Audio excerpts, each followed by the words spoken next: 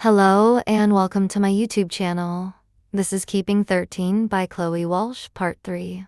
Hope you enjoy. 73. Picnics and piercings. Johnny. It was a sweltering summer's day, and under any other circumstances, I would have been stripped down to my jocks someplace close to a beach or a river. But my girlfriend had just buried both her parents, so I sucked it up and settled for removing my tie and undoing the top 3 buttons of my dress shirt instead.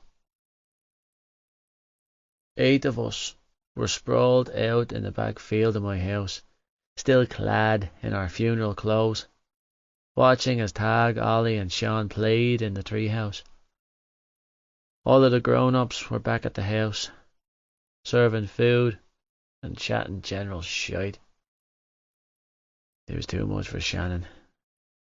I'd known it the moment we stepped through the door and she had been confronted with a fresh horde of sympathisers. So we had escaped outside with our friends and a mountain of food tucked under our arms. Stretched out on the flat of my back in the grass, I curled a strand of her hair around my finger and inhaled deeply, breathing her scent into my chest and then sighing in contentment. "I could stay here forever," she whispered, voicing my thoughts aloud. From where she was nestled in the crook of my arm, baking in the summer sunshine, tangling her fingers with mine, she nuzzled her cheek against my chest. "Just right here, in this moment?" Nodding in agreement, I gave her fingers a reassuring squeeze. "Me too." "Well, I can't take it any more," Gibbsy announced with a huff. "I'm really sorry, little Shannon," he added as he sat up and started ripping at the buttons of his shirt. "I know I'm supposed to be respectful and considerate for your feelings and shit, and I really am trying to be good here, but if I don't get out of these clothes soon, you're all going to be burying me." Yanking off his shirt, he tossed it on top of Claire, who was sprawled out beside him, before moving for the buckle of his belt. "My balls are sweating so bad. I'm going to chafe my gooch." I opened my mouth to give him a lecture about discussing his bollocks around my girlfriend, but the sound of her laughter had me holding my tongue. "What's a gooch? Oh my God. You didn't just ask him that, Shan?" Lizzie grumbled from where she was making a daisy chain. "Ew!" Katie groaned, joining her daisy chain to Lizzie's one. "I hate that word." "Me too," Lizzie agreed. "It's beyond disturbing." "What?" Shannon shrugged. "I don't know what that is." "Me either," Claire offered, holding her hand up. "Well then," Gibbsy chuckled, rising to his feet. "It's about time I give you girls an education on the male form, isn't it? If you take your jocks off in front of my sister and my girlfriend, you won't have a gooch left." Hughie snarled, glaring at Gibbsy, who had his suit pants and shoes kicked off and was reaching for the waistband of his white boxers. "Or a heartbeat," I warned, pulling myself up on my elbows to glare at them. "Don't even think about it, fucker." "Put your pants back on," Feely said calmly. "There are kids up the tree." "I'm not pulling my pants back on," Gibbsy shot back, looking outraged. "For the benefit of innocent eyes, I'll agree to leave my jocks on, but that's the best offer. It's too damn hot." "Look at his boobies." Ollie laughed from the treehouse, pointing a finger at Gibbsy. He said, "He's got earrings on them." "Stop earwigging, Ollie," Shannon called back. And look, he's got a tattoo on his... Ollie, Shannon snapped. Go and play. Fine, Ollie huffed, before disappearing back into the treehouse. Boobies, Hughie sniggered. I love that kid. Hey, Katie, Gibbsy purred in retaliation, waggling his brows at Hughie's girlfriend, flexing his pecs as he asked, What do you think of my boobies? I prefer Hughie's boobies, Katie shot back with a smirk.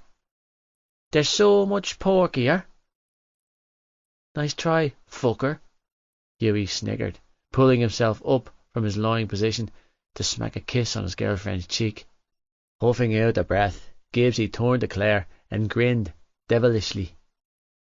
The gooch is the area of skin between a man's balls and his, Shut the fuck up, lad, I hissed, tossing a bottle of water at him. His asshole, Gibbsy finished, completely unaffected by the bottle that had just smacked off the side of his head. Or anus, if you want to get technical. Shut the front door, Claire gasped, clambering into a sitting position. Her eyes were wide in wonder and glued to the front of Gibbsy's jocks. And you never told me that before? I can show you, he offered in a flirtatious tone. Come behind that tree with me, and I'll give you a thorough lesson in the male anatomy. Wait a damn minute, Hughie growled, attention riveted to the same place his sister was staring. Springing straight up, he pointed to Gibbsy's jocks and hissed, When did you get that? I have no idea what you're talking about, Gibbsy whistled, feigning innocence. Looking mildly horrified, Hughie tilted his head to one side, clearly inspecting his junk. Show us. You said I'm not allowed to take my jocks off, Gibbsy sniffed, holding his arms across his chest. You threatened my gooch. Holy shit, Feely choked out a laugh. You didn't. You fucking did, Hughie muttered, paling a little. Ah, lad, Feely groaned, rolling onto his side. You are troubled? You don't seem surprised, Cap, Hughie noted, eyeing me suspiciously. Why are you not surprised? What did he do? Shannon asked me. Sitting up. I resisted the urge to tuck her face into my chest and cover her ears. You don't want to know. The genius has pierced his penis. Lizzie deadpanned. Look at it. I can see it popping out through his jocks. It's practically waving hello. Don't look at it, I barked. None of you look at it. Turning to Gibbsy, I hissed, You put that away. I can't believe you got a Prince Albert piercing, Lizzie said, rolling her eyes. That's so tacky. He didn't, Claire was quick to defend. He got a Jacob's ladder. And it's not tacky. It's very nice. And how the hell would you know? Hughie demanded, glaring at the sister. What have you been up to, huh? He narrowed his eyes. Were you looking at his ladder? Claire's cheeks reddened, and Hughie turned his glare on Gibbsy. Did you corrupt my sister? No, Claire replied, cheeks burning red now. I just spotted it. You spotted it, Hughie repeated, tone laced with disbelief. And where did you happen to spot his pierced dick, Claire? Johnny got the call up. Gibbsy blurted out, throwing me right under the bus. Johnny got the call up. Johnny got the call up. Focus on that. What? Hughie's eyes widened, and his head snapped towards me. You got the call up? You did? Phoebe demanded, eyes wide in astonishment. When? Shannon stiffened beside me, and I mentally envisioned myself standing up and beating the everlasting shite out of my best friend. Thanks, friend, I bit out, glaring at Gibbsy. Yes! Claire squealed, nodding eagerly. Please God, focus on that. And not what I did to your sister, Gibbsy agreed. What the fuck did you do to my sister? Hughie demanded. If you put that metal rod near her, I'm going to cut it off. Johnny got the call up for the senior team too, Gibbsy blurted, driving over me with his double-decker bus once again in his pathetic attempt to cover his tracks. Under-20s and senior. Keep fucking mowing me down, why don't you? He got 2 call-ups. Holy Jesus, you did it, Cap! Stumbling to his feet, Hughie clutched his chest and gaped in wonder.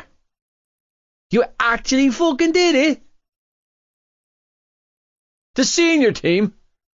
Oh, Christ, I'm going to throw up, Billy announced, breathing hard through his nose. I'm so proud and so scared for you right now that I can't feel my feet. I'm only reserved for the senior team, I said, feeling incredibly uncomfortable. And starting outside centre for the under-20s, Gibbsy reminded me. I guess the number 13 isn't so lucky for you, is it, Cap? It's not that big of a deal, I said, eyeing my girlfriend warily. Yeah, I was on the cusp of being rewarded for everything I'd worked for. I'd spent the past 12 years in the beast mode, working to achieve the elusive career that was now knocking on my door. All the sacrifices I made in my life, skipping parties, controlling my food intake like a robot, and training until my body hit its breaking point. Being a boring bastard, pumping it out in the gym on Saturday evenings and Sunday mornings instead of hanging out with my friends. It had all been for this exact moment, to get to this point, to be recognised for who I was and what I was capable of achieving. To be taken into the coach's office last Saturday and be told that I was good enough, that I had made it. And instead of feeling fulfilled, I felt empty. Because somewhere along the way, without my brain or heart's permission, my dreams and goals for my future had shifted. I didn't even notice the shift happening. I didn't feel the full force of my apprehension until this exact moment in time, as I was hit with the sudden realisation that I didn't want any of this without her. The contract looming over my head, the one I was guaranteed with my home province in Dublin, if I performed during the summer games, meant absolutely nothing if it took me away from her. Because she'd be here, and I'd be leaving. And how the fuck could I leave her after everything? Getting onto the under-20 squad had been my plan for so long. And I was starving for my shot. I earned it. I wanted it. Jesus, of course I wanted it. More than almost anything in the world. Just not more than her. I was feeling thoroughly conflicted. And with the prospect of travelling with the senior team for the summer tour, combined with the death of Shannon's parents and upheaval of her life, I was completely torn apart. I knew what I needed to do for me, but it wasn't the same as what I needed to do for us. If I left, it meant walking away from her during a time when she needed me most. She had her junior cert exams coming up, and her brother was in rehab. Her fucking world had fallen down around her, and I was contemplating chasing a rugby ball around the pitch half a world away. For days, I'd wrestled with telling Shannon about the squad, struggling with forming the words to explain it, but deciding to pull all the talk of rugby on the back burner until after the funeral. Now that the cat was out of the bag, courtesy of my aged best friend, Shannon was just staring at me with an expression I couldn't fathom, silently raging with Gibbsy for opening his mouth. Today, of all damn days, I quickly hurried on. I'm not even sure if I'm going yet, and it's another few weeks away. So, can we not talk about it? At least until we get school out of the way. And still have this week and next week to go, and final exams. No! Both Hughie and Feely shot back in outrage. All of the dreaming and scheming, the early mornings and the countless grind and hustle? Hughie shook his head and stared at me like he didn't recognise my face anymore. You're finally going to show the world what you're made of, Cap. This is a huge deal, Johnny, Feely added. Like colossally huge? It's really not, I muttered, playing it down, as I ran a hand through my hair in sheer exasperation. So, can we all just calm down?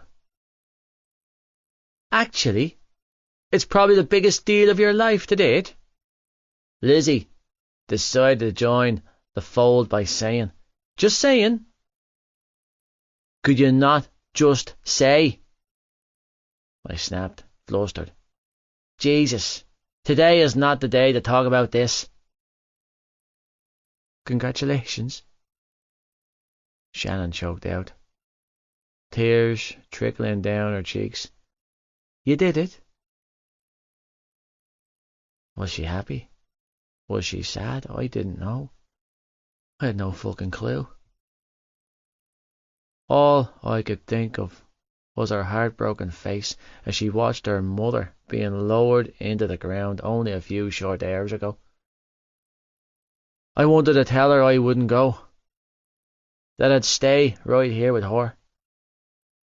And I truly would if she wanted me to, but a part of me was desperate for this opportunity. I was disgusted with myself for feeling this way, but I couldn't change it. Shan, don't cry, baby. It's not a definite yet. I haven't made any this. You did it, she cried, then threw her arms around me. You made it, Johnny. Scrambling onto my lap, she wrapped her arms and legs around me and squealed, Oh my God! I'm so proud of you! My brow shot up in surprise. You are? Of course! She sniffled, pulling back to smile at me. You fought for this, Johnny. Stroking my cheeks, she leaned in and pressed a kiss to my lips. You've earned this. But you're crying, I choked out, voice thick with emotion. Because I'm so happy for you. She half sobbed, half laughed. You're being rewarded for all of your hard work. Sniffling, she cupped my face in her small hands and pressed her forehead to mine. This is your time. With her big blue eyes locked on mine, she urged, Take this. It's yours. Before pressing a hard kiss to my lips. Take it and shine. I'm scared, I whispered in her ear, not giving two damn shites that our friends were lurking around, eavesdropping. I needed to get this off my chest before I exploded. I'm scared to take this and lose you. I'm yours too, she promised. You can have both. I've been fighting for this my whole life, Shannon. I strangled out, feeling my chest constrict so tight that I struggled to breathe. This isn't a whim to me. She nodded. I know. I have to do it, I confessed, begging her with my eyes to forgive me. I have to see it through. She smiled. I know. Then why does it feel so wrong? I choked out. It's not wrong, Johnny, she whispered. It's right. And that's what's scary. I won't do it, I blurted out, panicking and backpedaling. If you have doubts, tell me now, and I'll stay. If you don't want me to go, then I won't. Just tell me what to do, and I'll do it. I want this for you. Shannon cut me off by saying, I want you to chase your dreams and show the world how amazing you are. But I'd be gone for a month, I croaked out, heart hammering violently in my chest. Maybe even a month and a half. Could be more. That's a long time, Shan. And I'll be here when you come home. If it's in a month, or a month and a half, or 2 months, or 4. Sniffling, she gave me a bright smile. I'll be right here, waiting for you. You're hurting my ladder, Gibbsy said in a sad tone of voice. What? Shannon and I both asked in unison as we turned to look at them. My ladder, Gibbsy explained with a lonesome sigh. You made it shrink with all this talk of Johnny leaving. Sinking down on the grass beside Claire, he huffed out a breath. Now I'm fucking depressed. Come on. He'll come back to you. Hooking her arm through his, Claire leaned her cheek against Gibbsy's shoulder. And you can't be too sad, Jared. We're having babies together this summer, remember? Yeah, I know. He sighed heavily as he rested his chin on her head. But I'm still not sure we're ready for that kind of responsibility, babe. I mean, I'm only 17. Well, ready or not, the babies are coming, Claire replied, patting his knee. And it's your fault for letting him in. What the actual fuck? Lizzie and Hughie both demanded at the same time. Brian, Gibbsy explained, in a glum tone. Turns out he had an undescended testicle and wasn't shooting blanks like we thought. And that explains why you're having babies this summer. How exactly? Katie choked out, eyes wide. He had sex with Cherub, Gibbsy wailed. We caught them at it in Claire's room back during Easter break, and now she's pregnant. Our cat, Cherub? Hughie demanded. Brian got her pregnant. We had our suspicions for a while, but the vet confirmed it last Wednesday, Gibbsy groaned. We saw them and everything, didn't we, babe? Uh-huh. On an ultrasound monitor, Claire agreed. She's having 6 kittens. Did you know a cat's pregnancy can last anything from 56 to 67 days? Gibbsy asked. No, the rest of us replied. Well, she could give birth any time from the middle of next month onwards, Claire told us. Isn't that exciting? It's going to cost me a small fortune, Gibbsy sighed. And my mam says that they're my responsibility because I brought him into her bedroom. And I should have known better. But I didn't fucking know better because I was under the assumption that he was walking around with a permanent condom on his dick. But no, he lied to me. Lied to the vets too. He had a sperm-filled ball all along. And she's not the only cat on the street he knocked up either, Claire added. Apparently, Mrs. Lovell's grey tabby had a litter of snow-white kittens last Thursday. They had long hair and everything. What can I say, other than he's a whore? Gibbsy confirmed, with a grim nod. He's an abusive one-bollocked bastard, on a mission to impregnate every pussy he gets his claws into. But I'm only standing over cherub, he added with a huff. That's it. I'll father them. I'll do the night feeds with you, Claire. I'll be there at the birth. But that's it. Yours are the only babies I'm claiming. I know nothing whatsoever about Mrs. Lovell Tabby or any other woman's pregnant pussy. That's my story, and I'm sticking to it. You two are made for each other. Katie chuckled. It's so adorable. Don't tell them that, babe, Hughie growled. You'll give them ideas. But they're having babies together, Katie pointed out. They're already committed. Okay, topic changer before I throw my lunch up, Lizzie interjected, feigning a gag. What are we going to do about transition year? What do you mean? Shannon asked, wiping her cheeks with the back of her hand. They spoke about it at school last week, Lizzie explained.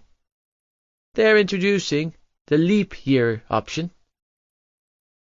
Are you fucking serious? I demanded, feeling a sudden pang of outrage. I begged them to let me skip fourth year, but Toomey was adamant that they weren't going to offer the gap year programme at Toman. Well, he clearly changed his mind, because it's being offered to us, Lizzie told me. We have the option to skip fourth year and move straight into fifth year after the summer.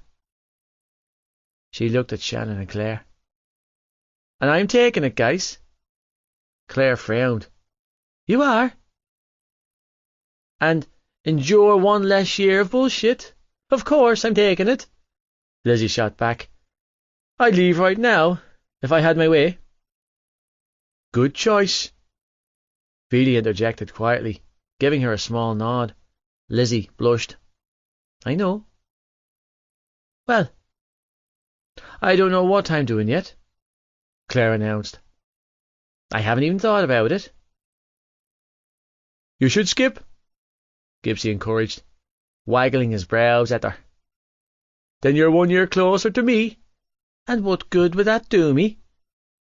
Claire teased. It'll put us ahead of schedule, he replied, not missing a beat. It's a good omen. I can feel it in my balls. Claire rolled her eyes. You and your weirdness. And his gooch, Katie offered with a snicker. Always the gooch, Gibbsy agreed with a laugh. Jesus, Hughie groaned. Enough of the gooch already. Should we even be talking like this?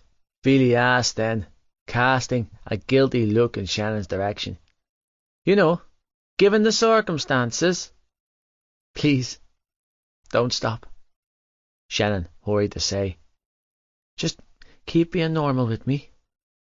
Shrugging shyly, she settled into a sitting position between my legs, facing the others, and whispered, It helps. You want normal? Gibbsy asked, giving her a wolfish grin. I can do that. He can't, Lizzie interjected. It's physiologically impossible for him to act like a normal human. Oh, and there she is, the viper, Gibbsy countered in a sarcastic drawl. Fair play, girl. You kept that poisonous tongue of yours under control for over an hour. Eat shit, Lizzie growled. I'd eat shit before I'd eat you, he shot back. I'm devastated. Lizzie faked a gasp. Watch me wipe my tears, she added, using her middle finger to wipe her cheek. Are you two ever going to get along? Claire groaned. Even for one day? Nope, they both replied at the same time, before glaring at each other. Shannon leaned against my chest and sighed softly. Tears, rugby, and those two fighting. This is our normal. Yeah. Wrapping my arms around her, I kissed her shoulder. I guess it is. 74. Recovery. Shannon. How did it go, Shannon, love? Mrs. Kavanagh asked when I walked into the kitchen 2 weeks after the funeral and set my school bag down on the counter beside her. It was the smell that always hit me first when I walked into this house. It was hard to describe, but it was like I could smell the warmth, which was ridiculous because you couldn't smell someone's kindness. This woman, she radiated goodness, and the food. God, I couldn't keep up with the sheer amount of delicious meals and snacks on hand all day long. Well, I'm finished third year, I told her, dragging my thoughts back to the present. I did it. She beamed at me. Yes, you did. But I'm going to fail those exams, I croaked out, glancing at Sean, who was sitting at his own tiny table by the window, concentrating on the latest masterpiece he was painting, to join the dozen others hanging on the fridge and walls.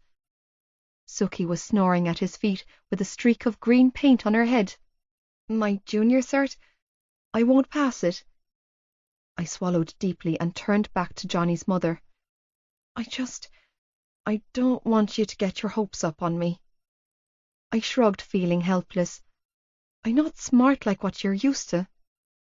What did I tell you about those exams? She replied, setting a steamer filled with potatoes down on the sink and walking straight over to me. Doesn't matter what marks you get. Cupping my face in her hands, she smiled down at me. We won't even have to open the results when they come because they don't matter, pet. A score on a piece of paper tells me nothing. It's you rising back up and returning to school to finish out the year and sit in that classroom tells everything about the wonderful, strong girl you are. And you make me prouder than any exam results could. She gave me a quick squeeze before saying, Now, sit down and let me feed you. We'll put meat on those bones yet.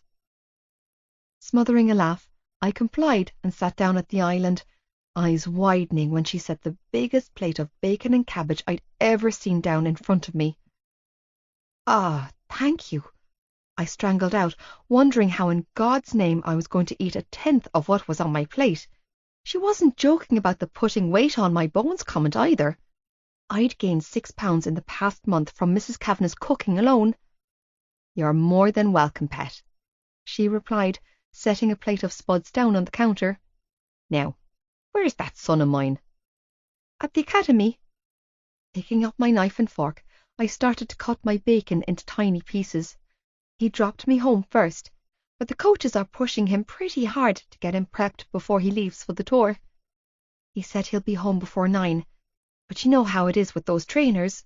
Oh, Jesus, Mrs. Kavanagh muttered. I hate that bleeding game. Yeah. I knew what that felt like, refusing to dwell on the very real fact that my boyfriend would be leaving in 7 days. I shoveled a forkful of meat and veg into my mouth, chewing and swallowing before asking, Where are the boys? Doing their homework in the treehouse, Mrs. Kavanagh replied with a feigned sigh. I swear, they'd live in that thing if they got their way. It's the first time they've ever had space that was entirely theirs. I explained with a small smile. It's a huge novelty to them to have a place to go where no grown-ups can fit. It makes them feel safe. Do you feel safe? Mrs. Kavanagh asked, taking a seat at the island. Are you happy here, Shannon, love? Nodding eagerly, I swallowed a mouthful of food before responding. Oh, yes. And I'm so grateful to you, Mrs. Kavanagh, you and Mr. Kavanagh, for taking us all in. It's John and Adele, she corrected with a smile. No more of that Mr. and Mrs. Kavanagh talk. Do you hear me? Yes, Mrs. Kavanagh. I mean Adele, I amended, blushing. Thank you. I went to see Joey this morning. She told me then. He's looking good, love. My eyes widened. Did he say anything about me coming to visit? He needs some more time, Shannon, pet. She smiled sadly. He'll come around. Yeah. My heart sank. Joey wouldn't see me. He wouldn't see any of us, Aoife included, since checking himself into that treatment centre. I knew he needed to be there for the reasons that stemmed far deeper than his addictions. It wasn't easy not talking to him every day. Okay. Well, he's going to be okay, she assured me. And so are you. Darren called again today, I said then, cringing at the memory of my oldest brother's frantic phone call sessions. 4 times today. Mrs. Kavanagh smiled. Called the house too. Yeah? I arched a brow. How many times? 5. Mrs. Kavanagh chuckled. He needs to relax. I sighed. 1,000,000 phone calls every day isn't good for anyone. He's just adjusting to the change, she said, still smiling. It's hard for him being all the way up in Belfast and not seeing you guys every day. He'll settle down eventually. He's worried about you because he loves you. He cares. I know, I mumbled. And I did. I had some clarity now, something I didn't have in the past. I could see my brother in a different light. I knew Darren loved us, and he showed us just how much by doing the right thing and letting us go to the Kavanaghs. He and Alex couldn't raise the boys on their own. They both had careers and were too young to make that kind of commitment, and he admitted that. And your Auntie Alice phoned, Mrs. Kavanagh added. Your nanny is settling in down in Beara. She wanted us to know that Nanny is fine, and you and Joey aren't to worry about her. Is she really fine? I croaked out, thinking about how frail my great-grandmother looked the last day I saw her, the day after my parents' funeral, when she climbed into a car filled with all of her possessions and left for her new home in Beara with her granddaughter. Are you sure? She's old, she's tired, and she's grieving, Shannon, Mrs. Kavanagh replied gently. It's time for her to unwind now, have a bit of peace and quiet in her life. Your aunt is taking good care of her. My Annie, Sean announced then, holding a picture of 2 green circles up in his hands. Sean and my Annie. Wow, Mrs. Kavanagh gushed as she stood up to inspect Sean's picture. This is the best one you've done. Sean beamed up at her. My Annie. Yes, love. Mrs. Kavanagh chuckled, taking the picture from Sean's sticky fingers and hanging it up on the fridge. He's your Johnny. Understatement of the century. Sean was obsessed with Johnny. Seriously, he followed him around everywhere, watching his every move. In the beginning, I was worried because I didn't want Johnny to feel uncomfortable. I felt bad enough that we were in his personal space without my baby brother clinging to him like a monkey, but Johnny didn't seem to mind in the slightest. In fact, he always made time for Sean. Every evening when he got home from the gym or training, he would sit on the couch with Sean and listen patiently as he babbled on about his day. Most of what Sean said made 0 sense, but Johnny always listened to him anyway, responding with enthusiastic words of encouragement and smiles. Yeah, it was safe to say that my baby brother had attached himself to my boyfriend, and I was terrified of how he would react when Johnny left for France next week. Sean, love, will you go down to the office and get John? Mrs. Kavanagh said then. and tell him his dinner's ready." Nodding eagerly, Sean bounded out of the kitchen with Suki hot on his heels. "Good boy," Mrs. Kavanagh called after him before turning her smiling face back to me. "Now that we have a minute alone, I want to talk to you about something." Instantly, I began to panic. Okay?" Setting my fork and knife down, I tucked my hair behind my ears and tried not to fidget. What about? Don't send us away. Please, God, don't send us away." "Relax, pet, there's nothing wrong," Mrs. Kavanagh coaxed, taking the stool opposite mine. I blew out a ragged breath and felt my shoulders sag in relief. "I just wanted to have a little girl's chat." "Okay." I gave her my full attention, feeling more gratitude for this woman than I knew what to do with. "Of course." "So, the camping trip for Johnny's birthday is next Wednesday," she said, brown eyes warm and focused on mine. Yeah," I replied, nodding. "And you'll all be sharing tents," she continued. "Boys and girls. You and Johnny." I blushed as awareness dawned on me. Suddenly, I knew exactly where she was going with this. "I'll be sleeping in Claire's tent," I lied, feeling heat creep up my neck. "It won't be a problem." "I love you for trying to put me at ease," Mrs. Kavanagh replied, smirking. "But I'd be a foolish woman to believe you." I reddened. "I'm not mad at you, Shannon, love," she hurried to soothe. "I've actually been in a situation very similar to yours." Smiling, she reached over and took my hand. "I lived with John's family for years before we married." My mouth fell open. "You did?" "I did," she confirmed. "I ran away from home when I was a little younger than you are now. John's mother took me in. She put a roof over my head, fed and clothed me. She gave me access to an education that sparked a successful career in fashion." She gave my fingers a gentle squeeze before saying, "She gave me the second chance I desperately needed. She saw something in me, something I didn't even see in myself at the time, and she nourished it. She was a wonderful woman, and when she was dying, I never hesitated about moving back to Cork to take care of her." Mrs. Kavanagh continued. "Johnny was furious to leave Dublin and the city life behind him, but I knew I had to come back here. I wanted my son to grow up in the same place his father had, be around the kind of goodness that just naturally seemed to ooze from his grandmother. I wanted to nourish those roots." Smiling, she added, "That's why we stayed in Cork, and because my son grew into the man he is today, I know I made the right decision." "Whoa," I breathed, feeling a swell of emotion surge through my chest. "She sounds like an incredible person." "Just like you." "She was," Mrs. Kavanagh agreed, smiling fondly. "But what I loved her most for was the day she sat me down in her kitchen and gave me the most uncomfortable talk I'd ever sat through in my life." Mrs. Kavanagh smirked. "Kind of like the talk I'm about to have with you now." "Oh, God." "I know you love my son," she continued, "and I know he loves you very deeply in return. Therefore, I'd be a foolish woman to put my head in the sand and pretend that you're not both experiencing urges." "Urges?" I croaked out, mortified. "Oh, my God."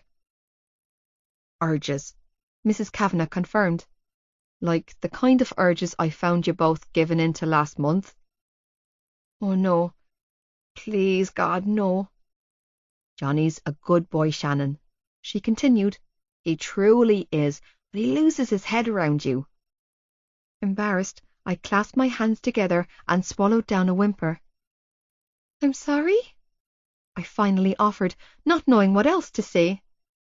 "For taking his head?" "I want you to know that John and I both think you are a wonderful influence on our son," she added, smiling. "I've seen Johnny come out of himself more and more since you came into his life. He's playful again, behaving like an actual teenage boy. I was worried that was gone for him. You bring the boy out of him." but you also bring the reckless out of him.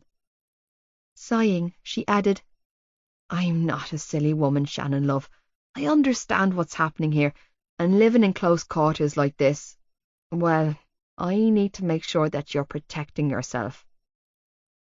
Oh my God, I choked out, close to tears from the shame. I've had this very same conversation with Jonathan a dozen times, but I know he's lying to me about your physical relationship. I blinked rapidly. And I know that if I ask you the same questions, you'll lie too. She added, I love my son, Shannon, more than words can express, but if he gets you into trouble, I will kill him. You're in my care, love. I'm responsible for you, and I love you. And while I can supervise your relationship while you're at home, I need to be prepared for what happens when I'm not around, like this camping trip, for example. I really didn't know what to say other than, With another warm smile, she asked, Did your mother ever talk to you about birth control? No. Blushing, I retucked my hair behind my ear and sighed. She wasn't much of a contraception woman. It was a terrible joke, and I hung my head in shame. No, she didn't, I whispered. We didn't have that kind of relationship. So you're not on anything? I shook my head, not meeting her gaze. How would you feel about us making an appointment with the GP? I peeked up at her. What do you think? I think I'm damned if I do and I'm damned if I don't, she said with a wry smile. If I take you, it's almost like I'm approving, which I most certainly am not. At least, not until you're 25, minimum. And if I don't, and something happens, I'll have failed you both. So, I'm thinking I'll go with the first option, and to hell what anyone thinks of it. Are you mad at me? She laughed softly. No, Shannon. I blew out a shaky breath. You won't kick me out? Never, she vowed, squeezing my hand. This is your forever home, you and your brothers. And you're going nowhere, okay? I'm just preventing something from happening, like the death of my son, if he so much as contemplates putting his private parts near yours and making me a grandmother before I turn 50. I wasn't sure if I wanted to cry, run, or throw my arms around this woman. Okay. Swallowing deeply, I nodded. I'd like that. The, appointment, I quickly amended, with the birth doctor. I shook my head, flustered. I mean the GP. Mrs. Kavanagh smiled. Good girl. I smiled weakly. Thanks. But this is not a free pass, she added, tone sterner now. My house rules still stand. No sharing bedrooms, no closed doors when you're hanging out together, and no Jonathan creeping into your bedroom at night, and absolutely no private parts touching. Bacon and cabbage, thank you, Jesus. Johnny's voice filled the kitchen, and I spun around to watch him toss a gear bag on the floor and saunter into the room, looking freshly showered and devastatingly beautiful. It was actually painful to look at him in the summertime in those damn loose-fitting vests he wore, the ones that showcased every protruding muscle on his sculpted chest and arms. I could see his brown nipple when he turned sideways, and I discreetly clamped my thighs together. I'm bleeding starving, Ma. Grinning, he walked straight over to us, smoothing a hand down my back before reaching for my plate. You done with that, Shan? I opened my mouth to tell him yes, but he was already inhaling what was left of my plate. Fucking delicious, he mumbled between bites, giving his mother a wink. My stomach loves you. Language, Jonathan, his mother scolded, although she had a ghost of a smile on her lips. How many times do I have to tell you? Keep feeding me like this and I'll do anything you want, was his mumbled response. Walking to the stove with my now empty plate, he started to pile another heaping of bacon and cabbage for himself. Any spuds going, Ma? On the counter. Mrs. Kavanagh mused, rolling her eyes at him. Nodding in approval, Johnny sauntered back to the island and sank down on the stool next to mine. "Where's my small man?" he asked, pausing to press a kiss to my cheek before reaching across the counter and loading 5 potatoes onto his plate. "What? I need the carbs," he said with a wink when I arched my brow at him. "Sean's down in the office with your father," Mrs. Kavanagh explained, watching her son carefully as he shoveled food into his mouth with a gusto. "Shannon and I were having a chat about sex, weren't we, love?" Johnny coughed so loudly that I was sure he'd swallowed his food down the wrong pipe. "Sex," he finally replied, clearing his throat several times. "Yes, and the camping trip," his mother replied, "and birth control methods."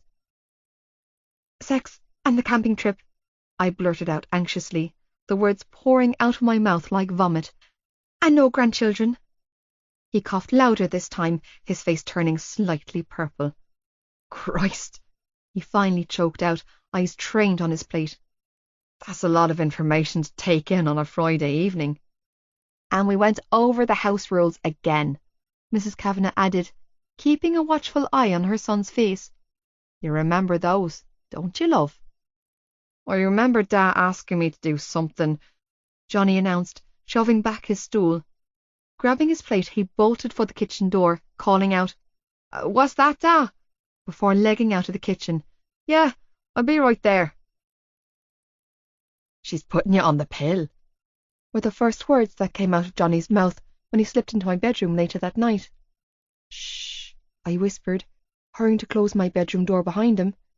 "Ollie's right across the hall, and he's still on lookout patrol, and I don't have a lock on my door." "That little turncoat," Johnny muttered, rubbing his jaw. He was wearing a pair of red boxers and his hair was sticking up like always. "I offered him a tenner to turn a blind eye." "And your mother offered him 20 every time he reported you near my bedroom door," I reminded him. "He's almost up to the price of that new Lego set he wants, so he's out for your blood." "That's bleeding lovely, isn't it?" Johnny grumbled, padding over to my bed. "First Tig takes my dog as his bed buddy, and now Ollie's taking my backup." "Oh, so I'm your backup now?" I folded my arms across my chest, watching as he dove onto my bed and rested his hands on his stomach. "Wow, Suki must be a great spooner." "You're my queen," he purred, slapping his thighs. "So come here and let me worship you." Giggling, I flicked off the light and raced over to my bed.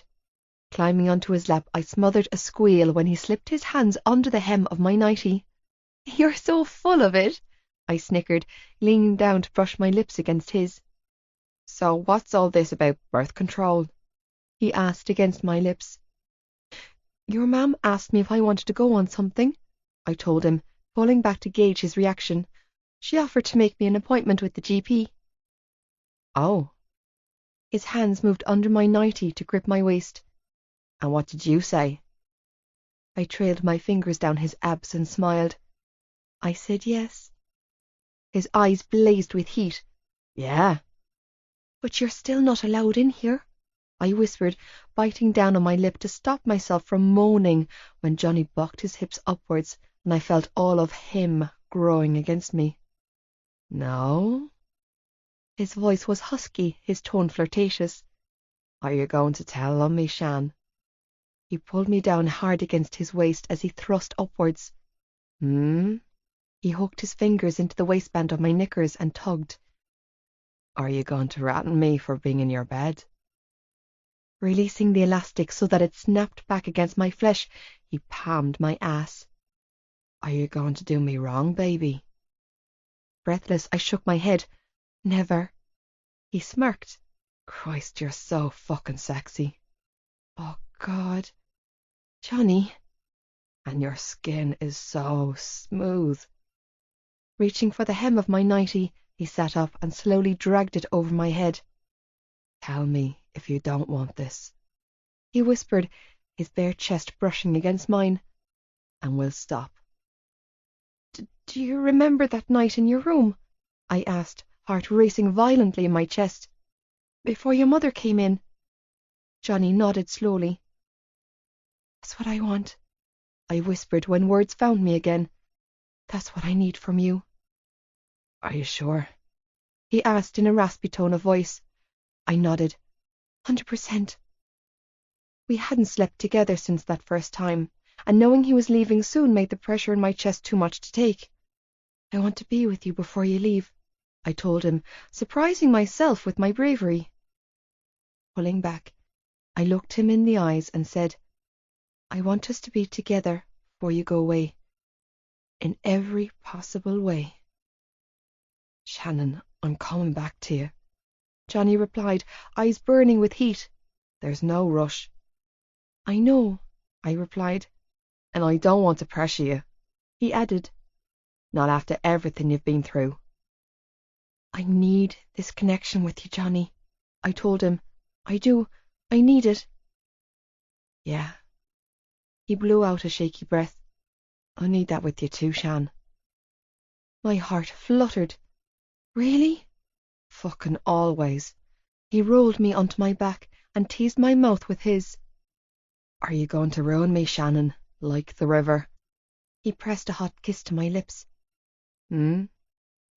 His lips trailed to my neck and then my bare breast. Flicking his tongue over my nipple, he asked, Are you going to break me? No. My spine jackknifed off the mattress when he spread kisses up the inside of my thighs. His lips were soft, his jaw scratching and ticklish against the apex of my thighs, causing every muscle south of my belly button to contract. Exhaling a ragged breath, I buried my fingers in his hair and moaned. I would never break you. Then you better plan on keeping me, he warned, settling between my legs. 'Cause I'm all fucking yours. Hooking his fingers into the waistband of my knickers, he slid them off before settling my legs on his shoulders. Keep your eyes on that door, he ordered before dipping his head between my legs. Oh my God. Closing my eyes, I rocked into his touch, fingers knotting in his hair. Johnny? Shh, he coaxed, teasing me with his fingers and tongue. Keep your eyes on that door and don't make a sound. Oh, Jesus! I cried out, heart fluttering wildly in my chest. Okay.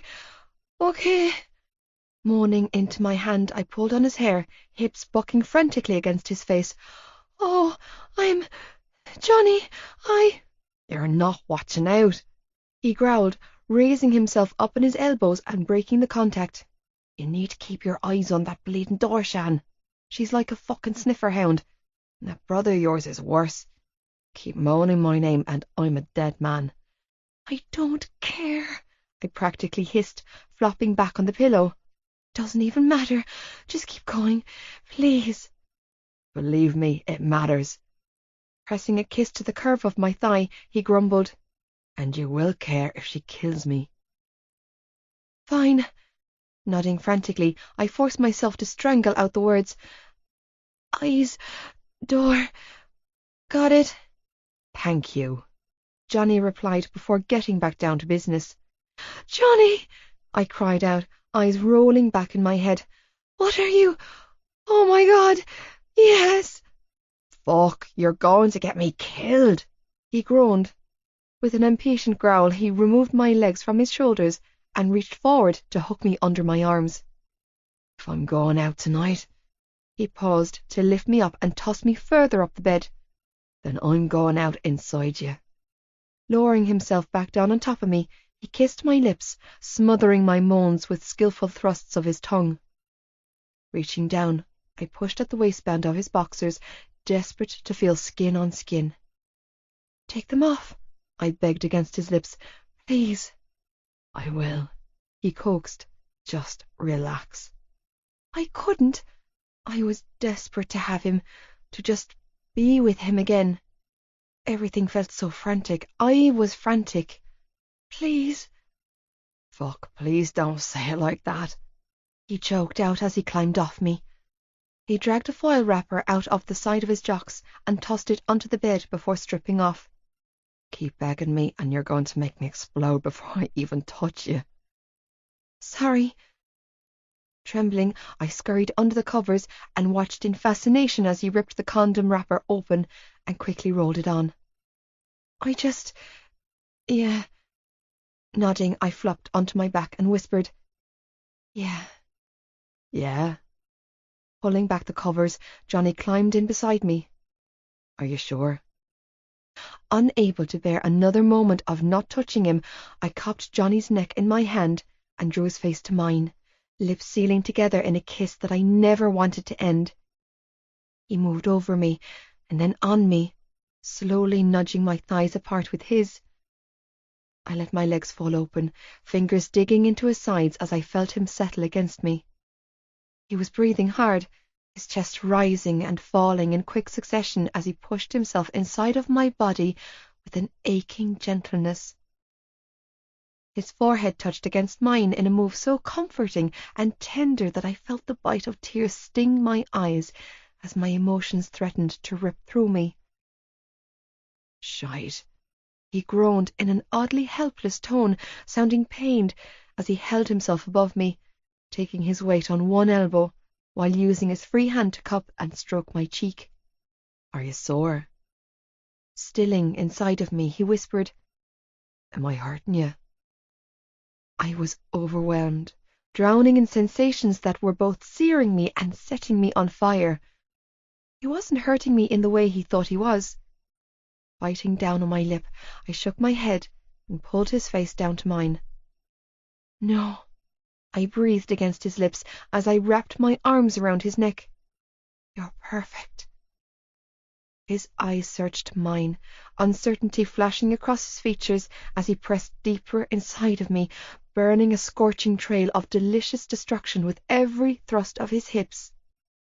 Are you sure? My hands were wrapped so tightly around his neck, I was sure I was cutting off circulation somewhere, but I couldn't release him. I physically couldn't let him go. I was frightened of the unknown, unsure of the future, and desperately in love with him. The only true thing I knew in this moment was that I trusted this boy. Trusted him with every inch of my body, and with my eyes I willed him to never break my heart. I'm sure of you, I whispered. Move in me. A shudder rolled through his body, and then he was moving in and out, deep and slow, hips rocking in an addictive rhythm as his lips never left mine. Clutching him like a lifeline, I locked my legs around his waist and trusted my body's instincts, rolling my hips upwards with every downwards thrust of his. Tell me again, I begged, arching my back upwards, fingernails digging into the sun-tanned flesh of his bare back. Please. Biting down on my lip to stop myself from crying out, I absorbed the feel of him, of his weight pressing my body deeper into the mattress, of the inexplicable sensations he brought to life inside of me, as he thrust inside me over and over. Johnny, tell me again. I love you, Shannon, like the river, he whispered, and the heat of his breath on my flesh caused a shiver of pleasure to roll through me. And I'm coming home to you. He was breathing hard, his heart racing almost violently in his chest as he drew in short breaths. I promise. A momentary flash of relief coursed through me, but it was quickly overtaken by the pleasure thrumming through my veins as my body drowned in love.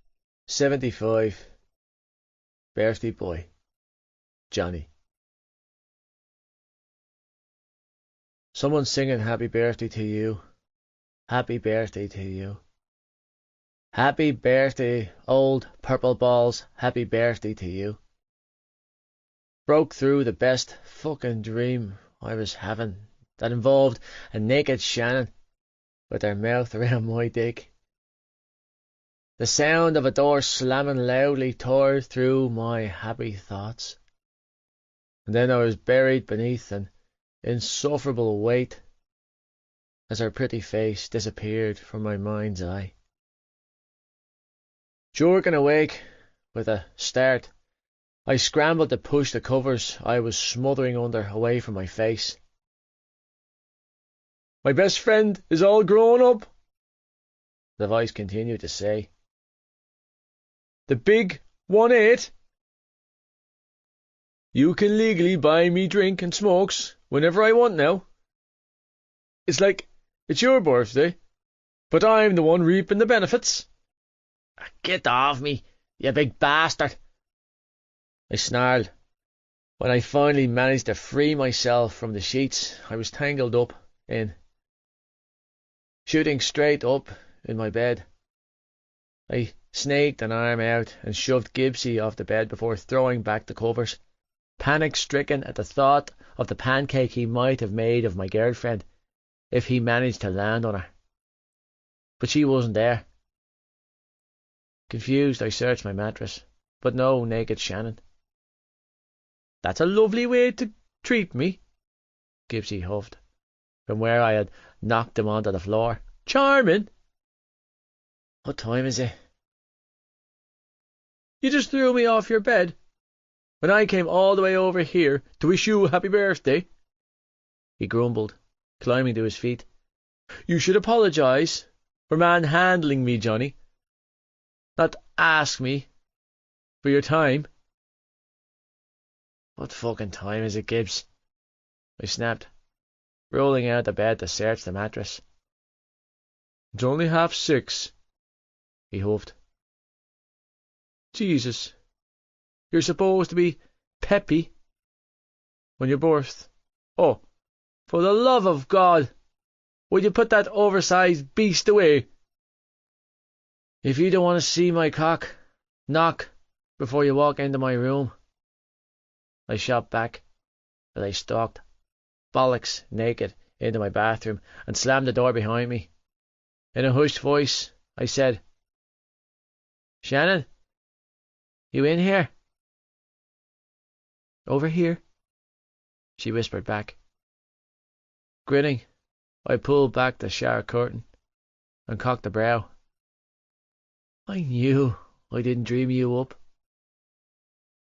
Huh? Nope. Not a dream. Blushing, she dragged the shower curtain back around her body and squirmed. Happy 18th birthday? Best birthday yet.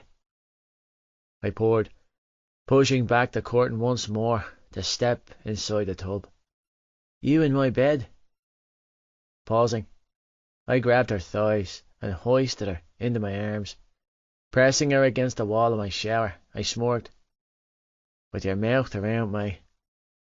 Are you talking to yourself again? Gibbsy shouted from the other side of the door. Should I be worried? Are you having another panic attack? Is it because of the tour or your birthday?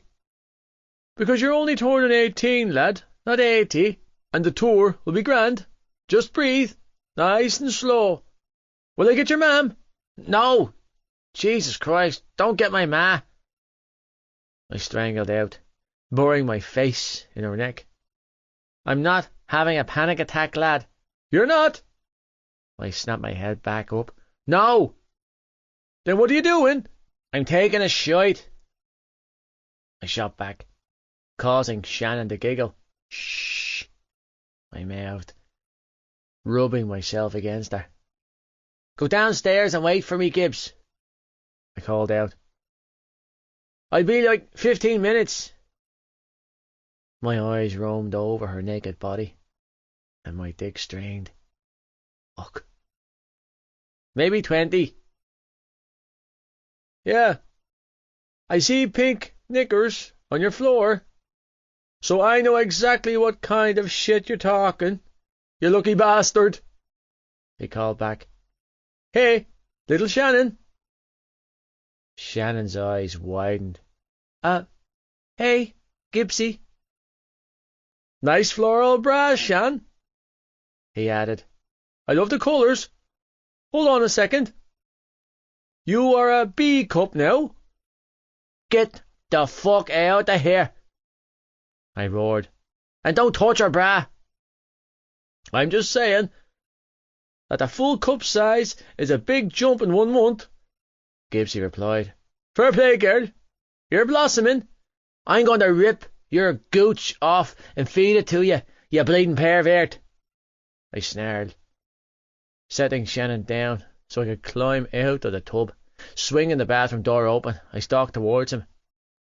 And how the fuck would you know what size bra my girlfriend wears? Because I have eyes, he laughed, and then flung Shannon's bra at me before diving across the bed to get away. You know when people say they're a great judge of character? Well, I'm a great judge of tit size. I hope you enjoyed your last meal, Jared, I snarled, leaping onto my bed, stark naked. Because you're going to die today. You keep that beast away from me, he choked out, making the sign of the cross with his index fingers. The power of Christ compels you. What are you doing? Ollie's voice filled my ears, and I dropped to the mattress quicker than a cat. All right, bud, I strangled out, covering myself with my blankets. Why are you naked, Johnny? He asked, standing in my doorway in his Spider-Man pyjamas. Where are your pyjamas? I was in the shower. I lied through my teeth and told him, scrambling to cover myself. Gibbsy broke in and stole my towel, so I'm giving out to him. Yeah. Laughing nervously, Gibbsy shrugged. We're always playing jokes on each other. That's not funny, Ollie said with a scowl. He could get the double pneumonia if he doesn't dry his hair. The double what-ia? Gibbsy sniggered. The double pneumonia? Ollie repeated. Mammy told us it nearly whipped our nanny once. His brows furrowed.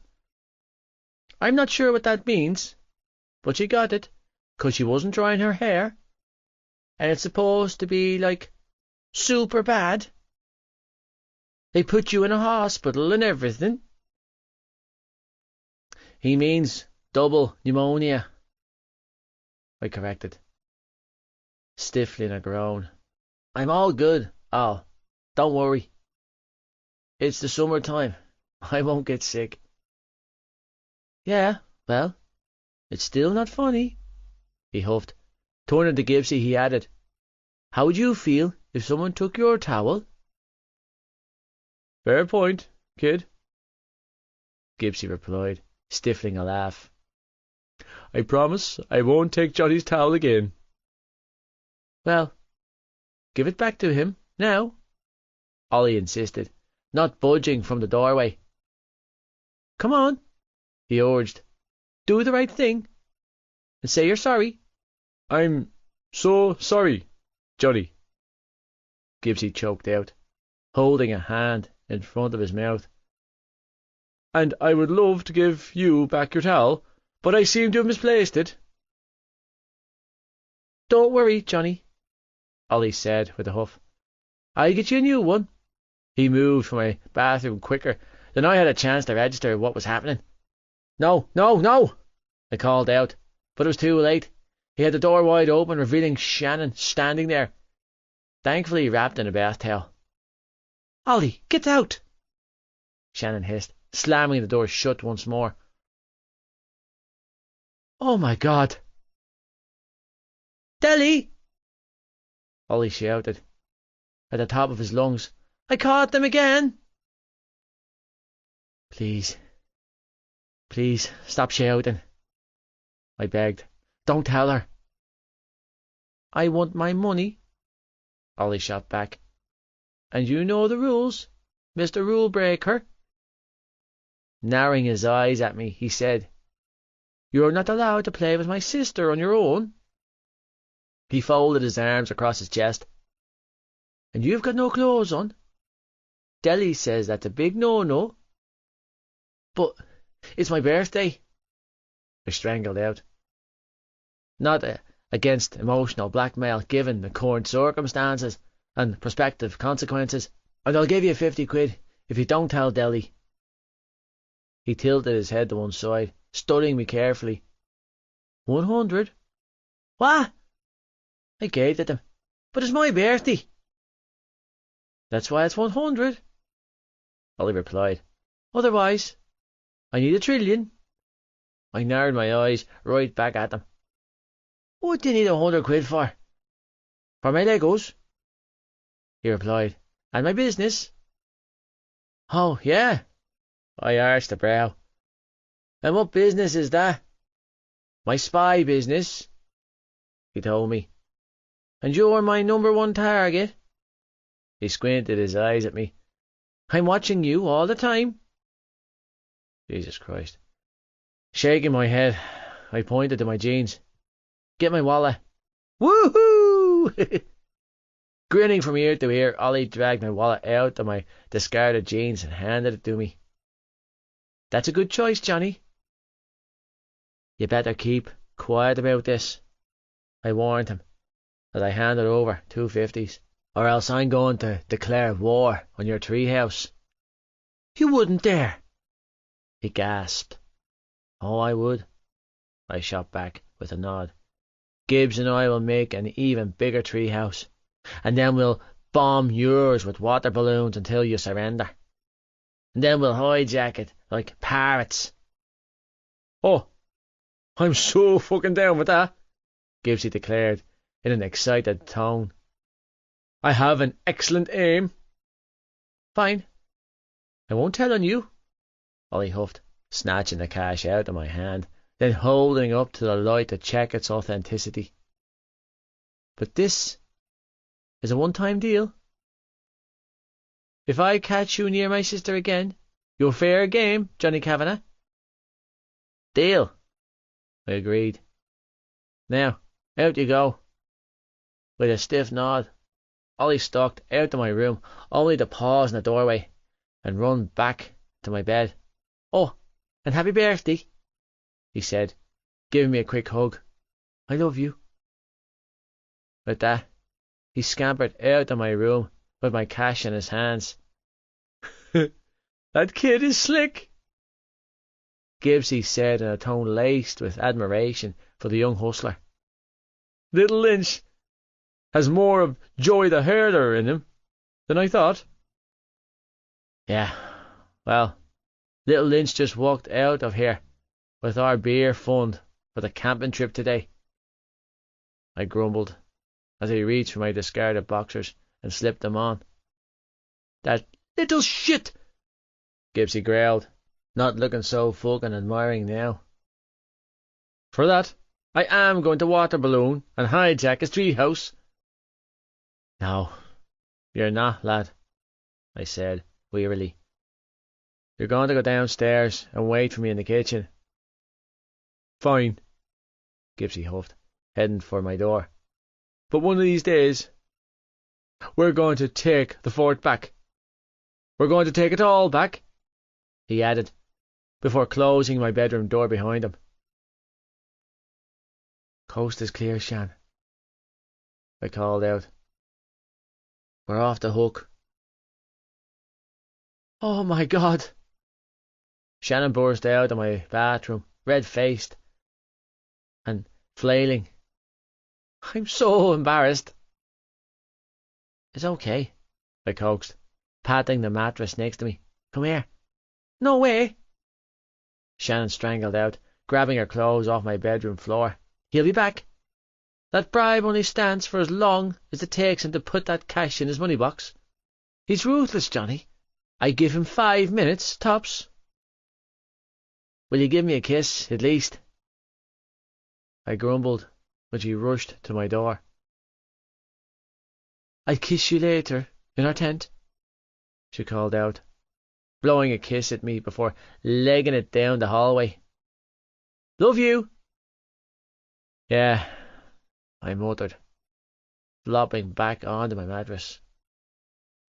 Love you back. 76. Camping and Carnage. Shannon. Cork, Claire. Hughie deadpanned, leaning against the side of his car. Of all the places in the country we could have gone camping, you chose Cork.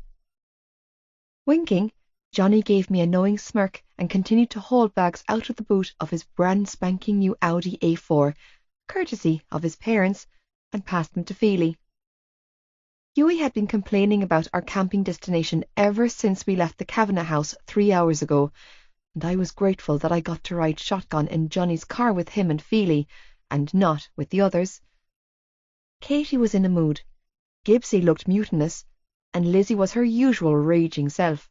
Hughie and Claire had been fighting since they walked through the door this morning.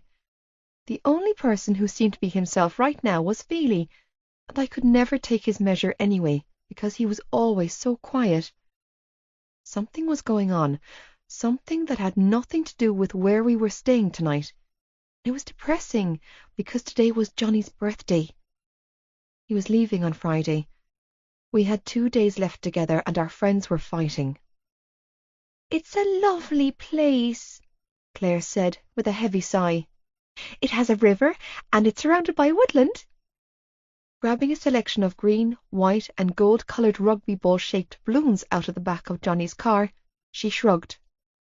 "It's absolutely beautiful here, and I promise we'll have fun."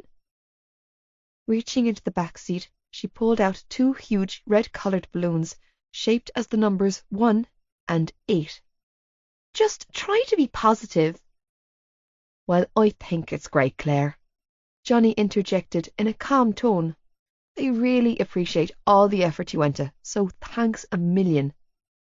"You're welcome, Johnny," Claire replied, sounding relieved. "I agree," I offered. "This is the most beautiful place I've ever been in my life." "You've only been out of Cork once," Lizzie drawled, "for the Dublin match." "Twice," I mumbled, red-faced. "I went to Kerry once when I was small." "But you've still only been in 3 places, Shan." "For now," Johnny shot back, giving Lizzie a warning look. "But this is still Cork, Cap," Hughie grumbled. "West Cork," Gibbsy corrected, and there was a hint of warning in his voice as he took a defensive stance in front of Claire. "And fuck right off with your pessimistic attitude," he added, tucking a slab of Heineken under his arm. "At least your sister had the imagination to think this whole trip up. He'd be sitting in biddies downing pints and warding off clingers if it wasn't for her."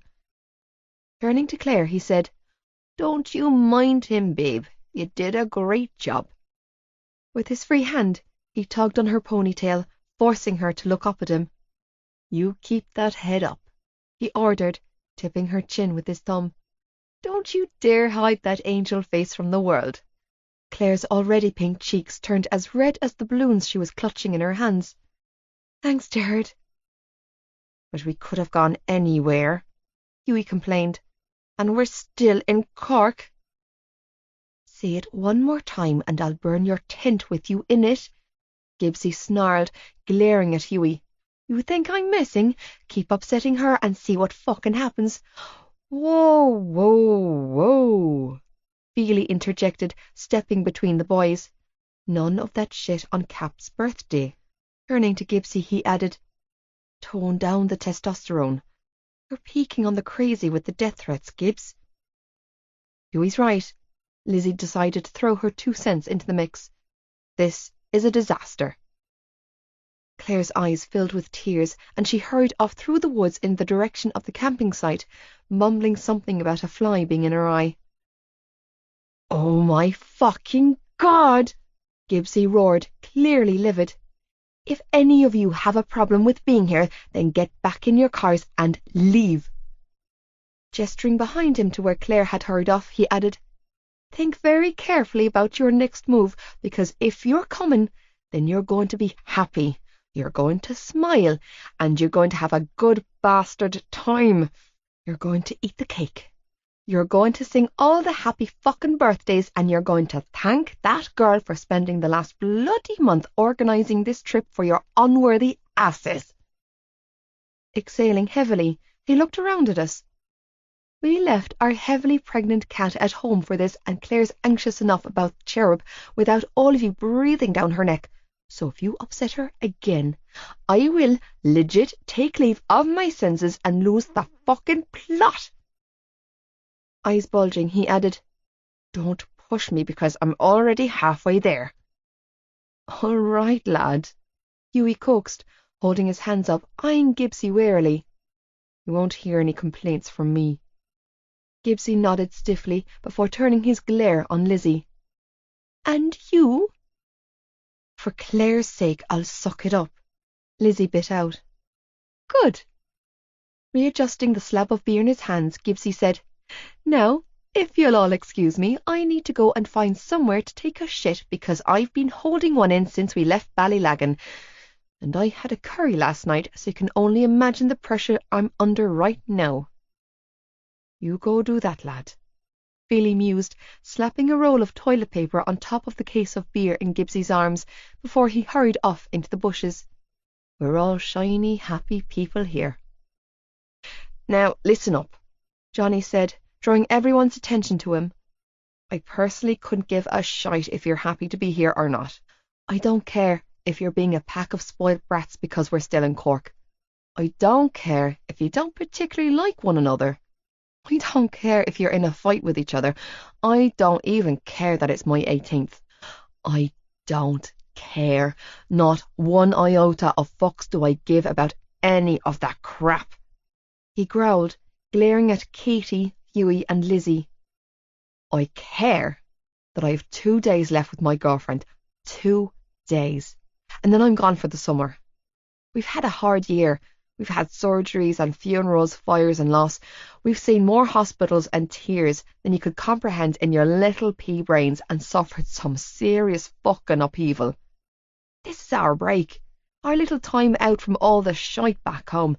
So you are not going to mess this up for me, and you're definitely not going to mess this up for her. Are we clear? As a whistle, Feely replied. Not you, Johnny shot back. Them. Jesus, you're right, Hughie said, looking embarrassed. I'm sorry, guys. Yeah, Katie agreed, red-faced. We were being selfish. Me too, Lizzie sighed. Sorry, Shan, I didn't even think about what this trip meant for you and Johnny. A lot, Johnny bit out. It means a lot for us. They all nodded in understanding. Then, let's get this show on the road, Feely declared, grabbing an armful of bags. Onwards and upwards. Ignoring the huffing and puffing around me, I focused my attention on ogling my boyfriend, appreciating the way the blue swimming trunks he was wearing hung low on his indented hips. There was this deep V between his hip bones, a clear sign that he took very good care of his body, and a trail of dark hair from his navel that disappeared beneath the waistband of his shorts. His thighs were just so thick with muscle, his calves too. Everything about Johnny was just so tight and toned and huge. Like what you see? He asked, catching me staring. I blushed beetroot red. Sorry? Chuckling softly to himself, Johnny closed the boot of his car and grabbed our bags off the ground. Come on, my little peepin' Tom, he teased, slinging an arm over my shoulder. But don't feel bad for staring. He leaned close to my ear before whispering, I've been doing some peeping of my own. Yeah? I rolled my eyes. Sure you have? Are you kidding me? You're wearing a white vest and no bra. You're lucky I didn't crash the bleeding car on the way up here. I was staring at you so hard. He shot back with a wolfish grin. I was winding that car window down and willing the breeze to get you. Oh my God, I laughed, wrapping an arm around him. You're so weird. Yeah, that's probably true. He agreed with a chuckle. This is going to be a good trip, Shan. Yeah, I sighed contentedly. I think you're right. You're doing it wrong again, Lizzie hissed, shoving at Gibbsy's chest when he attempted to help her and Claire erect their tent. You're so bloody clueless. Do you see mine and Feely's pitch tent over there? Gibbsy bit out tightly, threading the pole through the fabric. Looks a lot better than yours, doesn't it? Because I know what I'm doing, so get off my back. But the instructions say you're supposed to do it this way. Lizzie continued to argue, waving a sheet of paper in his face. Would you just put that damn pole down and look at this? Come on, don't be thick and just look at the instructions. Oh yeah, Sure, no problem. Grabbing the instructions out of her hands, Gibbsy balled the paper up and threw it in the river. That's what I think of your instructions. Why did you do that? Lizzie demanded, slapping his chest again. I was trying to show you, because I can't fucking read them, he roared in her face, and I don't need you to show me anything. Guys, stop, Claire warned, stepping in between them. Liz, don't push him. It was a picture, Lizzie screamed right back at him, stepping round Claire to get up in Gibbsy's face again. I wasn't mocking your learning difficulties. No, of course you weren't, he shot back with a sneer. You were just calling me thick and clueless for the fun of it. Bristling, he shook his head and continued threading the pole through the hoops in the fabric of the tent. It's all just shits and giggles for you, isn't it, Liz? You can say whatever the hell you want to anyone, and we're all supposed to just take it because you have issues. Don't you dare, Gibbs, Lizzie hissed, eyes narrowed as she continued to shove at Gibbsy, pushing him backwards. Don't you fucking dare bring that up. Guys, come away from the bank, Claire ordered in a worried tone. You're going to fall into the river. Why not? Gibbsy demanded, backing away from Lizzie and moving precariously close to the edge of the water bank. You clearly have a huge one with me, so why don't you just get it off your chest? He taunted. Once and for all. Panicked, I looked around for Johnny, but he was gone back to the car park to collect the last of our things with Hughie. Just stay back, Katie whispered in my ear, placing a hand on my shoulder. Those two are like a volcano that's been waiting to erupt for years. Sighing, she added, and you don't need to be near it when it happens, Shan. Whoa! Feely called out, sprinting out of his and Gibbsy's tent and moving towards them. Let's just take it back a notch, everyone. You know what he did to her? Lizzie snarled. You know what he cost me. I'm not him! Gibbsy roared at the top of his lungs, throwing his hands up in the air. I had nothing to do with that. What the hell is going on? Johnny and Hughie demanded in unison as they jogged through the tree line towards the camp. Hey, stop it, the pair of you! Gibbs, get away from the water. Hughie started to call out, but his voice drowned out by Lizzie's high-pitched scream. He's your family, Lizzie screamed, and then shoved at Gibbsy's chest. And you're just like him. Like a scene from a horror movie, I watched as Lizzie shoved Gibbsy again, causing him to tumble over the edge of the bank. The moment Gibbsy fell into the water, all hell broke loose. Oh my God, he's drowning! Get him out! Gibbs, hold on, lads! Panicked, I moved to jump in after him, but I couldn't because I didn't know how to swim. With my heart in my mouth, I watched as he completely froze up in the water, eyes wide and full of terror, before he started to sink like a stone. He didn't even flail or flap around. He just froze. Johnny, Hughie and Feely all ran past me then, jumping into the river after him. Gerard! Claire screamed, rushing towards the bank. Gerard! I'm sorry, Lizzie choked out, looking like she was in shock. I didn't mean... Why would you do that to him, Lizzie? Claire began to scream. And then she did something I never expected her to do. She slapped Lizzie across the face. He's afraid of water, you heartless bitch! Claire continued to scream. And you know he is! Lizzie shook her head, looking like she was in the first stage of shock. I didn't mean... I didn't... I swear. You're okay, buddy, Hughie coaxed, holding Gibbsy's pale face in between his hands and out of the water, as Johnny swam back towards the bank with his trembling frame slung over his shoulder. We've got you, Hughie continued to say in a soothing tone, treading the water as Feely hauled himself back onto the riverbank. We're right here. You're with us, okay? You're not back there. That's it.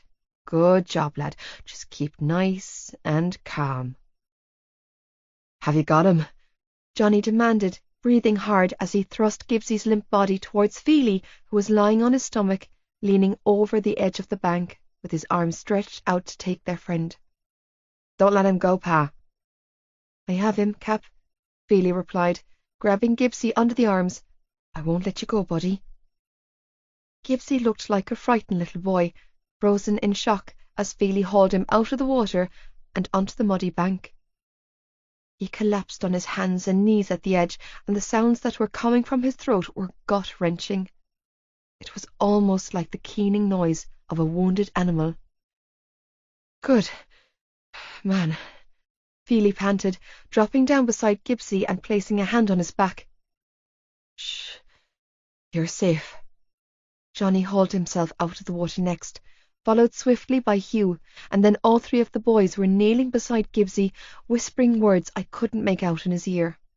Frozen to the spot, I watched as Gibbsie scrambled away from the riverbank on his hands and knees, not stopping until his back was pressed to the trunk of a nearby tree. He was shaking violently, with his head bowed and his hands clasped loosely around his knees, clearly wrestling to get his breathing under control. "It's okay, Jared," Claire soothed as she knelt in front of him with a towel in her hand. "Shh." With aching tenderness, she gently dabbed at his face and hair. "I'm right here with you."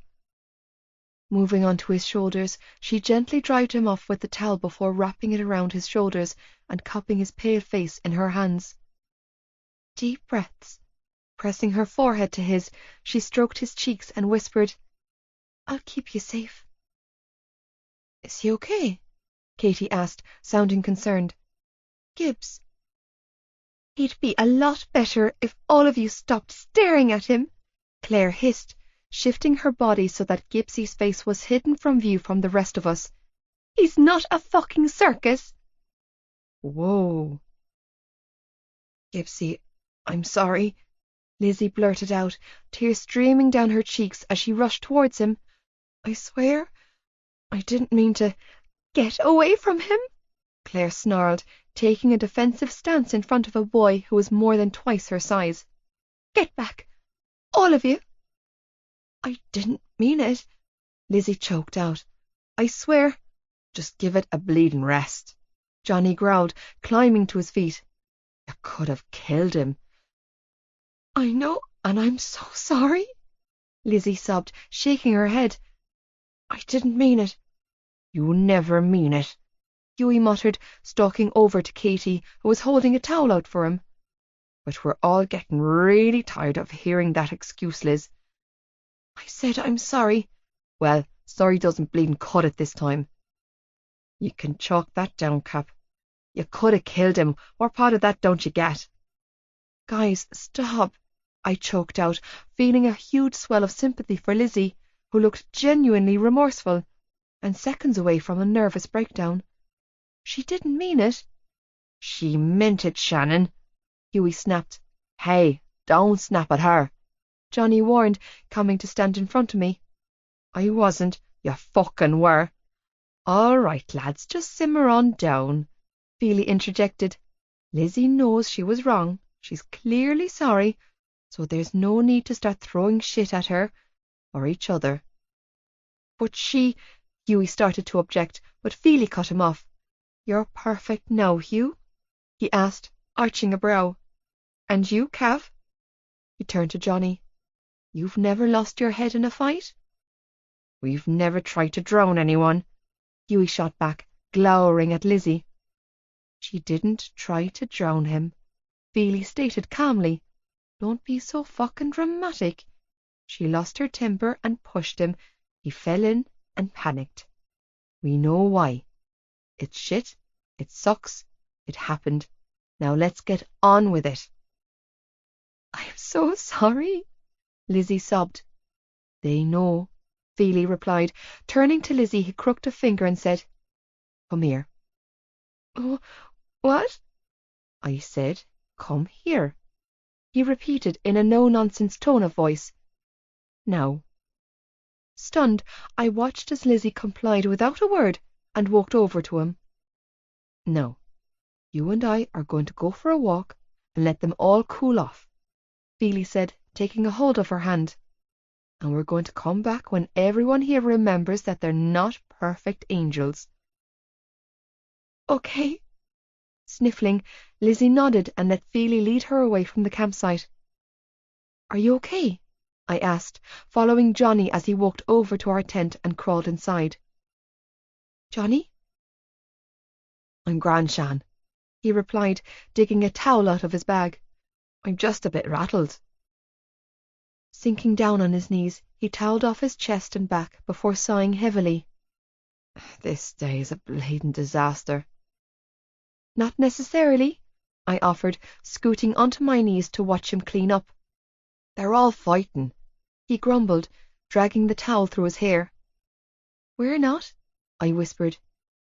He paused and lowered the towel. True. And we're together, I added, smiling. He smiled back at me. Another truth. What happened back there, Johnny? I asked then, desperately trying to keep my eyes off his lower half when he slipped his wet swimming trunks off and tossed them out of the opening of our tent. Can Gibbsy not swim?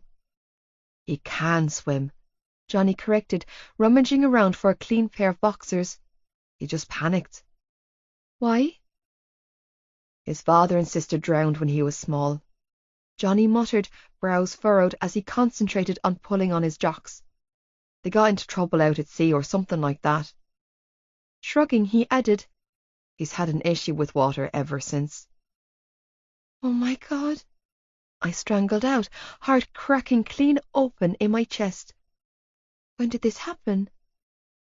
His Holy Communion Day, I think. So that would have made him 7, Johnny replied, tone hoarse. Giving up on pulling his jocks up his wet legs, he kicked them back off and covered himself with a towel instead. It was a long time before I moved down to Cork. He's only ever spoken about it once to me, and that was when I was 11, so it's all a bit hazy. But I remember him telling me that his parents were going through a shit bomb of a separation at the time. I'm not sure of the ins and outs of it. It was really bleeding messy, babe. Affairs galore. Anyway, they all rallied together for the day that was in it and threw a massive joint party for both Gibbs and Hughie. Hughie? Well, yeah, it was his communion too, Shan, Johnny explained. And their two families have always been close. They were practically raised together. Oh, I nodded. Okay.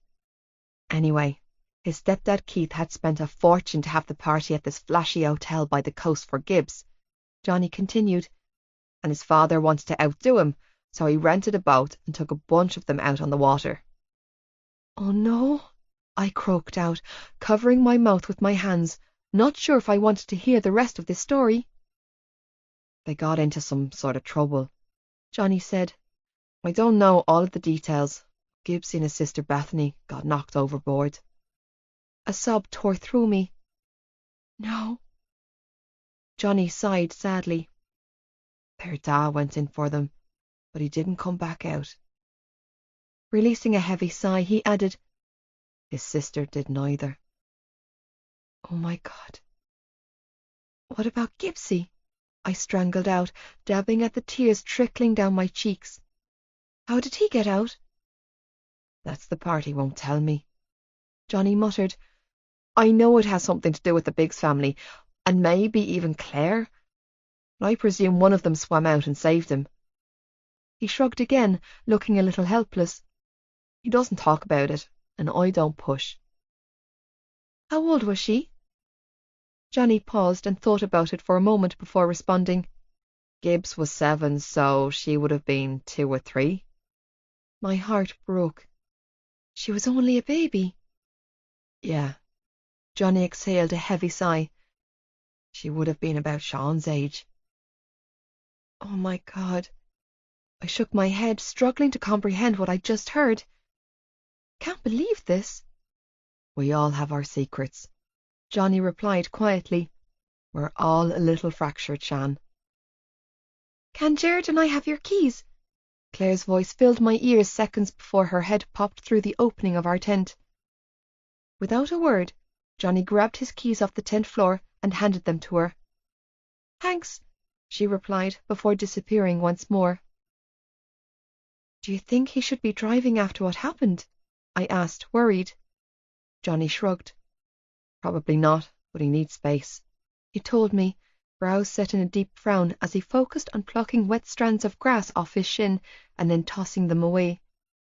He'll go for a drive with her. She'll do whatever she does that brings him back down, and then he'll bounce back again. Claire? Claire, he confirmed with a nod. I think they have secrets, I admitted, shifting closer to him. I think you're right, Johnny agreed, but whatever he needs right now, he'll get that from her. Shaking his head, he added, I can't give it to him. What about you? I asked in a gentle tone. He was trying to put on a brave face, but I saw the concern in his eyes earlier, the sheer helplessness. What do you need right now? Johnny reached over and pulled me onto his lap. I have everything I need right here. Do you think they'll sort it out? I asked then. Who? Claire and Lizzie, or Gibbs and Lizzie? All of them? Johnny shrugged. Yeah, they'll be grand. He'll come back in an hour or two, all smiles and jokes. He'll brush it under the rug, and that will be that. You think? I know him, Shannon, he replied. That's how he copes. Humour is his thing. I don't want everyone to be mad at her, I whispered. She's going through a lot. Shan, I'm serious, I told him, begging him with my eyes to hear me. Please, just don't hold a grudge over this. I'm raging over what she did to him, he admitted honestly. I know, I coaxed, straddling his hips. When she comes back with Feely, can you make an effort? For me? He stared hard at me for a long moment before blowing out a breath. Fine. Thanks, I smiled. I know you find Lizzie hard work, and she is, but there's so much more to her than meets the eye. I reached for his hand and squeezed. She's all prickles, but there's a good person under that. She's a lot like Joey in ways. She makes it very hard for people to love her, but it's a defense mechanism. Trust me, I know. I'll take your word for it, Johnny grumbled, not looking impressed. So you'll be nice to her? I'll be nice, he confirmed grimly, for you. I got you a present, I said then, trying to steer the conversation into gentler waters. It's really nothing special, but I can give it to you now, if you want. You got me a present? Johnny's brows shot up, and he craned his neck back to look at me. Shan, you didn't have to do that. It's your 18th birthday, I replied. Of course I got you a present.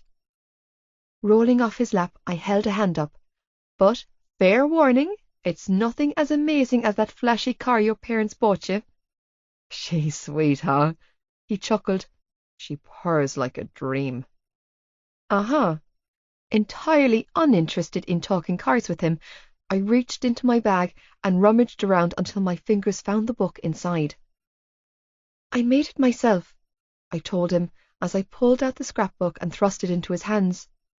And if it's bad or you don't like it, you can just throw it away. I swear I won't mind.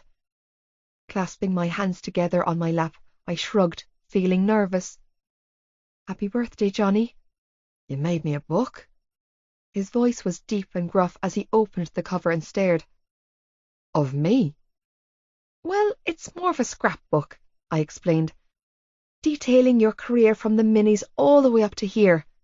I reached over and flipped to the back page, to where I had photocopied his letter of acceptance from the Irish Rugby Academy and taped it inside. It's like an itinerary of your life in rugby. I blew out a shaky breath. Is it okay? Shan. He shook his head and flicked through page after page of newspaper clippings and photographs of him from the age of 6 to 18. Where did you find all this? Your mum helped me, I told him. When I told her what I wanted to make for you, she took me up to the attic where she has at least 30 boxes of newspapers and trophies and God knows what else. She does? He asked, not taking his eyes off the book. Yeah, I nodded. It's like a shrine to you in that attic. I've never seen so much memorabilia belonging to one person in my life. Shrugging, I added, You're kind of famous, Johnny Kavanagh. A small smile ghosted his lips, and he tapped his finger against the book. I love this. I sagged in relief. You do? Nodding, he closed the book and looked at me. And I love you. I love you too, I replied, smiling back at him. I mean it, Chan. His voice was serious, his eyes blazing with heat. I really do mean it. I believe you, I whispered, heart fluttering with excitement. If I could take you with me, I would. He choked out, setting the book back down and pulling me onto his lap once more. I don't want to leave you. My heart sank. You have to go, Johnny. He wrapped his arms around me and buried his face in my neck. I'm so sad. Don't be sad, I begged. Be happy. I am, he croaked out. But I don't know what I'm going to do without you. I feel like I just got you, and now I have to leave. His words broke off, and he groaned into my neck. I'm not ready to give it all up.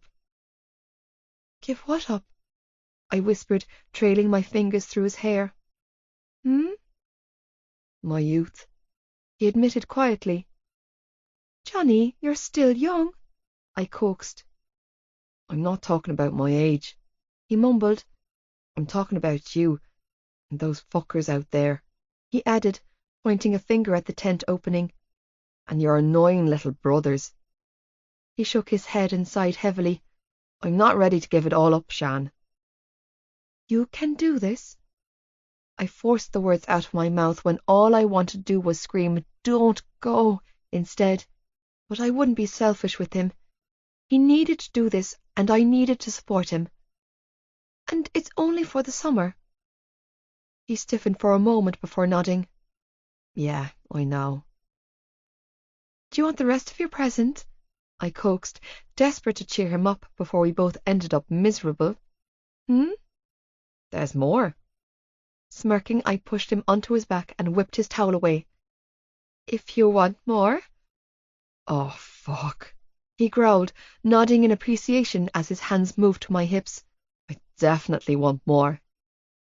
Later that night, everyone seemed to have calmed down and were genuinely enjoying themselves. The tents had been pitched, the cake had been eaten, the arguments had been put to bed, the apologies had been accepted, and the sullen faces had been replaced with loose, drunken smiles, courtesy of the half-dozen slabs of beer and other alcoholic concoctions on offer. Sitting around a campfire at the edge of the river, with Johnny's arms wrapped around me, I listened intently to the banter and jokes that were going 90. Gibbsy and Lizzie had formed a silent truce of sorts, and were sitting on either side of Feely, acting like nothing had happened between them earlier. I wasn't sure what to make of it, if I was being honest, but I had to admit that pretending to get along with one another was a lot better than outright war. Claire was sitting on Gibbsy's other side, and Hughie and Katie had just returned from a 20-minute toilet break behind a nearby tree, looking all flushed and barely put together. As I stared into the amber flames, I felt a sudden pang of guilt for feeling so happy. My mother's face flashed into my mind, followed swiftly by the image of Joey's haunted eyes the last time I saw him. The emotions that swept through me were so overwhelming that it caused me to flinch and drop the bottle of beer I'd been sipping. And we have a lightweight, Gibbsy cheered from across the fire, clearly back to his happy-go-lucky antics. Little Shannon, he tutted, grinning. Spilling your drink on the 5th bottle? He shook his head, feigning disappointment. What are we going to do with you, huh? Recovering before my grief could get the better of me, I blinked back the sting of tears in my eyes and slapped on a bright smile. Cut me some slack, I joked, forcing humour into my voice as I set my bottle upright on the ground. It's my first time drinking. Chuckling, Gibbsy turned his attention back to Feely, who was playing on his guitar and belting out a verse of Tom O'Riordan's The Langer Song. All of our friends were singing along with him, laughing their arses off in the process, but I couldn't focus on the funny lyrics or the sound of Feely's beautiful voice because my mind was stuck on my family. "What's wrong?"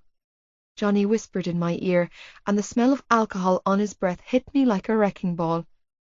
He was slurring a little from the empty slab of Heineken beside him, and even though he was his usually gentle self, my father's face just wouldn't leave my mind. "What's wrong with you, girl? What's fucking wrong with you now? Go to sleep now, Shannon.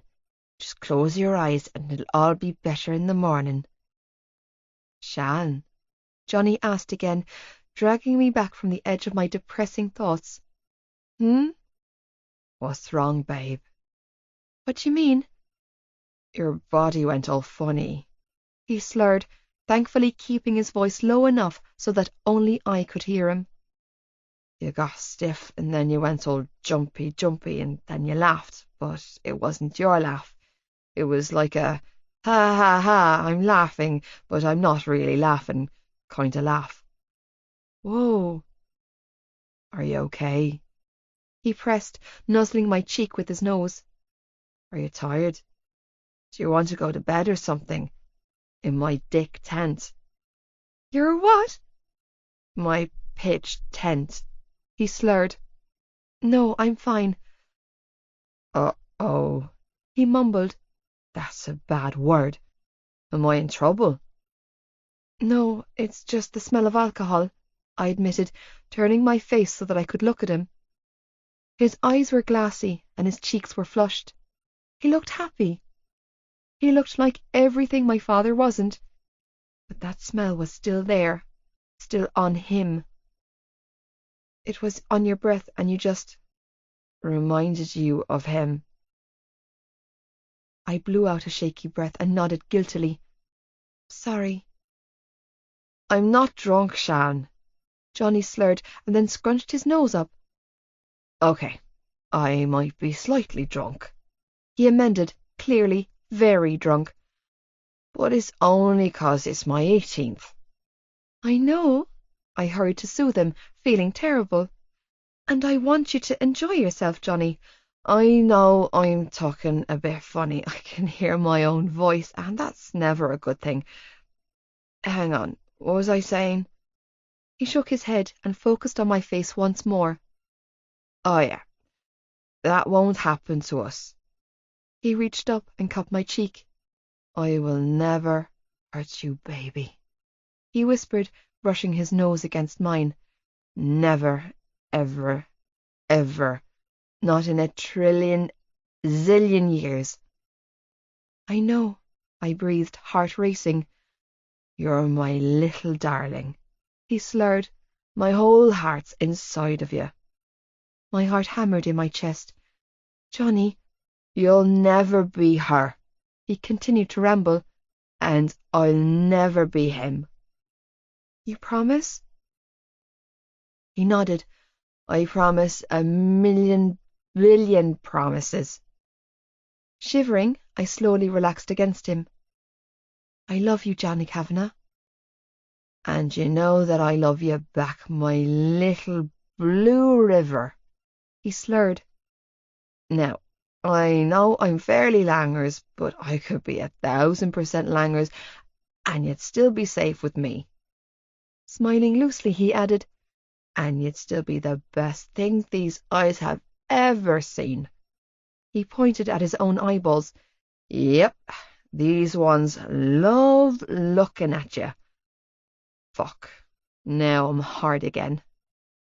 "I thought you said you were only slightly drunk," I questioned, stifling a giggle, and, oh, yep, he was definitely hard again. I could feel him growing beneath me. "Shh." He pressed his fingers against my lips. "You're drunk." "No," I laughed, feeling myself loosen up with his playfulness. "You're drunk." "I'm horny," he declared gruffly, "and that's not sensible." He shook his head. "Nope, That's not a good plan, Shan, because I'm Johnny with no Johnnies. Johnny? You know I'm hard. He continued to ramble on. I can feel my dick trying to break out of my shorts to get you, but I don't know exactly where my dick is right now. Do you? Yeah, I can feel it rubbing against me. I chuckled. I promise it's still in your pants. Oh, thank God. He sighed, a huge gasp of relief. I keep thinking it's gonna be gone. Squirming, he added, They put a lot of needles near it, Shan. I know, baby, I soothed, trying not to laugh at him. It's terrible. It was fucking terrible, he told me, nodding eagerly. All the blood and the blue balls and the... He shrugged and stared down at my lap for several beats before groaning loudly. Ah, shite. Look, Shan, it's definitely gone. Oh, Johnny. I shook my head and kissed him. You're a big dope. He pulled my bottom lip into his mouth and sucked. Sorry, he apologized, releasing my lip with a loud pop. I just wanted a small taste of you. Oh, God. Lads, shut up, will you? I have a song for you, Gibbsy announced as he jerked to his feet, only to fall over the log he had been sitting on and land on his back in a heap. Feely, strum me a chord, will you? He called out as he lay on the flat of his back with a cigarette balancing between his lips. Good man yourself. Everyone screamed with laughter as Gibbsy cleared his throat and started to sing his own drunken rendition of Richie Kavanagh's My Girlfriend's Pussycat at the top of his lungs. Smirking, he locked eyes on Claire, and I knew right there and then that he was directing every word to her. He was singing these words at her, and he wanted her to know he meant the opposite of the lyrics. I'm a great sailor, Johnny declared, distracting me from Gibbsy's hilarious meow noises. Did you know that? No. Smiling, I turned fully in his arms now. You like to sail? I'd love to sail, he purred, reaching down to squeeze my ass. Down your river again. Oh, awareness dawned on me, and I blushed bright red. Well, in that case, you're an excellent sailor. I know, right? He said with a proud grin. Years of practice. I scrunched my nose up. Yeah. Oops. He slapped a hand over his mouth. I fucked up. Yeah, I agreed. Kinda did.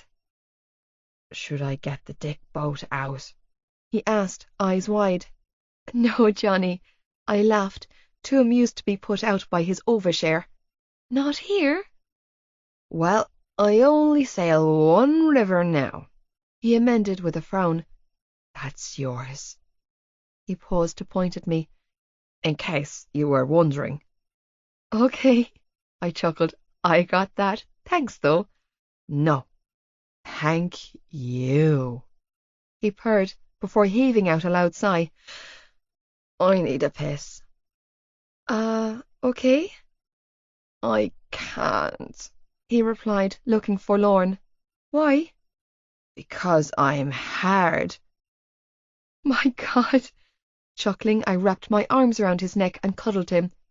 You make me so happy. I'm gonna make you proud when I'm gone, he declared, wrapping his arms around me and tipping half of his bottle of beer down my hoodie in the process. And I'm gonna keep my dick in my pants. Thanks? Sure, he agreed, still slurring. Oh, shite, babe, did I make you wet? Just a little bit, I confirmed, wincing when the liquid trickled down my back. Slipping my hoodie off, I rolled it into a ball and threw it in the direction of our tent. That didn't go as far as I planned, I noted, eyeing my hoodie less than 5 feet from where we were sitting. Maybe you should have thrown it for me. Don't worry about it, Johnny replied encouragingly before downing the last of his bottle and then staring into the rim of the bottle, looking all lonesome and cute when nothing else came out.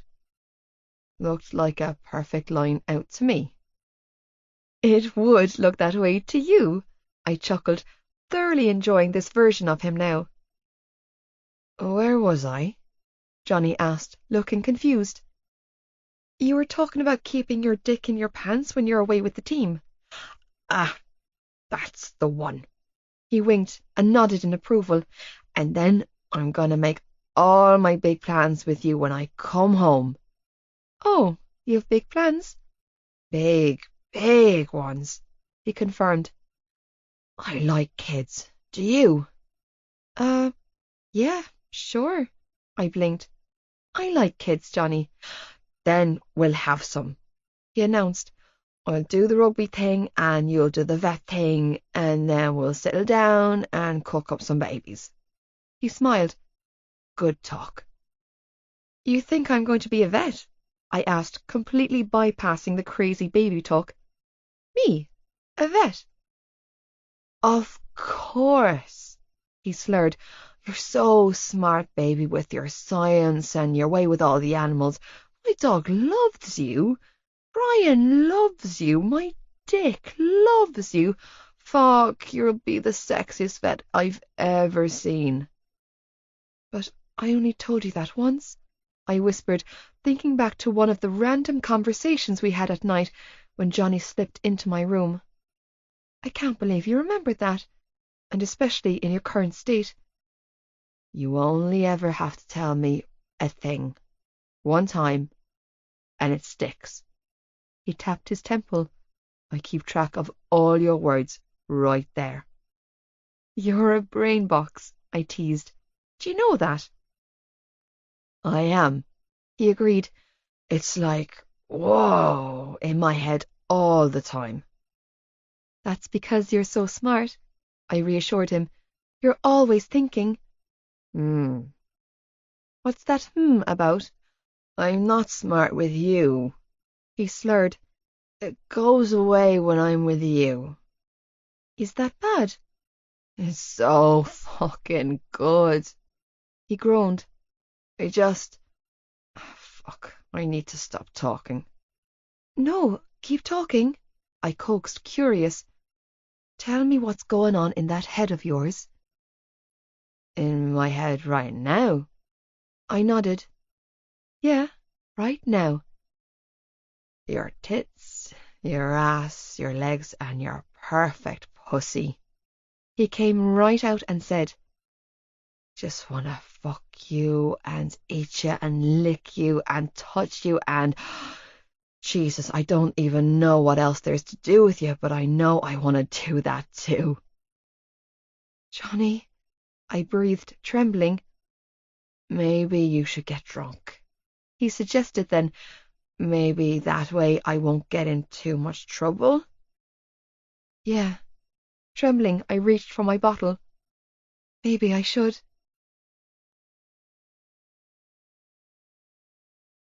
Hungover didn't begin to describe the battering my head was taking when I came to the following morning, withered up on the floor of our tent.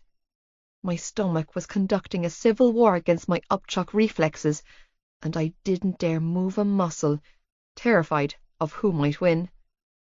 Laying perfectly still, I opened my poor eyes, groaning when the sunshine attacked my ability to see straight. I'm dying, I whimpered, praying for some salvation, or at the very least a little divine intervention. Dear God, save me. A pained groan came from somewhere close by, and with great effort I managed to turn my head to the side and find Johnny. He looked as bad as I felt, and was squirming in what looked like physical pain. Make it stop, his deep voice begged. Twisting onto his stomach, he face-planted the floor and then groaned loudly. Close the curtains or something, Shan. Fucking anything. Burying his head in his pillow, he pleaded, just make the sun stop shining. I can't, I wailed, feeling terribly sorry for myself. I'm on the way out here, Johnny. It must have taken great effort from him, but I felt a heavy arm slump over my stomach, and then his fingers were trailing over my flesh in small circles. "At least we'll go together," he coaxed, face still buried in his pillow. "We've had a good run of it." "But I'm naked," I croaked out. "I don't want to die naked." "Won't matter when we're dead," he declared, equally naked beside me.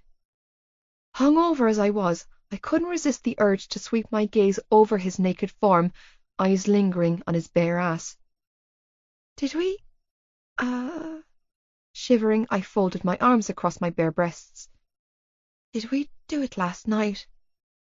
"Do what?" "Have sex?" "No sex."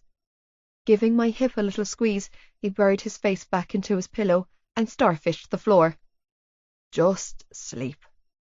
Unconvinced, I peeked around for the evidence of a foil wrapper, only to panic when I didn't find one. "But we're naked," I croaked out. I tentatively shifted my hips and felt that familiar ache. "I know," he mumbled. "Now sleep, Shan. Please. I have to drive us back home in a few hours, and I'm trying to sweat the Jameson out of me, baby." "Oh, okay." Squirming from the ache between my legs, I mirrored his actions and carefully rolled onto my stomach, watching him sleep. My silence lasted all of 7 minutes before I reached over and poked the ridiculously large bicep flexed around a pillow. "Hey, are you sure we didn't have sex?" Groaning under his breath, Johnny attempted a sleepy nod. 100%. "I feel like something's been inside of me, Johnny." I squeezed out, shivering as my body drowned in the feeling of being thoroughly satiated. "Maybe not full-on penetration," I amended. Tingling ripples of pleasure and excitement darted through me at the thought. There was definitely something inside me. "Yeah," Johnny replied, peering up at me through one squinted blue eye. He held up his hand and twiddled his fingers. "These." "Oh." He'd crept up my body. "Okay." "Night. Love you," he mumbled, closing his eyes once more. "But it's morning." "Shh, sleep."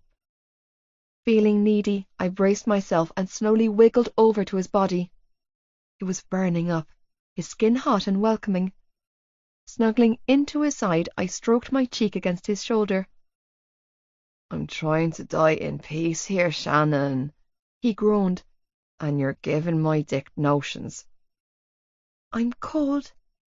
Shivering, I sidled close to his big body that resembled a furnace 24/7. "It's like 30 degrees outside," he noted, lifting himself up on his elbows to look at me. "It can't be cold." "I am," I argued, shivering. "I'm perished." Rolling onto his side, Johnny gave my body a slow appraisal from head to toe. "Oh, shite," he grumbled, throwing a thigh over mine and dropping his head on my chest. "That's my plan for the day gone out the window." "What?" I whispered, greedily welcoming his warmth by wrapping my arms around him and holding him close. "What's wrong?" He clamped a hand on my hip and exhaled a contented sigh. "I can't be getting notions of dying when you're looking like that." 77. Goodbye for now, Johnny. "I'll call you every day," I vowed, as I stood in the middle of Dublin Airport with my flight number being called over the intercom. "And I'll send you a million texts." "But it won't be the same." "I know, but we'll make it work, I promise." "How?" "We'll figure it out, okay? But I need you to stop crying," I begged. "Please." "I can't help it. My heart is breaking here." "I'll be home soon," I coaxed. "It won't be forever." No, just no. You can't leave me, Johnny." "I have to go," I groaned. "Come on, don't make this harder than it has to be." "You promise this isn't a forever goodbye?" "I promise," I urged, patting his back. "Now come on, Gibbs. You're cutting off my air supply here." Fine. Sniffling, he released the death grip he had on my neck and took a step back, tears streaming down his cheeks.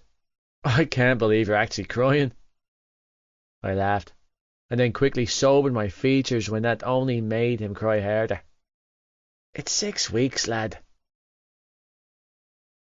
They're going to snap you up.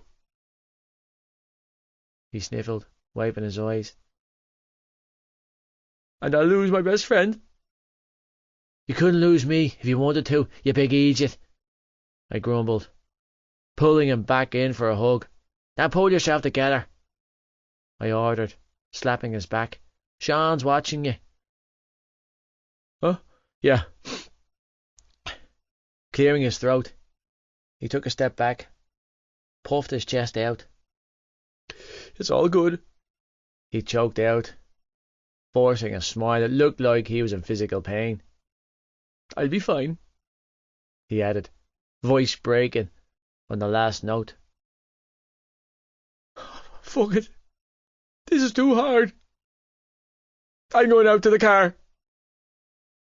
Sobbing, he high-fived me and mumbled, Best of luck, buddy, before striding off through the airport, wailing like a banshee. Jesus, I muttered, rubbing my jaw, staring after my best friend. The rest of you better not pull that shite on me. I turned to stare at my family, and gave my weeping mother a weary look. I'd be back before the end of the summer. See you on the telly, Tag said, fist bumping me. I don't like rugby, but I figure since it's you, I'll watch your games. Oh, I smirked. How generous of you. He smirked. Meh. Well, see how it goes. I might switch it off if I get bored. Bye, Johnny, Ollie said then, pushing Tag aside to hug my legs. Don't let the airplane crash and explode with you in it, okay? Jesus Christ. Yeah, okay. I patted his back. I'll be sure to tell the pilot not to kill me. Thanks, Ollie replied, mollified as he skipped away. 'Cause I'm going to miss you. I'm going to miss you too, lad. I'm proud of you, son, Dad said, as he stepped forward and wrapped his arms around me.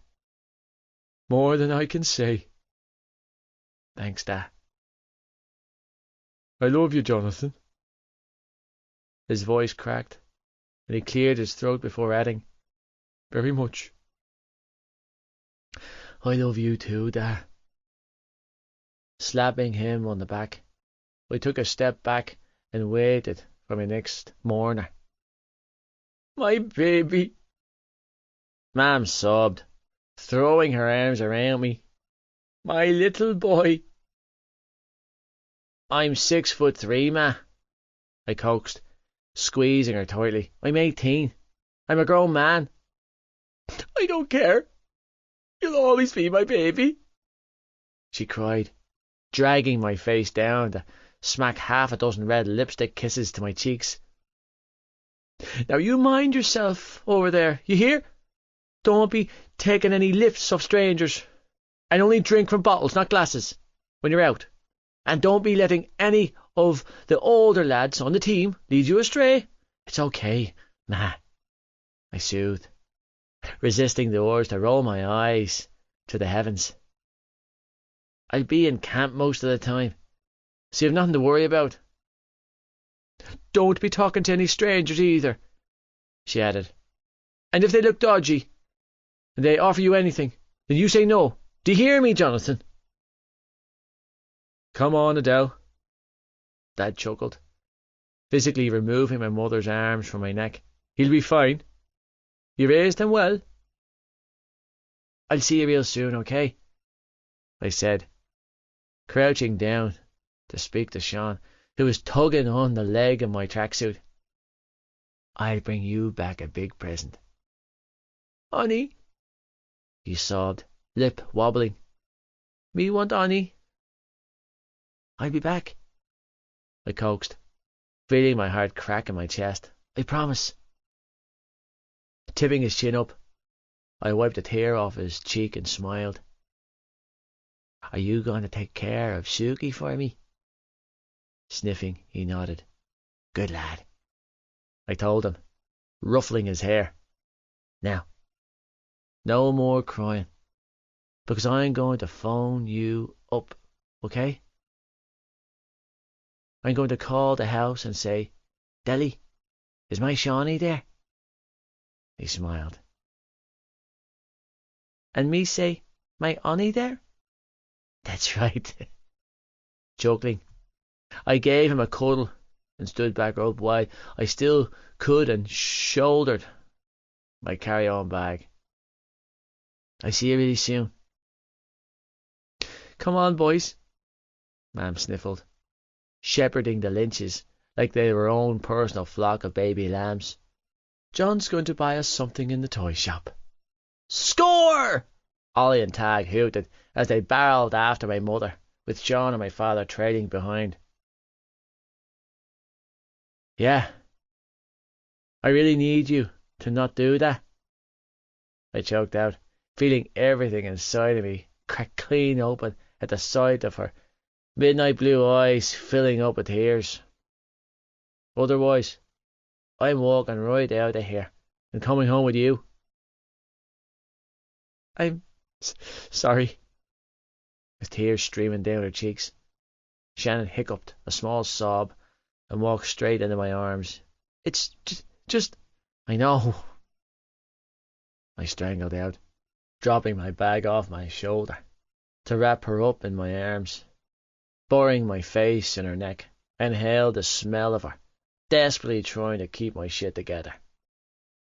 Me too. I love you, she whispered, fingers digging into my neck as she pulled my face down to hers and kissed my lips. A crazy fucking amount. I love you too.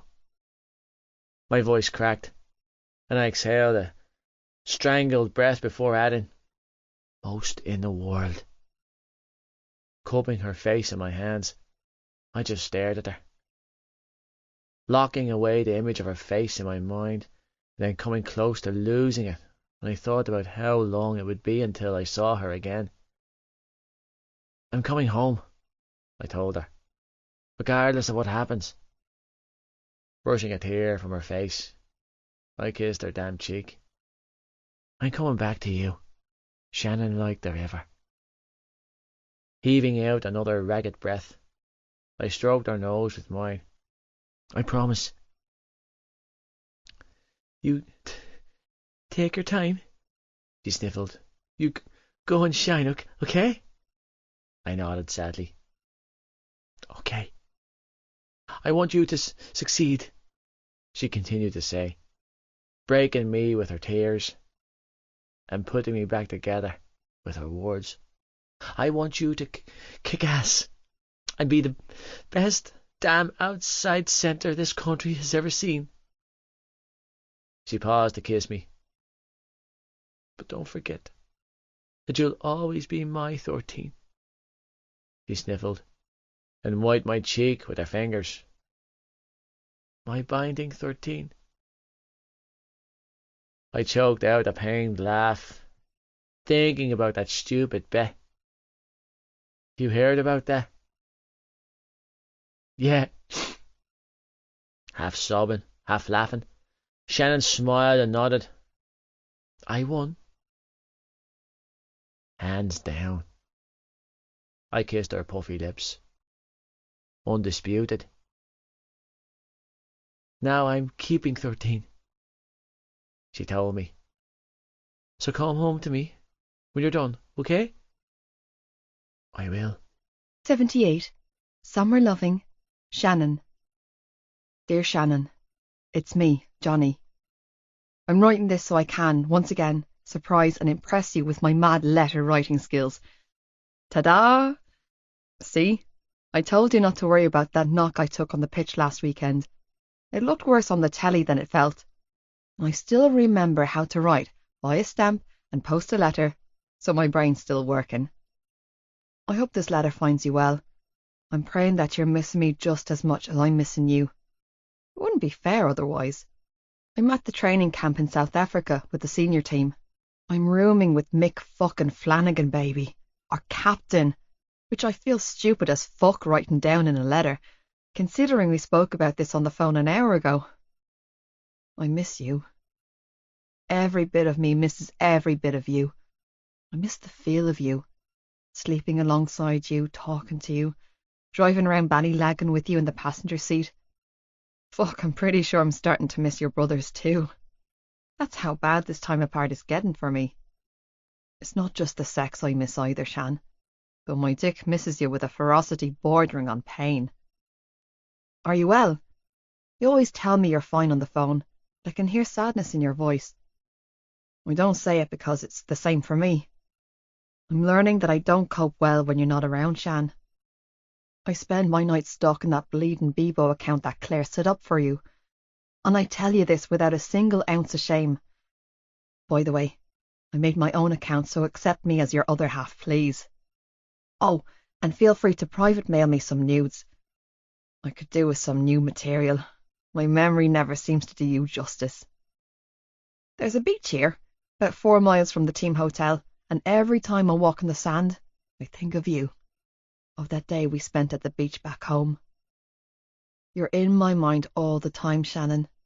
My heart too. You did something to me all those months ago. I think you broke me, because I've not been right since. When we're apart like this, I feel unsteady, like I'm balancing a weight on my shoulders, and my reward for not dropping it is seeing your face again. So yeah, there it is. I'm going to tell you something in this letter, something I couldn't say on the phone or in a text because I don't think I could handle your immediate response. I'm scared, Shannon. I feel like a fish out of water on this tour. The lads on the team, they're all so much older than me, with years more experience. They're real grown-up men, baby, and I feel like I'm a walking transplant, some young fucker running on luck and borrowed time. I've never felt that way before. I don't know what the hell I'm doing, to be honest. Most of the time, I'm 2 minutes away from throwing in the towel and catching the next flight home to you. I'm still here, though, because I made you a promise that I would shine, or sparkle, or whatever the hell it was that you asked me to do. There's talk of me actually starting this Saturday instead of coming off the bench, so maybe I'll get the job done then. It's intense here, Shannon. It's like nothing I've ever experienced before. The under-20s tour was a walk in the park in comparison to senior level. I started every single game, no pressure. But this, Jesus, my best is only middling in this quality of a team, and that is enough to make me want to quit. I've never felt like quitting before. Never crossed my mind. I'm working on trying to find my feet. Fighting for a jersey that's always been mine is unsettling. Knowing that there's half a dozen world-class players ready to swoop in and take that from me if I put 1 foot out of place is a pressure I'm struggling to manage. I'm on edge all the time, Shannon. Maybe I'm just homesick, or maybe I'm overthinking things, or maybe I just left my head back in Cork with you. On the plus side, I've gained a stone in muscle. I'm over 6'4" now too. But enough of my bullshit. How's your summer going? Is Gipsy okay? Has Joey been in touch yet? Is Sean saying any new words? What about Aoife? Any sign of her? How's my suck? Those boys better not be drawn on her. Do you have a tan? Are you smiling? Christ, I miss you.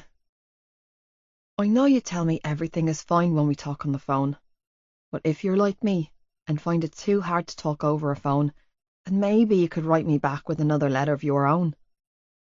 You know what? I don't think my English essay in the junior cert was as long as this letter. What does that say about me? Note: I hope you're not worrying about those bleeding junior cert results. I know you kicked ass. Fuck, I love you. Did I write that down yet? Fuck it. If I haven't, then here it is again. I love you, Shannon Lynch. All of you. Every part. Anyways, I'm running out of room to write on both sides of this paper, so I'll take it as my cue to finish up. Oh, and could you ask my ma to stop calling so much? I know she's missing me, but it's getting out of hand. Yours always, Johnny. Kiss. P.S. My dick is still in my pants, and my love is still a crazy fucking amount. Carefully folding Johnny's letter back into its envelope, I tucked it under my pillow to join the others before reaching for the box sitting on my bed with my name on it. Holding the box in my hands, I stared down at his neat handwriting and sighed longingly. Our communication these past 6 weeks had consisted of a steady flow of texting and late-night phone calls, letters and packages, but it wasn't enough. Not by half. I could feel his anxiety dripping off the page, and it hurt my heart. All I wanted to do was board a plane and go to him. But he would be home soon. A few days later than originally anticipated, but still, home was in sight. "What did you get this time?" Ollie demanded, diving onto my bed and almost giving me a heart attack in the process. "Oh man, he sends you presents every day." "Not every day, Ollie," I mumbled, blushing. "You've got 2 packages a week since he left," Ollie groaned. "It's been 6 weeks. That makes 12 packages. I've had 1. "Because he's my boyfriend," I defended, even though I was grinning in delight. "Now, back up so I can open it." "It's because she lets him touch her boobs," Tig snickered from the doorway, where Bonnie, Suki and Cupcake were all nuzzling against his legs. "That's why she gets all those presents, all." "Tig," I choked out, "don't say that." "It's true," Tig laughed, scratching Cupcake's ear. "Deny it." "First, you let him tongue kiss you, and now you're showing him your boobies," Ollie groaned, clutching his stomach. "I feel a little sick in my guts." "We don't do any of that," I lied through my teeth. "We only hold hands." "Uh-huh," Tig snickered. "You'll keep telling yourself that, Shan." "That's why he sent those tickets for the music festival he's taking her to when he comes home," Ollie demanded. "So he can see her boobies." "Probably," Tig laughed. Ignoring my brothers, I ripped open the box and grinned when I saw the green jersey with the number 13 etched on the back. Pulling it out, I held it to my chest, breathing in the smell of him.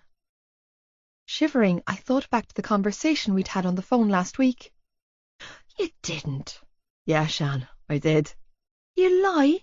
"Sometimes. Never to you." "Impossible." I shook my head, not trusting this crazy talk. "Those concert tickets have been sold out for months."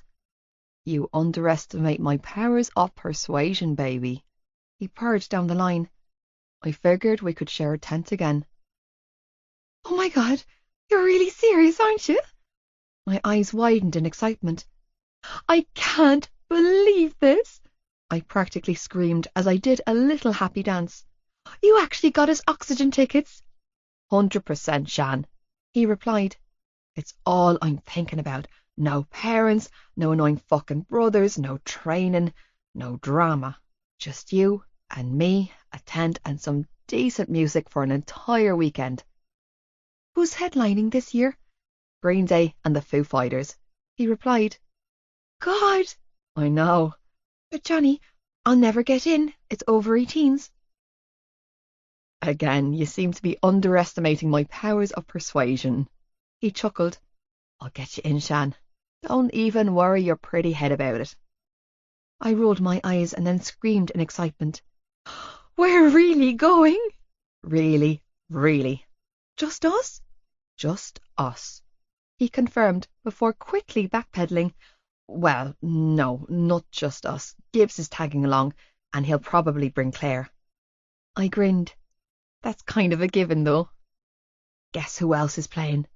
he said then. "Who?" "Jimmy Eat World." My mouth fell open. No. My song, my life anthem. I had the chance to hear it live. Oh my God! "That jersey is worth money," Ollie noted, dragging me from my thoughts. "Lots of it." "Don't even think about it," I warned, hurrying to slip it on over my head before my scheming brother decided to try and swindle me out of my boyfriend's winning jersey.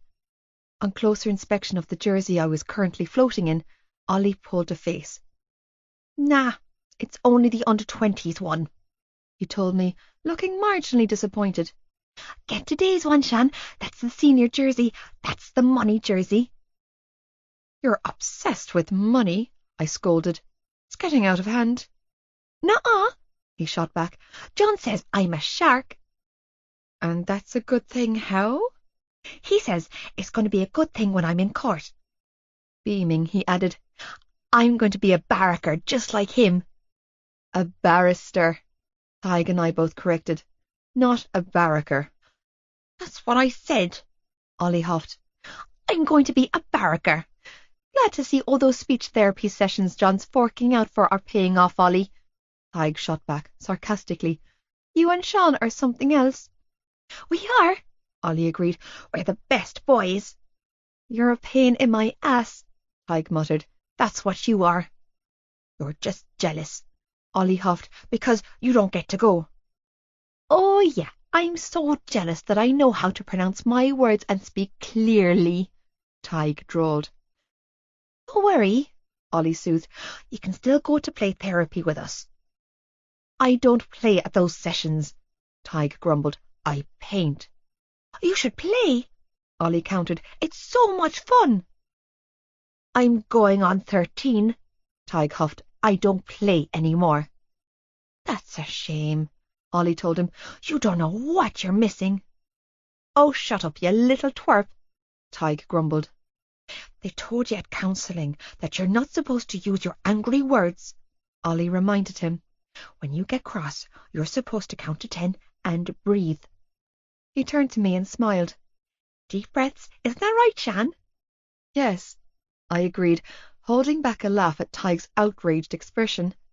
"Deep breaths, Tig." "Oh, go away and talk about your feelings to someone who cares," he shot back. "That breathing technique doesn't work when I'm mad." "It is working," I promised, giving him an encouraging smile. He had turned inside out since moving in here. "Give yourself time." "What time are your friends picking you up to go watch Johnny play?" Ollie asked then. I glanced at my phone and smiled. "Now." "Now," Tig mimicked, batting his eyes. "God, you're such a girl." "I know," I countered with a laugh, "and you're a brat." Tilting my head to one side, I smirked. "I hope you treat the girls in your year nicer than you treat me when you start at Tommen next month." Tig snorted. "I'm not changing for anyone, and I'm not wearing a fucking blazer." "Tig," I warned. "Don't curse." "Well, I'm not," he snickered. "I don't care how cute Deli says I look in one. I'm from the terrace, Shan, and I'm a hurler. I won't be walking around like those posh rugby "Don't curse," Ollie chimed in. "It's bad manners." "You know what? The blazer will suit you when you start in a couple of years, you little kiss-ass," Tig taunted. "It's bad manners." He rolled his eyes. "I don't know where we got you, Oliver Twist." "Fine by me," Ollie replied, unaffected. "I'm going to be wearing a lot of blazers when I'm a barracker anyway." "A barrister." "Just like John," Ollie confirmed proudly.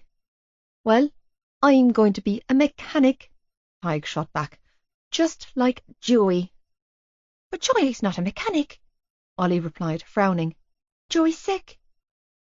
"Yeah," Tig huffed. "But once he's all better and comes home, he'll be a mechanic again." "Is he coming home soon?" Ollie asked. "No," Tig growled. "Because he's not better yet." "Oh." Ollie's brows furrowed. "What's wrong with him again?" My heart squeezed tight in my chest. I hadn't seen or spoken to Joy since the funeral back in May. He'd been in treatment for close to 2 months and was still refusing to let me visit him. "He's just resting," I forced myself to say. "He's really tired." "Really?" Ollie scrunched his nose up. "I thought it was because he was messing with the helium." "The helium?" "Yeah." Ollie nodded innocently. Freddie on my football team said that his mammy told Donald's mammy that Joey's in the hospital because he was messing around with the helium and the needles. He scrunched his nose up. Why was Joey messing with needles and balloons when they pop? Tige glared at him. It's not helium, you fool. It's heroin. No, it is helium, I quickly interjected, giving Tige a pleading look. Remember? Oh, yeah, Tige agreed, cringing. That's right. And he's really tired, I added, sagging in relief. So he's having a big rest. Yes, Tige forced a smile. From minding us. Yeah, but he doesn't have to do that anymore, Ollie replied innocently. Deli does it now. He smiled brightly. And John. You know what I miss? Tige said, thankfully changing the subject. Aoife's freebies from work. Oh, yeah, Ollie agreed. She used to bring home all the best stuff to us. Scratching the back of his head, he looked around and asked, Where'd she go? Well, she's Joey's, Tige explained gruffly. So, when he's not around, she won't be either. Oh, okay, Ollie replied, happy to accept that explanation. He should keep her, though. She's so pretty. Yeah, Tige nodded in agreement. She's something else. Tige Lynch, I teased. Are you crushing on Aoife? His cheeks turned bright pink. No. Oh, I swooned. You're so cute. Oh, fuck off, he shot back huffily. And you're even cuter now that your voice is breaking, I snickered. My little Tige is growing up. Waggling my brows, I asked, Should we have the talk? About Johnny sneaking in and out of your room every night of the week when he was here? Naked, he shot back, not missing a beat. That talk? Sure. Do you want to have it here or down in the kitchen with his mother? I swiftly snapped my mouth shut. Yeah, that's what I thought, he answered himself, giving me a knowing smirk. Darren's driving down for the weekend to help Deli while John's gone to the match, Ollie said then. I hope he brings Alex. I hope Alex doesn't bring Darren, Tige countered with a devilish grin. Be nice, I chuckled. He's probably going to have his car full of presents for you guys. And rightly so, Tige agreed. He owes us 5 years' worth of them. True, Ollie agreed solemnly. You two are terrible, I laughed. Do you think he's nervous for today? Tige asked then. Johnny? No, Ollie answered for me. He's Johnny. He's not scared of anything, and he's got his dad with him. He smiled. John. God, get over this fascination with John, will you? Tige muttered. You're like a stalker. Like you and Deli, Ollie countered. You love her. Yeah, I do, Tige shot back, unblinking. A lot. Yeah, me too, Ollie sighed happily. She's the best. That food, Tige added wistfully. So much food. Shannon's getting fat, Ollie tossed out. She loves Deli's food too. I'm a size 8, you thug, I choked out, offended. I weigh 7.5 stone. I'm not fat. Don't call girls fat, all, Tige groaned. Remember what Joey told us? They're always skinny, even when they're whales. Oh, yeah, Ollie replied sheepishly. But she's up that whole stone, remember? Deli was crying because she was so happy about it. Remember? The doctor said she was bones and skin and had to get the stones up or she'd get sicker. Skin and bones, Tige corrected with a pained sigh. And don't worry about it, Shan. You're still a rake. I was never a rake, I huffed, feeling self-conscious. Stop talking about it.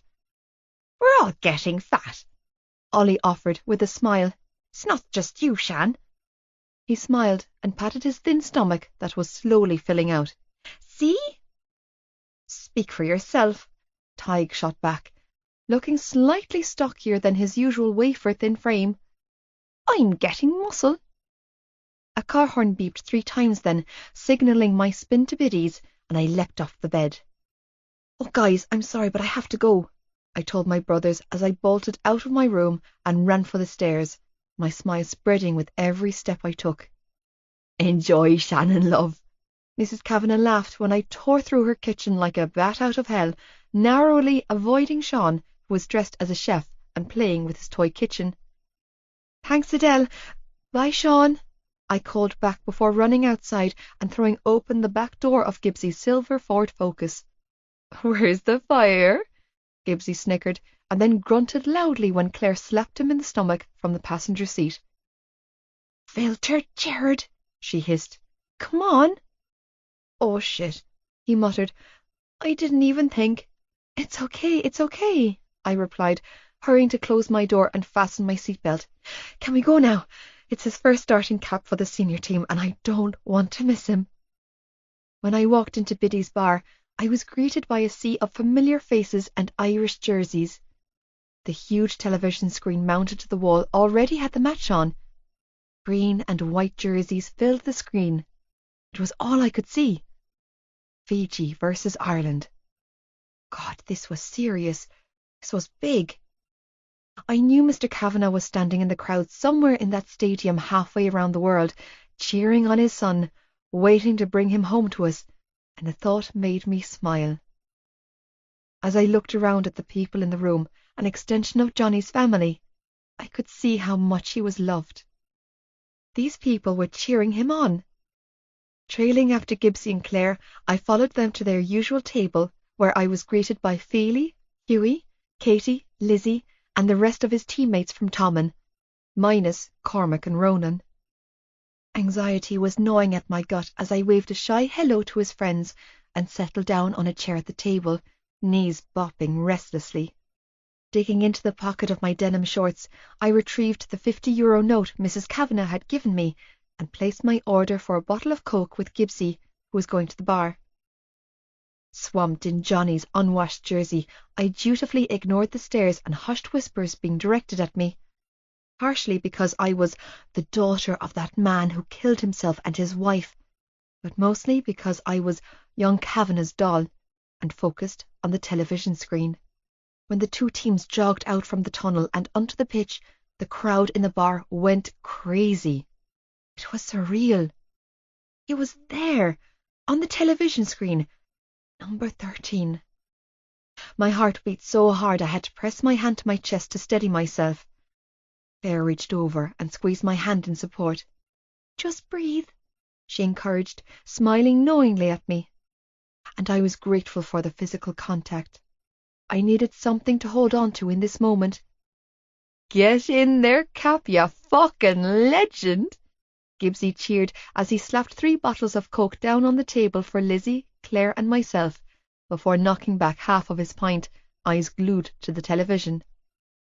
Clearly bursting with pride, he shook his head, smiling to himself. And then Ireland's call began to play, belting out from the surround sound, and a shiver ran down my spine. Oh, Jesus. This was it? This was it? The camera zoomed in on the players, one by one, and when it landed on Johnny, the sheer volume of noise in the bar went clean off the Richter scale. Old men were banging their fists against the bar in triumph, cheering on their hometown hero. The man Johnny referred to as Fat Paddy was literally dancing on top of a table with the owner of the bar. Feely was holding his head in his hands and staring at the screen in pure awe. Hughie was bawling his eyes out as he clapped for his friend. The rest of his teammates were going berserk. It was insane. I'm going to be there one day, Johnny stated, tilting his head in the direction of the telly. One of these days, that's going to be me, Shannon. I know, I replied, believing every word. Biting down on my lip, I turned to face him and said, Don't forget about me when you're a rich and famous rugby player. Shaking my head to clear my memories, I focused on the match as it unfolded on the television screen, never once taking my eyes off 13 green all through the first half and into the second. 3 minutes before the final whistle, and Ireland was down by 3 points. On the edge of my seat, I chewed on my fingernails, jerking and flinching every time a tackle was made. Ireland was rewarded a turnover on the Fijian 5-metre line, and the crowds in the stands went crazy, belting out the chorus of "The Fields of Athenry." My heart sparked to life in my chest, adrenaline pumping through my veins, when my gaze honed in on Johnny lurking close to the scrum. Making a break through the Fijian defence and their 5-metre line, Johnny sidestepped their number 8, then ploughed forward, taking a spear from his rival jersey number just a second too late. Crashing over the line with his arm fully extended, ball in hand, he found touch on their try line. It was the final game of the tour, and we had won. We won, and he was coming home. The bar erupted into a manic state of madness. Gibbsy threw himself across the table, knocking glasses everywhere to hug the lads. Meanwhile, I sprang from my seat, clapping so hard I thought my hands might break. With my eyes glued to the screen, I watched as the camera zoomed in on Johnny's grinning face as the men I knew he idolized surrounded him in celebration. A single tear rolled down my cheek as I watched the boy who had saved my life on countless occasions finally reap the rewards he so justly deserved. Boy did good. "I need to pee," Claire announced, jumping to her feet. "Shan, will you come with me?" I really didn't want to pee. I wanted to stay exactly where I was, watching Johnny's larger-than-life smile, but I reluctantly complied, allowing my best friend to drag me through the bar and into the ladies' bathroom. "Claire, my arm!" I strangled out, tugging my hand free before she yanked it clean out of its socket. "What's the rush?" "Okay, don't panic, but Bella's in the bar," Claire blurted out, sounding a little out of breath. Yanking the bathroom door open, she looked out and then closed it again before turning back to face me. "I wanted to tell you before you saw her and panicked." She and Cormac and a group of their friends walked in just before Johnny scored his last try. "They're over by the bar." Blowing out a shaky breath, she rolled up the sleeves of her long-sleeved Irish jersey and narrowed her eyes. "It's okay, though, because I'm totally down for kicking her ass. I delivered babies with Jared this summer. Nothing scares me anymore." She looked me up and down and then smirked. "You look so sexy in his jersey and those tiny shorts. It's going to drive Bella bonkers." She grinned devilishly. "By the way, you should totally wear this exact outfit when Johnny comes home from the tour next week. He'll pass out when he sees how big your boobs have grown." Frowning, she added, "Bella's working wonders for your body, Shan." "Oh my God, Claire, stop and focus, will you?" I strangled out, tucking my hair behind my ears as I tried not to panic. I hadn't seen Bella in months, not since that day at school. Anxiety turned inside of me, and I clasped my friend's hand. "What do I do about Bella?" "Nothing.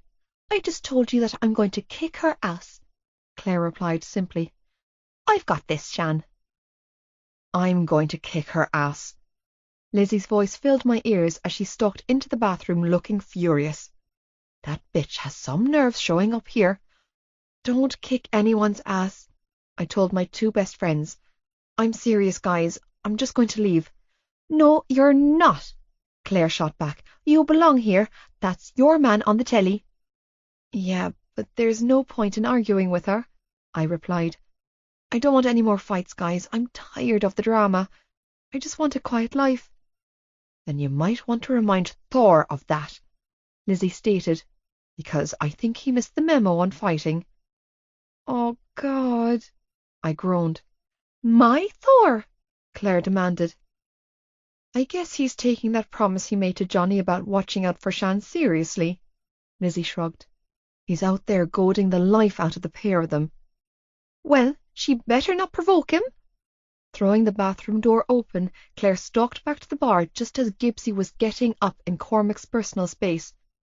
He had a shit-eating grin on his face as he pointed to the television screen and laughed into his teammate's face, clearly taunting him with Johnny's success. And that is how it's done. I heard Gibbsy laugh. Come on, Ryan, be a good sport and clap for your captain. Boys, Lizzie grumbled as we hurried after Claire. Everything's a pissing competition with them. Yep, I croaked out, feeling anxious. Get out of my face, Gibbs, Cormac warned. Gibbsy grinned like a maniac. Make me. Jared, don't be picking fights, Claire said when she reached his side. You're on a warning, remember? Fisting the back of his jersey in her hand, she tugged him back from Cormac. You heard what our mother said. If you get in any more trouble this summer, you're not allowed to go to the festival next weekend. Releasing his jersey, she placed her hands on her hips and glared up at him. And you're taking me. Of course I'm taking you, Claire Bear, he purred, giving her a devilish grin.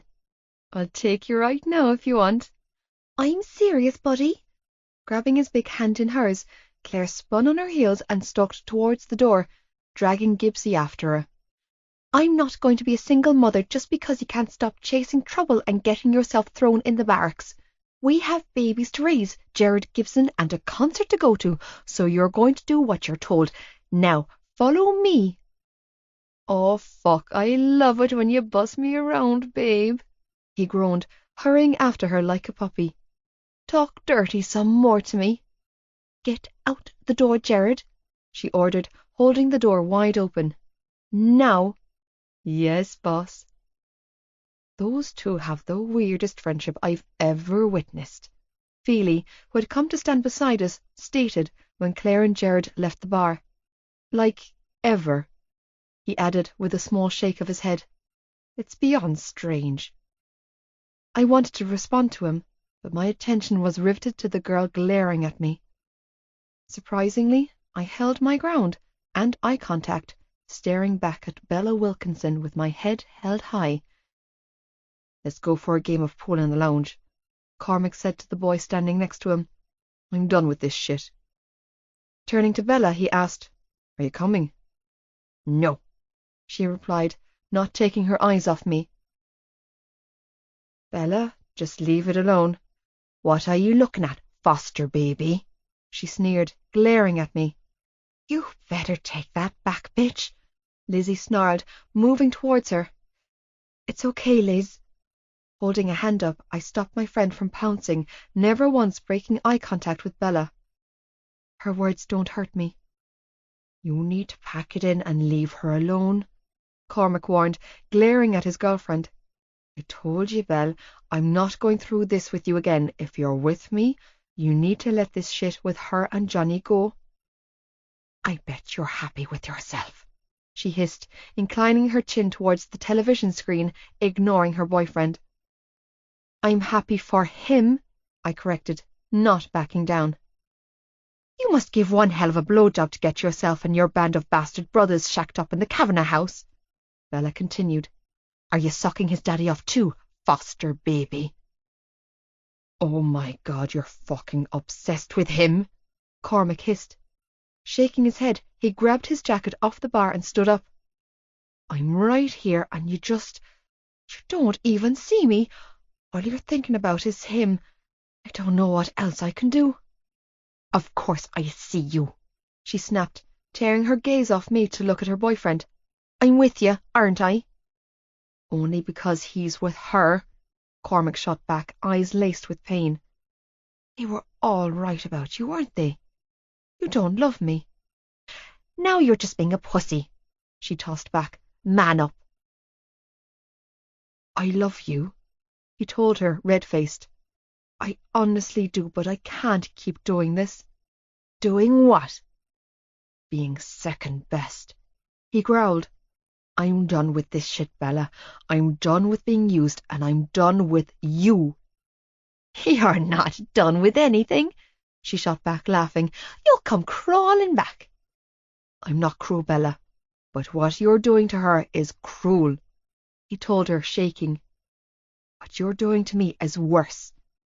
Swallowing deeply, he added, I'm not coming back this time. This time we're done. Then go, she dared him. Oh, don't worry. Shoving past Feely, Cormac stalked out of the bar. I'm already gone. The lack of feeling she had for her boyfriend was clear, because when Cormac walked out of the bar, Bella didn't even flinch. She just continued to spew venom at me, throwing cruel comments and words like bullets intended to hurt me. But she couldn't do that anymore, because I was over her. I was honest to God over Bella Wilkinson and every other mean girl that had targeted me from the age of 3 to now. What I'd endured this past year, burying my parents, losing my home, almost losing my brother to drugs, almost losing my life. It had changed me. I was different now, stronger, and she couldn't hurt me because I refused to hand that kind of power over to her or anyone else. All the fear? I pushed it off my shoulders like a blanket, letting it fall away from my body as I channeled the strength I knew was inside of me. There would always be another Bella, but just like my counselor told me, there wouldn't be another me, and that was my strength, my special power. I would never be a rocket scientist or a world-class rugby player, but I was a survivor, and a damn good one at that. So, with my head held high, I looked her straight in the eyes and gave her something she would never ask for and probably never deserve. I forgive you for what you did to me that day. She could keep her anger and cling to her grudge, but that didn't mean I had to. And I hope you find some peace. With that, I turned around and walked back to my friends. Whoa, Lizzie mused, sinking down on the booth opposite my chair. I don't know if you should be slapped for not giving that bitch what she deserved, or sainted for taking the high road. Sainted, Feely offered, sliding into the booth alongside her. Definitely sainted. Guys, I mumbled, blushing. It's no big deal. You are the definition of kill them with kindness and bury them with a smile, Feely told me. Screw the high road, Lizzie tossed out. I would have kicked her ass. What did you do, Shan?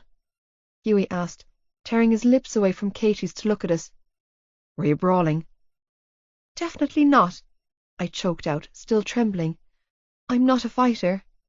Oh, I think you are, Feely replied. Muhammad Ali right here, folks. She floats like a butterfly and stings like a bee, Katie chuckled. A teeny tiny bee. She KO'd Cav, didn't she? Hughie laughed. Oh, he's on again, look! I squealed, watching as Johnny filled the screen to receive a medal. They're giving him man of the match. Shh! Shut up, you shower of whores, he's talking. The volume was blasted to the maximum, and the crowd in the bar went deathly quiet just as the reporter started speaking. Jonathan, a massive congratulations is in order for a fantastic performance tonight.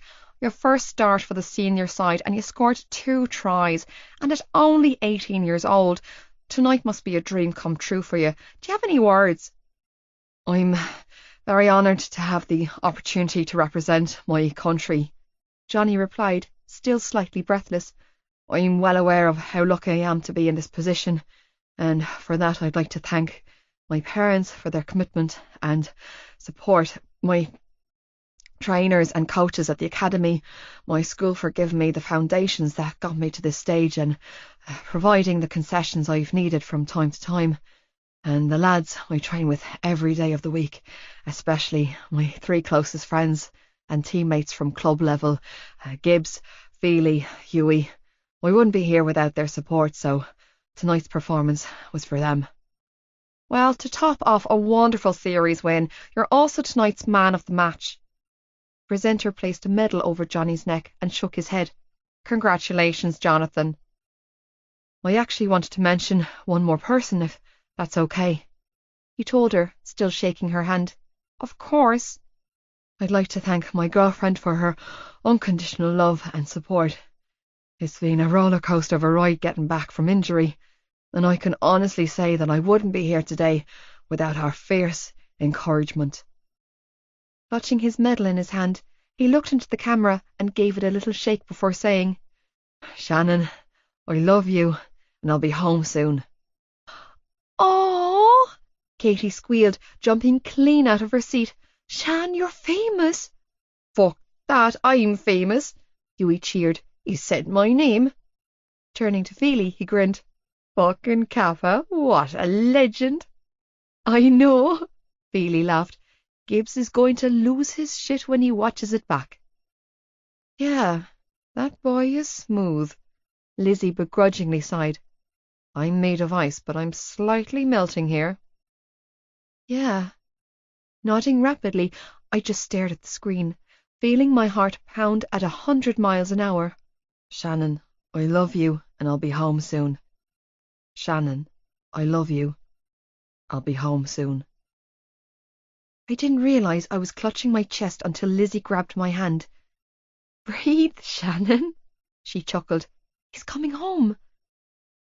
He's coming home, Liz. Biting down on my lip, I grinned at her. He's really coming home? 79. The boys in green.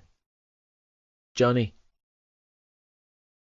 Rugby united our country, from the north to south, from east to west. For 80 minutes, there were no borders or politics to worry about. We were one nation standing behind 23 men going into battle. We were one. And that was a fucking achievement in itself.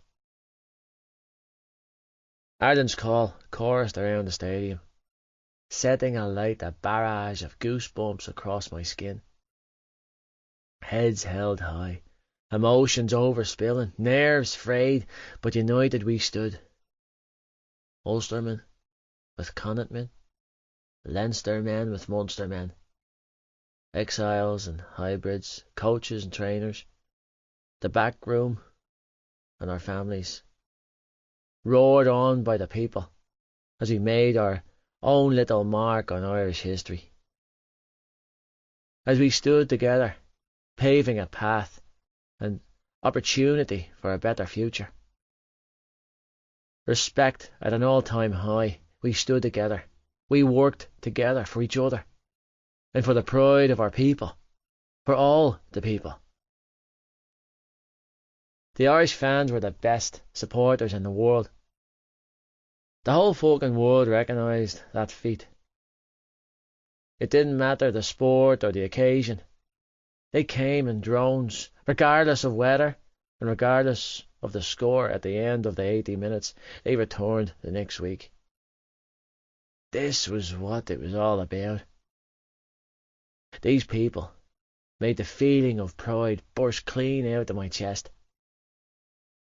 We played for them, for our country, for each other. Today was the proudest moment of my career, wearing this beloved green jersey and number 13. I gave everything I had to my teammates. I left it all on the pitch, and at the end of the 80 minutes of the last game of the tour, we were victorious against Fiji. Exhausted beyond comprehension, I forced my body to comply with my heart. A heart that was demanding I stay the fuck standing and not collapse in a heap on the floor. As I stepped off the bus and into the team hotel with my man of the match medal dangling from my neck,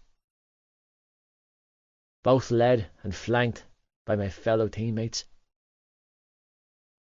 I left the sanctuary of our bus and walked into the absolute mayhem that was the aftermath of an international match night. Being the youngest and least experienced person on the team, I followed my teammates' lead by keeping my head up and staring straight ahead, trying to look unaffected by the madness when, in reality, I was shaking inside. Flocks of fans were screaming in my face, pulling and tugging at my clothes, touching me like my body was public fucking property, as we were ushered through the doors of the hotel and faced with an even more screaming, die-hard fans in the foyer. Phones and cameras were shoved into my face, along with jerseys and pieces of crumpled paper. Reporters were shouting my name, and then distracted by my captain as he accepted their questions. I ignored the media, turning my attention to the fans instead. Smiling for pictures, I signed every jersey, match booklet, poster, and piece of paper that was thrown at me, forcing myself not to grimace when countless pairs of lips smacked against my cheeks. Johnny, you were amazing. I'm staying in room 309 tonight. Kavanagh, can we have a picture? I'll be in the bar later. Congratulations on your first starting cap, kid. God, he's so fucking sexy. How does it feel to be compared to Ireland's greatest centre? Oh my God, he looked at me. How are the ribs after that late tackle? My kid loves you. Can you take a picture with him? The full 80 minutes, 2 tries, and man of the match. How are you feeling? Look at the size of him in real life. Your mother must be proud of you, laddie. This is my room key, big boy. Are you proud of yourself? I love you, Johnny Kavanagh. Feeling swarmed and out of my element, I kept my eyes trained on the marker in my hand, doing my best to remain professional as I scribbled my name across a rugby ball for a young boy. You like the game? I asked him, ignoring the group of women trying to pull at me. Yeah. You're my favourite, he replied, smiling up at me. I want to be like you when I grow up. Fuck. Thanks for coming, I said, standing in for a quick picture with him and his mother before slipping away, unable to keep up the charade another minute. Stars danced before my eyes, making it hard to see straight, as I battled through the hordes to get to my destination, to get to my father. I could see him up ahead of me, leaning against the table with a newspaper in hand, dutifully ignoring the madness around him. My heart was thundering against my rib cage, a mixture of adrenaline, desperation, and fear as I pushed through the crowds, ignoring everything and everyone in my path to get to him. Breathing through the panic, I closed the gap between us, letting my bag fall off my shoulder when I reached him. Dad, I choked out, shaking like a fucking child. I watched his shoulders stiffen at the sound of my voice. I heard the small sigh that escaped his mouth. Turning slowly, he looked up at my face with a look of sheer pride on his face. Hello, Jonathan. Dad, I repeated, bowing my head, my voice a pained groan. I'm here, son. 3 words. 3 fucking words that brought me to my knees. I'm right here, he whispered, wrapping his arms around me. Dad. I dropped my head on his shoulder, clinging to him like a child. Get me out of here. 2 hours later, we were sitting in the back corner of a half-empty restaurant, and my heartbeat had returned to its normal rhythm. Grateful to have my father here with me after spending so much time away from everyone I knew. I listened intently as he gave me a summary of everything that had happened back home since I'd been away. Sean's really saying all those words now? I asked, between mouthfuls of steak. Full sentences? Most of the time. He's still waffling. Dad chuckled. But he's trying. He's coming along in leaps and bounds. Ah, shite. Stabbing a piece of potato, I shoveled it into my mouth and chewed thoughtfully before asking. And she's really going to that counsellor? She's really going? Dad confirmed. It's helping, Johnny. She's healing. I felt my shoulders sag in relief. Shannon had told me she was attending the sessions, but I didn't know for sure if she was telling me the truth. She's starting to thrive, son. They all are. I miss her. Staring at the food on my plate, I continued to hoof it down, trying to distract myself from the god-awful pain in my chest. I miss home. And we miss you, he replied. But we're all so extremely proud of you. Is she going out? I croaked out, forcing the question out of my mouth. Shannon. She's not too sad. She's lonesome for you, Dad replied honestly. I imagine desperately so. But she's putting on a brave face and getting on with things. She spends a lot of time with her friends. I suppose she's getting into the swing of being a teenage girl. Smiling, he added, And your mother has her primed to within an inch of her life. He chuckled. I've never seen so much pink and glitter in my life, son. It's everywhere. Makeup, jewellery, hair straighteners, shoes, dresses. I swear, every time I walk through the front door, there's another half-dozen shopping bags clogging up the hallway. Jesus, I groaned. She's treating Shannon like a doll, isn't she? Well, that's one way of putting it. Dad laughed. Grimacing, I took a sip from my glass of water before asking, And how is Ma? Her usual self, Dad mused, giving me a knowing look. She's in her element, isn't she? Oh, she's loving having so many kids around to fuss over, he agreed, smiling fondly at the thought.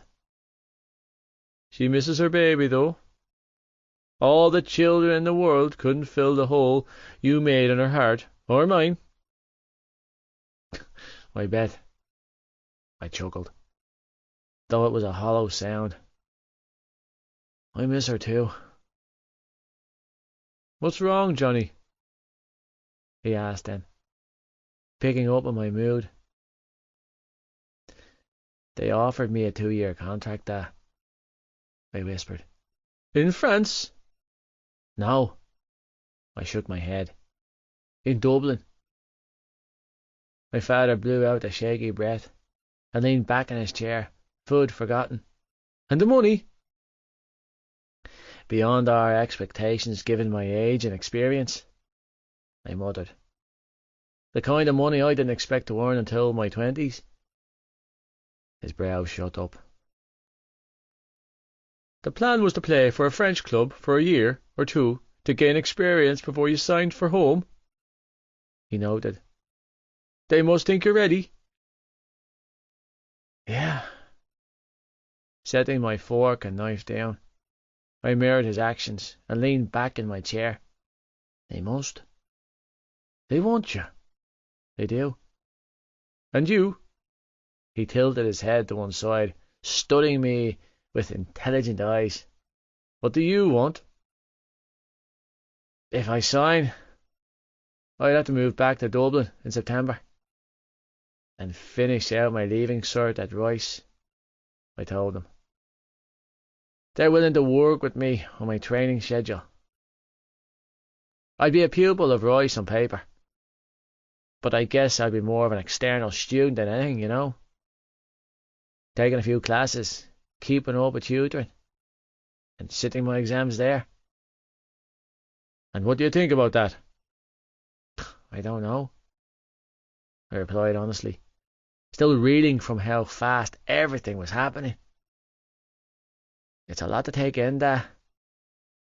And you're hesitant? I nodded slowly. Because of Shannon? Yes, no, maybe. I shrugged helplessly. I see, he replied calmly. I doubt it. I didn't think anyone could see what I saw at this moment.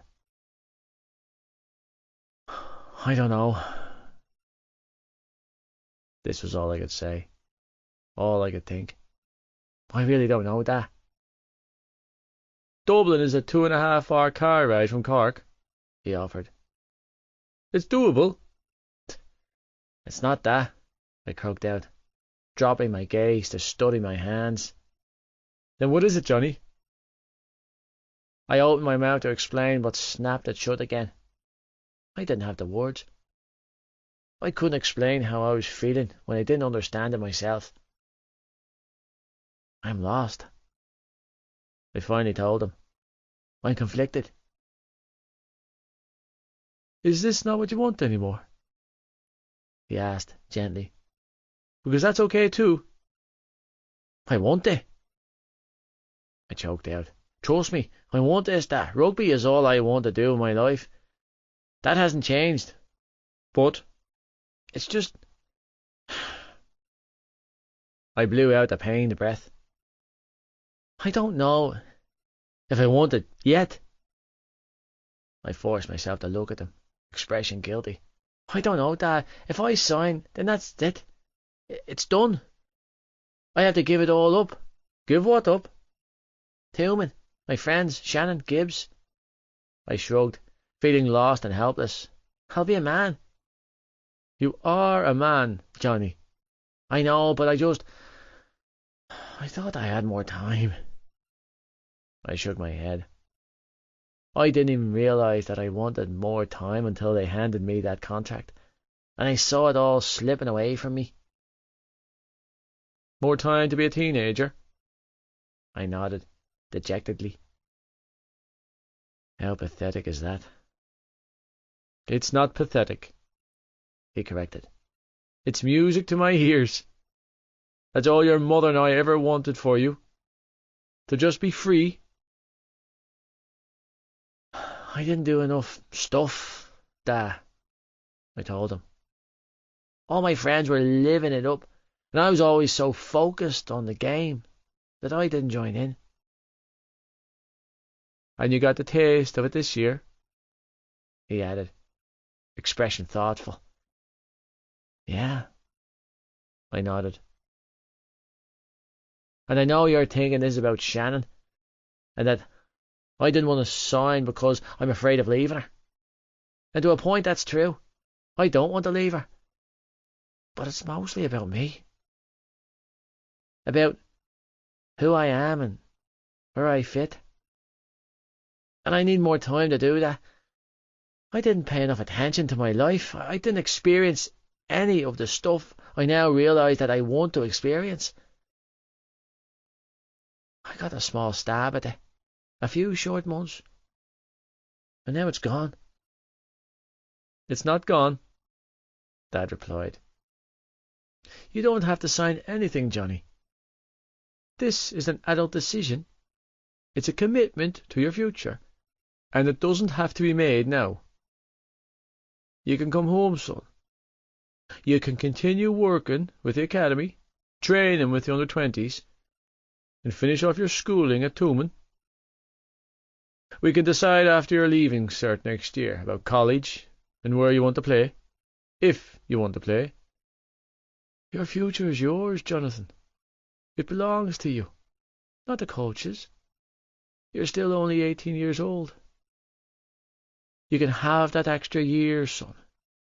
Your mother and I will support you no matter what.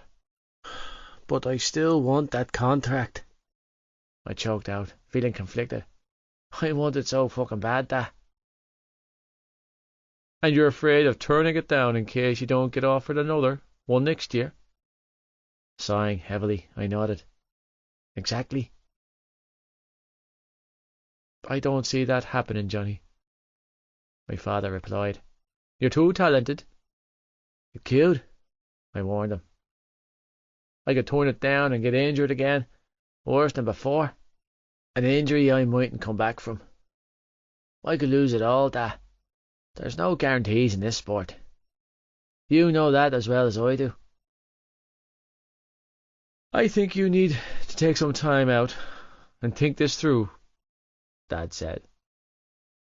When do they need an answer by? I have a week to decide, I said wearily. They're being amazing to me. Then you'll take every one of those days to think about it, he told me. Nothing needs to be decided tonight. Really? Really, he confirmed. You're coming home next week. And then you'll have that music festival in Dublin with your friends that same weekend. Take that time to enjoy yourself, son. Go and be a teenager. Go mad. Have fun, unwind. Get drunk. Not too drunk, or your mother will kill me. He quickly amended with a smirk. But enjoy your life. We'll talk about what you want to do about the contract when you get home. We'll make a decision then, son. 80. Guess who's back? Johnny. So, where is she? I asked, excitement drumming in my veins at the prospect of seeing my girlfriend after spending more than 7 weeks apart. Is she at the house, Claire's? You didn't tell her you were picking me up early, did you? Excuse me, but can I be your priority for 10 minutes? Gibbsy demanded, huffily. I haven't seen you in almost 2 months, and all you can think about is getting your dick wet, you selfish bastard. You didn't even ask about my trip to Scotland last month. I miss you too, lad, I chuckled, delighted to be back in his focus, gripping the "Oh Jesus" bar and slightly praying for him not to kill us both with his deranged driving. And your Toblerone is in my suitcase. Toblerones, he corrected, narrowly avoiding an old lady crossing the road. Plural. Don't even think about giving Hughie or Feely my stash. Swerving back onto his side of the road, Gibbsy glanced in the rearview mirror and sighed. Oh, thank God. She's still standing. For a minute there, I thought I clipped her with my wing mirror. Maybe you should pull over and let me drive, I offered, trying to keep my breathing even and not freak the fuck out when he mounted the footpath taking a corner. How the fuck did you get your full licence? My tongue, he replied smugly. It's a wonderful weapon. I grimaced. Do I want to know? He shrugged. Probably not. Moving swiftly on before he scarred me for life with his indiscretions, I asked, So how is your Auntie Jackie and all the gang in Scotland? Gibbsy had family in Scotland.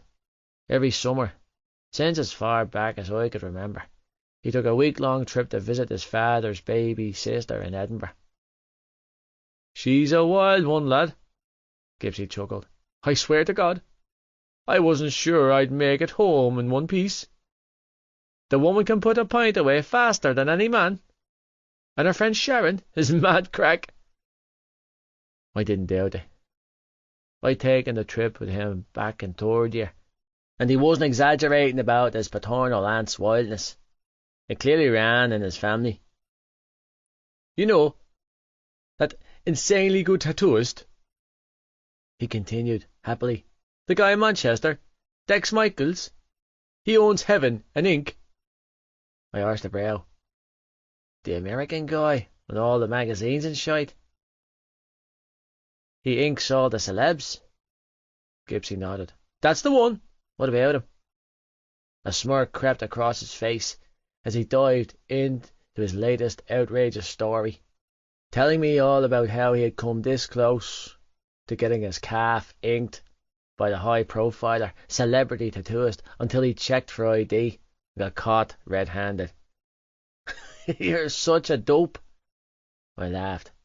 He was never going to ink you. He fucking was, Gibbsy huffed. I swear it was my backpack that had let me down, lad. Your backpack? I asked, frowning until awareness dawned on me. Oh, Jesus. Oh, Gibbs, tell me you didn't bring that thing with you. I know, he groaned. It was a rookie mistake.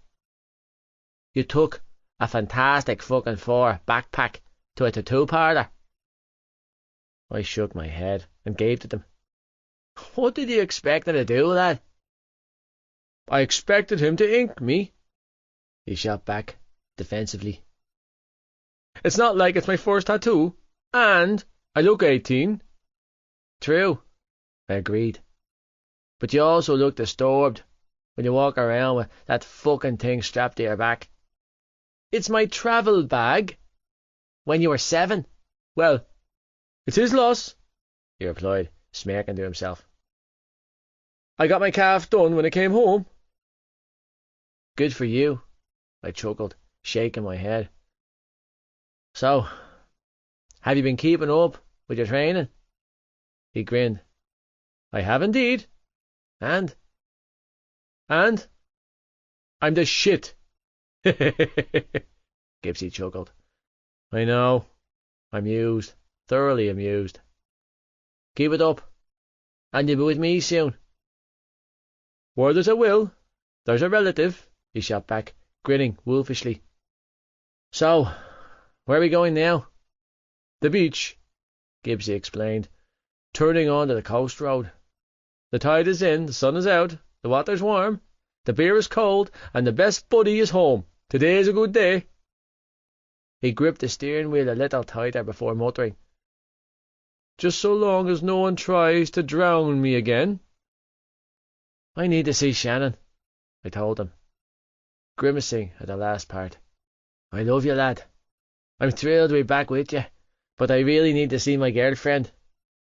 And see her you will, he chuckled. She's at the beach with all the buddies. Yeah. A huge smile spread across my face. How does she look?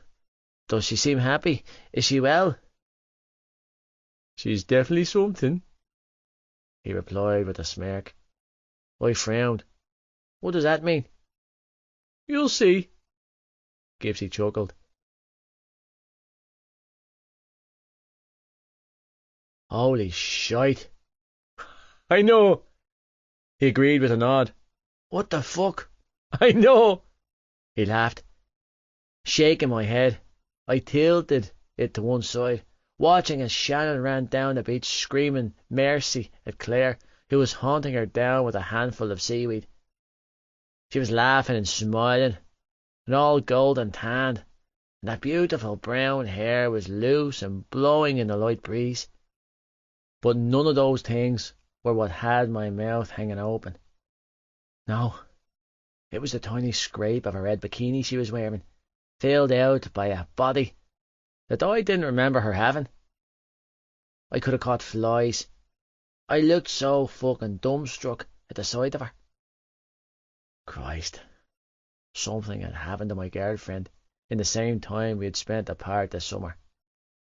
When I left for camp, I left Shannon behind in a loose t-shirt and even looser shorts. She was all pale skin and protruding bones. Standing here now, I felt like I had stepped out of Gibbsy's car and into an alternative fucking universe. Legs. Fucking legs. And tits. Christ, she had tits. And her ass. She was still point-sized, slimmer than the other girls, but holy shit, she was filling out that bikini like a dream. That's not right, I choked out, tearing my gaze off Shannon to gape at Gibbsy. How does that happen in a couple of months? Puberty, a growth spurt, vitamins, 3 meals a day, Gibbsy offered with a shrug. She wasn't stressed at home or anxious, puking every second minute. She's been taken care of. Shit, I don't know, lad. I don't even care. But she's glorious to look at. So don't look the gift horse in the mouth and just appreciate it. You've been looking at her? I demanded, furious. While I've been gone? Just a normal amount, he coaxed, as if the normal amount would placate me. Look, they're wrestling with each other. Ah, lad, fucking winning. Oh, my Jesus. I had to bite back a groan at the sight of Shannon rolling around on the sand. Doesn't she look like sunshine? Gibbsy croaked out, slapping my chest. Look at that fucking girl, lad. I knew Gibbsy was talking about Claire in her little yellow bikini, but I had eyes for no one but Shannon. It had been a long summer, and I had no idea how to deal with all this new and exciting information and visuals, frying my brain. I'd always been attracted to Shannon. She'd always been beautiful to me, and incredibly sexy, but now those feelings had intensified to the point I could hardly think straight. I wanted to drop to my knees and worship whatever version of puberty that had paid a visit to my girlfriend. It was like waking up on Christmas morning and preparing to find the bicycle you'd asked Santa for under the tree, only to tear off the wrapping paper and find a top-of-the-range BMX instead. Fucking winning. One look at her, and I was glad I had worked my body to the breaking point this summer, spending countless hours in training every day and coming home a stone heavier in muscle and an inch taller in height. Cap! Hughie's voice filled my ears then, and I turned to see him. Feely, Katie and Lizzie standing around a disposable barbecue further up the beach. Jesus Christ, it's him! He's back! Hey, Johnny! I raised my hand and waved back to them, but kept my eyes on Shannon, who was staring up at us from her perch on the sand beneath Claire. Shannon like the river! I called out to her, unable to stop the smile that was spreading across my face as I climbed down the rocks to get to her. Are you going to come up and hug me or what? Oh my God! She literally squealed as she untangled herself from Claire and sprang to her feet. You're back! Tits. That was all I could see as Shannon broke into a run. You're home! She cried, barreling towards me. Oh my God, Johnny! Her words broke off as she threw herself into my arms, all smooth skin and soft curves.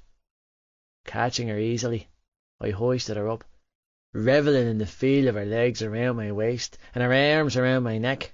You're back! She sobbed, smearing my entire face with lip gloss as she peppered me with welcome home kisses. You came home to me. You knew I was coming home, Shan, I replied gruffly, feeling like my heart was bursting clean open. The loneliness I'd been struggling to keep at bay while I was in camp hit me full force in the chest. But you're early. I'm late, I told her, stroking my nose against hers. I should have been here all summer. Unable to stop myself, I leaned in and kissed her, getting my first proper taste of her in what felt like forever. She kissed me back just as frantically. It was all tongue and clashing teeth, and I swear to God, I'd never had a better kiss.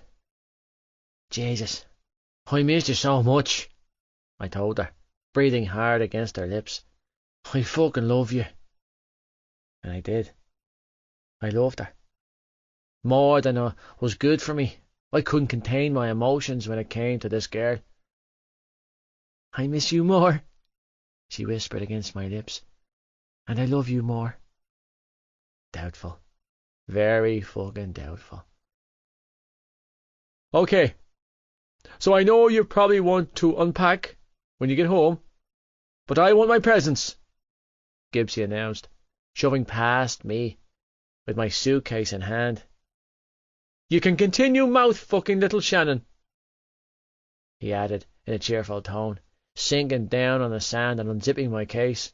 I don't mind, but I'm just giving you a heads up that I'm about to root through everything you own. Hey, don't take them all, Hughie shouted, running up the beach towards us. That's my Toblerone, you little bitch. Possession is 9/10 of the law, Gibbsy laughed, running off with an armful of chocolate in his arms. Claire, Grab the bag and run, babe. It's full of sweets. Welcome home, Johnny, Claire squealed, chasing after Gibbsy with my carry-on bag in her arms. Thanks for the sweets. Jesus, I muttered, reluctantly setting Shannon down on her feet, stepping back.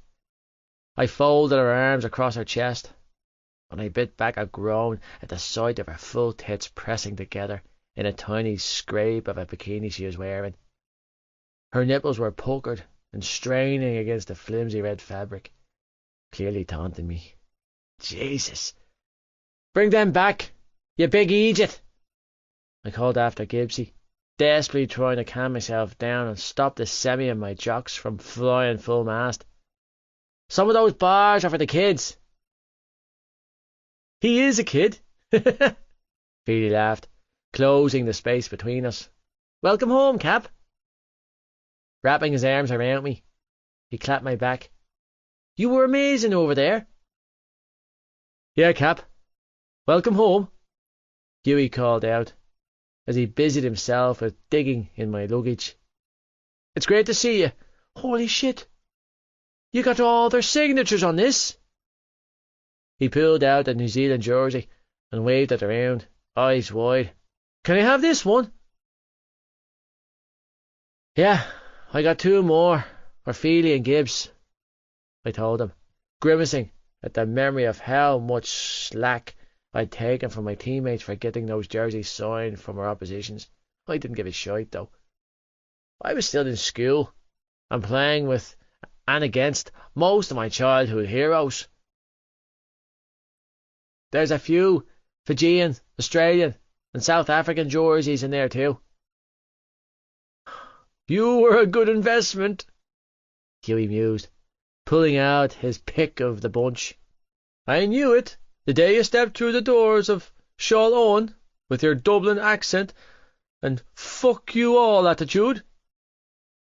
Passing a handful of goodies to Katie, who was waving at me, Hughie continued to rummage around in my personal property.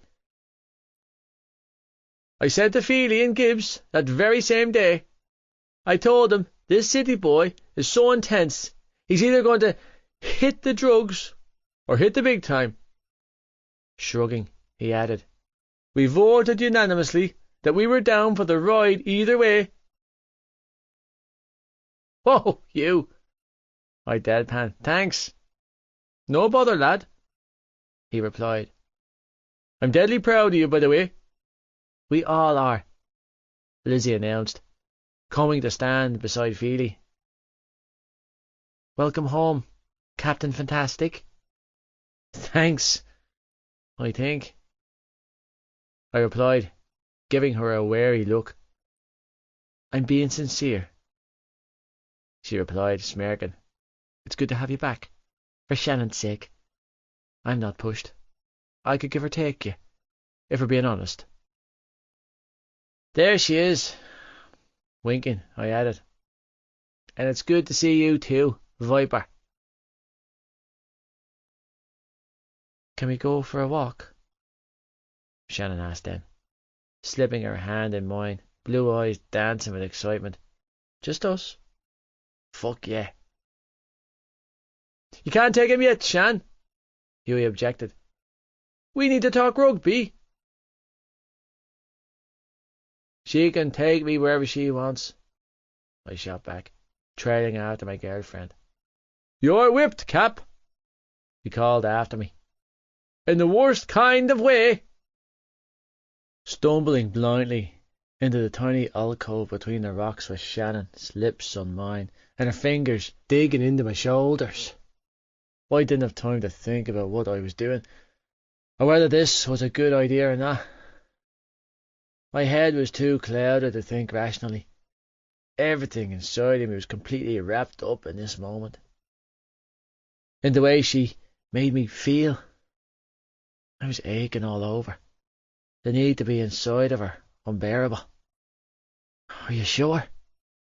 I strangled out, breathing hard against her lips as she reached between us and pulled on the waistband of my shorts. Shan, I don't have anything on me. It's okay, she breathed, nodding frantically. I'm so sure. Really?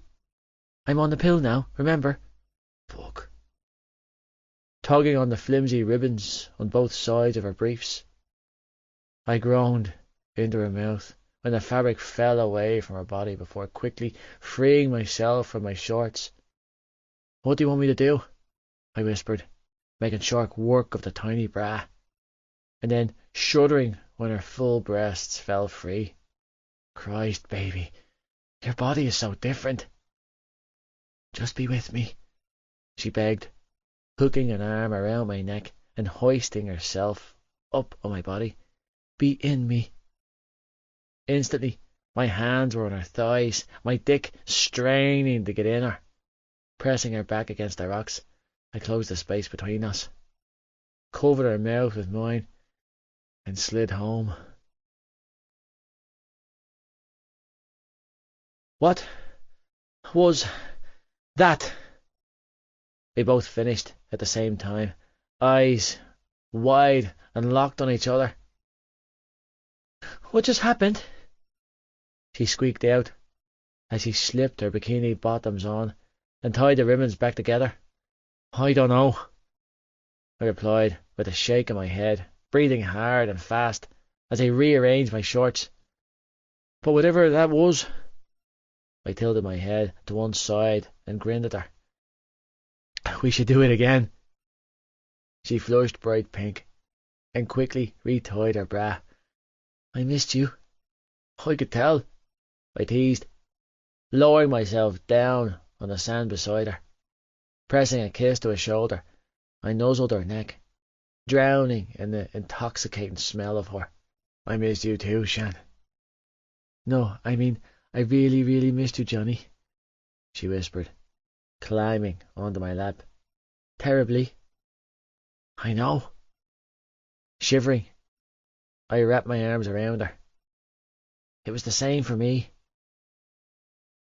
Don't go away for so long again, she mumbled, burying her face in my neck. Or if you do, take me with you. I flinched at her words. I need to tell you something. She stiffened in my arms before whispering, I'm listening. They offered me a contract. Her body turned to stone in my arms, and her fingernails dug into my shoulders. In France? No! I blew out a ragged breath. In Dublin. She was quiet for so long that I wasn't sure she had heard me. But then she whispered, Did you take it? Not yet, I replied hoarsely. But it's a 2-year contract, with a lot of money. I released another pained sigh before adding, They want me to transfer to Royce and finish out my leaving cert there. I'd have to move back to Dublin in September. Are you going to go? She asked in a small voice. I wanted to talk to you first. It's what you want, right? I've been working my whole life for this, I admitted. She shivered violently. Then you should go. I should. You should. But I don't want to leave you, I confessed, voice torn. I know, she replied, voice shaken. But it's okay that you have to. Shannon. I shook my head and buried my face in her neck. It's okay, Johnny. She sniffled, stroking my hair. This is good. My head knows that. I choked out. But my heart is fucking devastated. Let's talk it through, she said in a steadier voice than I was capable of finding given the circumstances. Leaning back, she cupped my face in her hands and looked at me with tear-filled eyes. I'm so proud of you, she told me, tears trickling down her cheeks. You're the best person I've ever known, and I want this for you. Stroking her thumb over my cheekbone, she whispered, You warned me a long time ago about this, and I accepted it then. I accept it now. This is your future, Johnny, and you're going to chase it. She kissed me hard before continuing, and I'm going to stand by you and support you, no matter what, for as long as you want me. I will always want you, I vowed. Fucking always. Don't even say it like that, Shan. Christ. What I mean is, if I'm the only reason you're afraid to sign, then you need to do it, she explained. I mean it, Johnny. You're not losing me. You can have both, I promise. I just don't know if I'm ready for it, I croaked out, voice thick with emotion. I thought I had more time. It's because you're so amazing. And now the whole world knows just how much. She gave me a watery smile. They all want you. I only want you, I mumbled, pressing my forehead to hers. You have me, she replied softly. Contract or not, I'm entirely yours. 81. Festivals and Fangirls. Shannon. When I woke up on the second morning of the music festival in Dublin, it was with a heavy heart and a belly full of dread. For the longest time, I just laid on my side in my sleeping bag, watching Johnny sleep beside me. I studied every inch of his beautiful face, taking in every freckle and scar, and the way his thick, dark lashes fanned his cheekbones when he slept.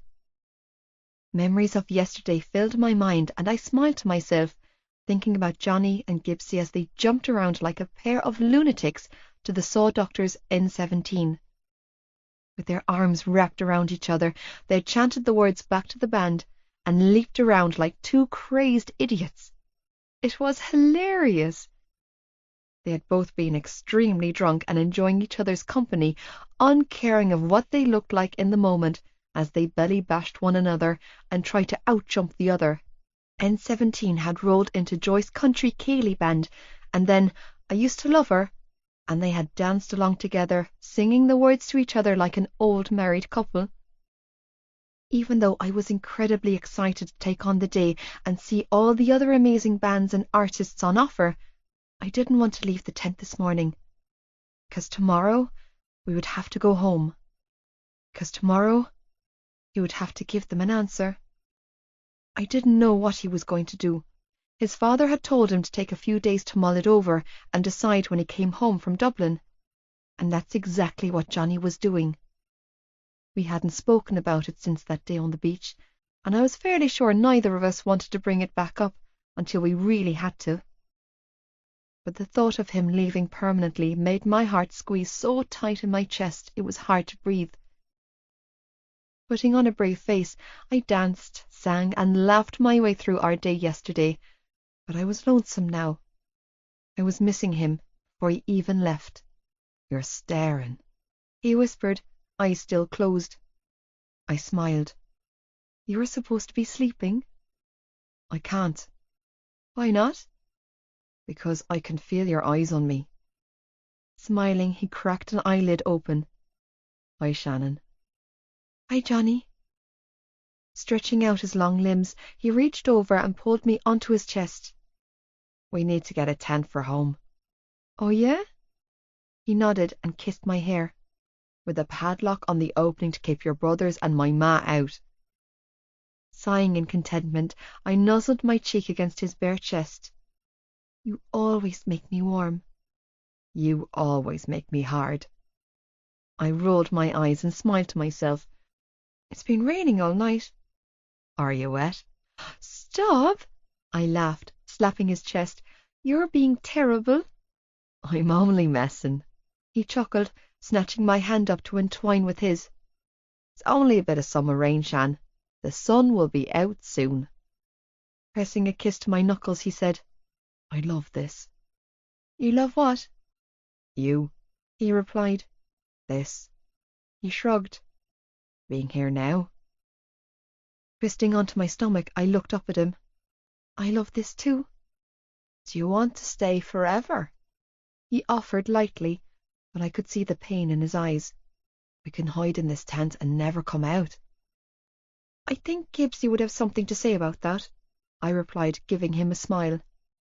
Yeah. Johnny sighed heavily. Should have left the fucker at home. He was demented yesterday. He's fun, I laughed. He's insane, Johnny corrected.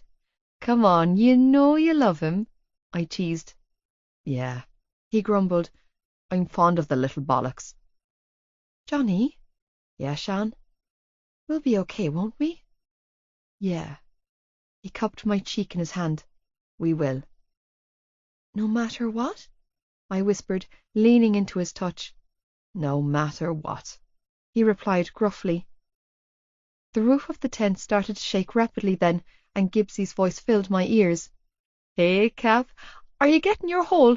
I mean, are you making sweet love, or can I come in? Yes, I am, Johnny growled. Now fuck off. The zip lowered on our tent opening, and his blonde head popped through. Morning, family. I said I was making sweet love, asshole, Johnny snapped, sitting straight up. I know, Gibbsy laughed, crawling inside. That's how I knew you weren't. I could have been, Johnny argued. Nope, Gibbsy shot back. The tent wasn't shaking. Morning, Claire chirped as she crawled in after him with a full face of makeup and her clothes on point. How are my favourite lovebirds? Ready for another amazing day? Do you have batteries I can take out? Johnny asked her. Your optimism is endless. I'm a sunny side up kind of girl, she told him. We're hungry, Gibbsy admitted with a sheepish grin. We ran out of snacks in our tent. 'Cause you didn't bring any, Johnny grumbled, flopping back down and taking me with him, like I told you to. Oh, you have gummy bears, Claire asked, rummaging around in our bags. Wow, I thought you didn't eat junk food, Johnny. I don't, Johnny yawned. Rolling onto his side, he draped an arm around me. They're for Shan. Oh, she swooned.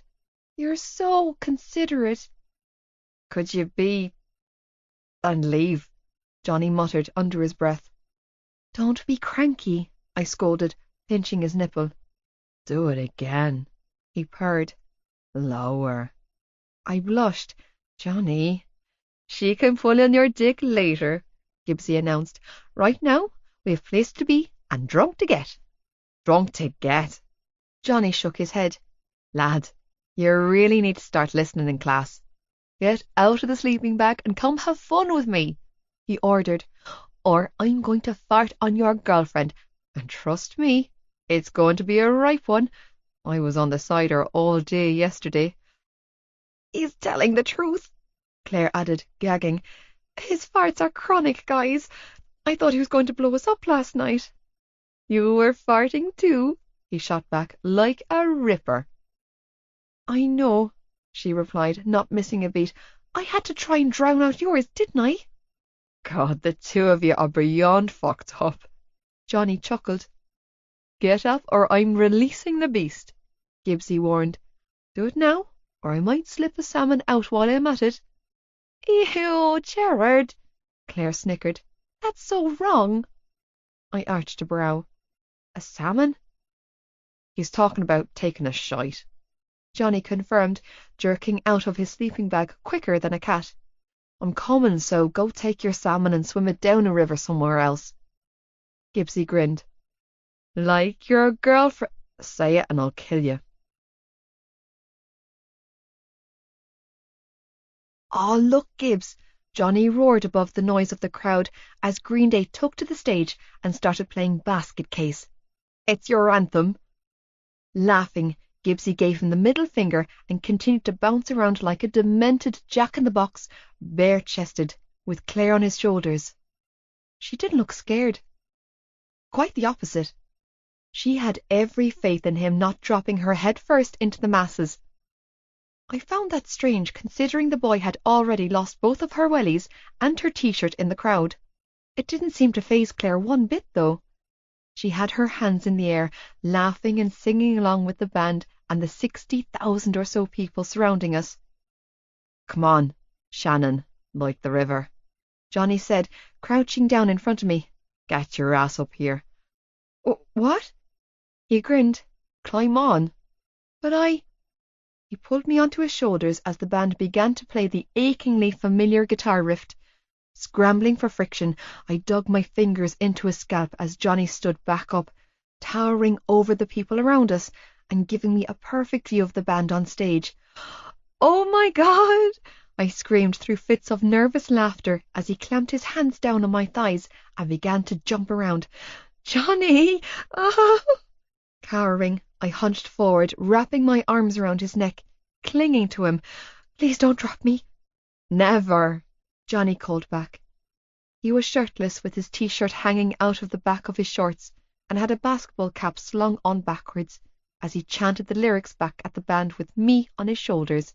I knew he was getting plenty of looks from everyone around us, especially the girls. People recognize him, I realized. It was obvious in the way they sneakily tried to snap pictures of him on the sly. Johnny didn't seem to notice, though. Either that, or he just didn't care. Feeling incredibly free, I threw my hands up in the air and laughed. "Shannon!" Claire screamed my name, and I reached out to grab her hand, laughing as all four of us screamed out the words of the song. Cameras were flashing all around us, but for once I didn't care. We were young and free and together. Tomorrow would come, bringing with it all of the terror that came with an unknown future, but for now I was happy. I was content. I was at the best music festival in the world with the only boy I would ever give my heart to. When Jimmy Eat World took to the stage, I almost had a panic attack. I lost my mind even more when they started to play The Middle. It was at that exact moment that I knew I was going to be okay, that I could do this. I could live this life with him. No matter what he decided, I would find a way to cope, because sitting on Johnny Kavanagh's shoulders with his arm wrapped around my legs and his hand on my thigh, I knew there was no other place I wanted to be. I belonged with this boy, and he belonged with me. For their final song of their set, the band started to play Hear You Me. I glanced over to Gibbsy and Claire, who were completely focused on one another.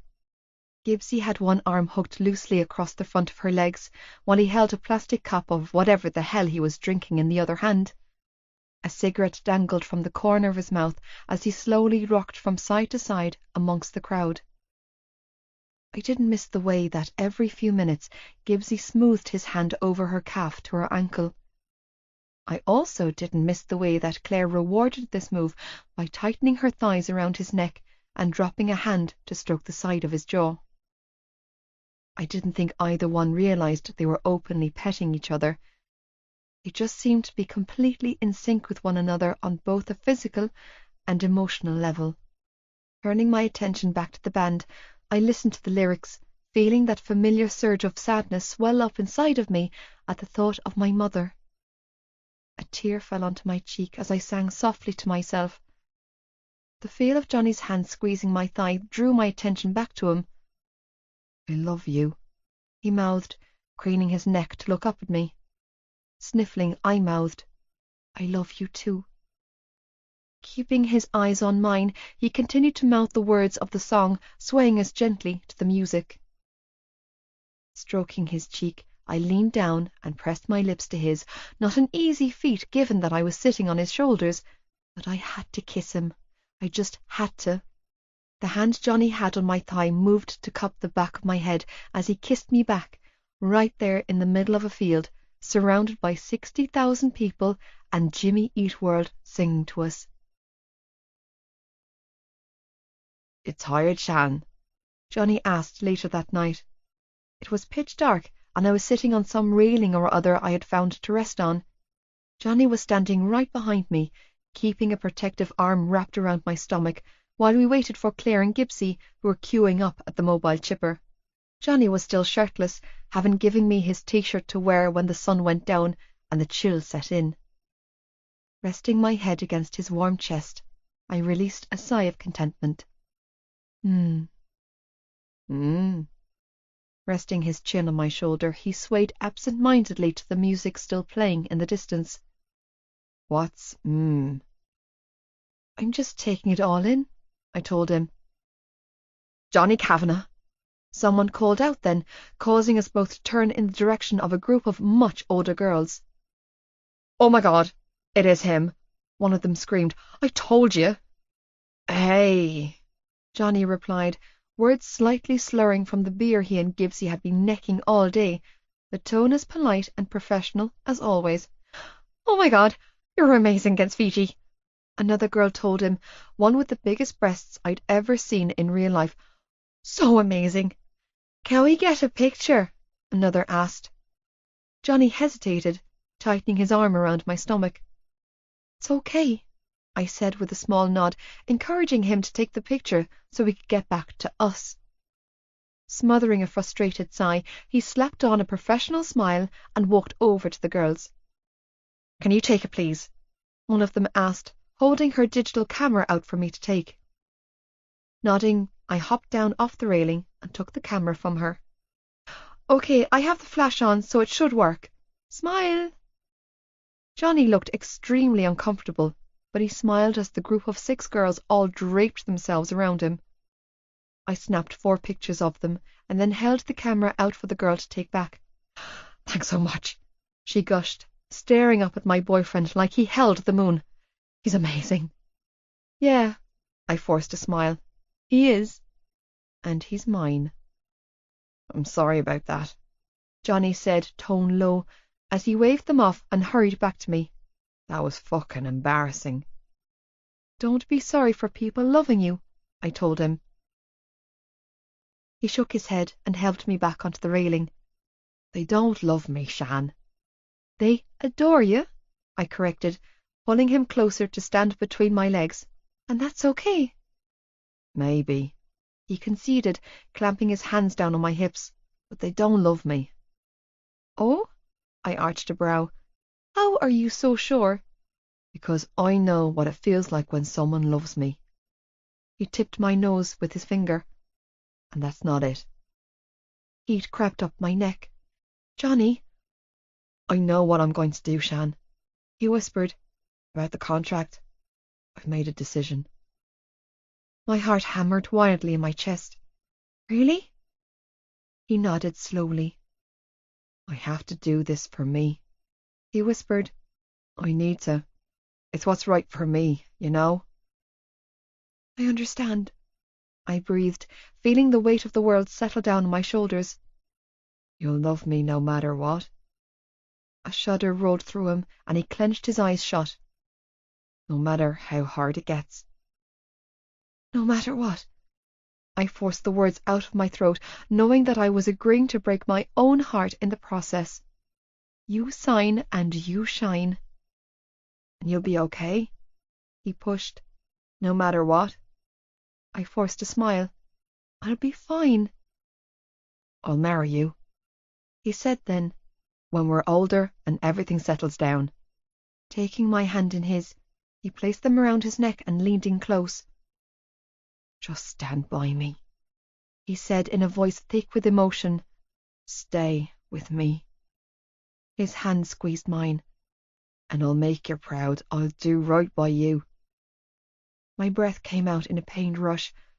Johnny, we'll have a family, he continued to say, one of our own, and I'll stand by you right back in whatever you choose to do, no matter what. This won't break us, I croaked, touching my brow to his. Nothing can break us, he whispered. I promise. 82. A new school year. Shannon. It was September 1st, 2005. A brand new term and my first day of 5th year. Deciding to take the leap year option with Lizzie and Claire, I walked through the doors of Tommen for my second to last year of secondary school, dressed in a brand spanking new uniform, ironed to perfection, courtesy of Mrs. Kavanagh, with my best friends at my side. Everything was different now. I wasn't the same girl from 9 months ago. I was a completely different person with a new home and a new family. All because I made the reckless decision to take a shortcut through a rugby pitch and crash into the boy who had changed my life. The boy who had saved my life. "This is going to be our best year yet, girls," Claire declared, looking her usual pristine self, with her hips swaying and her blonde curls bouncing as she walked. "I can feel it in my bones." "No, no, Claire," Lizzie grumbled, trudging along beside her, looking like the angel of fury. "It's way too early for your demonic optimism." "Ladies," Ronan McGarry purred, stopping in front of us when we reached our lockers. "I heard you 3 took the gap year." "I hope you didn't," Lizzie shot back, releasing her glower on him. "I did," he smirked. "You'll be seeing a lot more of me." Turning his attention to me, he winked. "Hey, Shannon." "No." My lip curled up and I had to repress the urge to gag. "Just no." Ronan's face reddened and he stalked away, clearly furious. "That was epic," Claire laughed, throwing her arm over my shoulder. "Johnny would be proud." "Yeah," Lizzie agreed, cracking an actual smile. "He would have loved to have seen you put that toe rag back in his box." "Don't," I groaned, stomach twisting up in knots. "I don't want conflict this year. I just want to get on with my life." "Aww," Claire squealed then, distracting us both. "Look at him." Swinging around to see who she was pointing at, I smirked when Tig stalked towards us, scowling. "Oh, that boy is going to break some serious hearts," she added, pressing a hand to her chest. "I want to eat him up." "Yeah, look at those baby first-year girls checking him out already," Lizzie chuckled, pointing to a group of young girls openly staring at my baby brother. "He's going to be the man." "No, he's not," I said, horrified. "He's not even 13 yet." "Look at the cute first year," Shelley and Helen said in unison as they rushed over to us. "He's so cute." "That's Shannon's brother," Claire explained. "And yes, we're aware that he is beyond adorable." "Hey, Tig," I said, giving him a bright smile when he approached. "How are you finding everything?" "Don't talk to me," he warned, giving me a horrified look. "Jesus Christ, you're my sister. You don't know me when we're here." "You're in the wrong area," I shot back, eyes narrowed. "The first-year locker area is downstairs." "Whatever." Rolling his eyes, he shouldered his bag and turned around, heading back towards the first-year common area, growling. "This school fucking sucks," before quickly backpedaling to us. "By the way, you can absolutely talk to me," he said, winking up at Claire, who was towering over him. Thanks," Claire laughed, grinning down at him. "Any time, Blondie," Tig replied before sauntering off. "Oh yeah," Claire snickered. "Give him a couple of years and he's definitely going to be the man." "Who's the man?" Gibbsy asked, sidling up to us with Hughie and Feely in tow. He waggled his brows at Claire and grinned. "Are you talking about me again, Claire Bear?" "Nope," Lizzie answered for her. "You have competition this year, Thor." "Oh, please." Gibbsy made a pshing sound and waved a hand in front of himself. "I'm the only competition around here." Looking thoughtful, he added, "I'm basically my own competition." "Hey, Blondie," Tig called out from down the corridor, causing all of us to turn and look at him. "Nice legs." Turning to Gibbsy, he smirked. "You better up your game, lad, because it's on." "Oh my God," Helen and Shelley giggled. "He's got spunk." "Too much of it," I muttered under my breath. "That little shit," Gibbsy hissed, stepping round us to hunt after my little brother. "You better keep your prepubescent eyes off my baby mama, fucker." or you won't have balls to drop." "I have bigger balls than you, fatty," Tige called back, laughing his ass off. "Just ask your mother." "I'm not fat," Gibbsy roared, "and you leave my mother out of this." "I'm coming for your girl, Gibbs," Tige continued to taunt, thoroughly enjoying driving Gibbsy crazy. "Fair warning." "I'm going to kick you all the way back to primary school," Gibbsy snarled. "Fair warning." "Simmer down, Gibbs," Feely laughed, dragging him back by the scruff of the neck. "He's a first year." My phone started to ring in my pocket, distracting me from Gibbsy's comical outrage, and I hurried off to one side to answer it. "Hello?" "Shannon, like the river." Johnny's familiar voice purred down the line, setting my pulse racing. "How's my girl?" Grinning, I bit down on my lip and swallowed a moan at the sound of his husky voice. "Hi, Johnny." "Hi, Shannon." He chuckled softly down the line. "How's your first day going?" "Good. How's yours?" "Productive." I smirked. "Oh, really?" "Yeah," he replied, and there was a teasing lilt to his voice. "See, I had this amazing dream last night about my sexy girlfriend." Leaning against the locker, I glanced around to make sure my friends weren't listening before whispering, "Keep talking." "She tiptoed into my room in the middle of the night," he continued, "and then she climbed under the covers, and when she took her clothes off, she started doing things to my body that made those pretty cheeks of hers turn pink." "Oh, wow." Squirming, I blew out a shaky breath. "That sounds like a great dream." It was the best. A pair of arms came around me from behind, pulling me flush against a chest of hard muscle. "But it wasn't a dream, was it?" Grinning, I spun around and openly ogled my boyfriend in his Tommen uniform, looking like the best thing my eyes had ever seen. "No, it wasn't." "These late-night visits are getting out of hand, Shan," Johnny purred, stooping down to press a hot kiss to my lips. I almost slept through my alarm for training, and my ma was watching me like a bleeding hawk when I came down for breakfast. Grinning, he added, "I think she might be onto us." "Oh, you think?" I laughed. Nodding, he leaned down and kissed me again. "We're going to have to get a little more inventive this year." Sighing in contentment, I wrapped my arms around his waist and hugged him, thanking God that he had made the decision to delay his signing for another year so he could finish off his leaving cert here at Tommen. With me. It gave us one more year together before the big decisions had to be made. It gave us breathing space. It kept us together for a little longer, and I was savouring every one of those minutes. I felt guilty for being so ecstatic that Johnny had decided to stay. I also felt a huge swell of guilt and responsibility for him making that decision. I had feared he was staying out of duty to me, or because he was scared I wouldn't cope.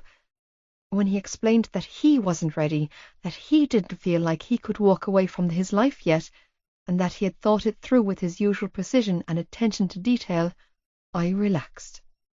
He needed this year, some more time to grow up and live a little before he moved on to the pros.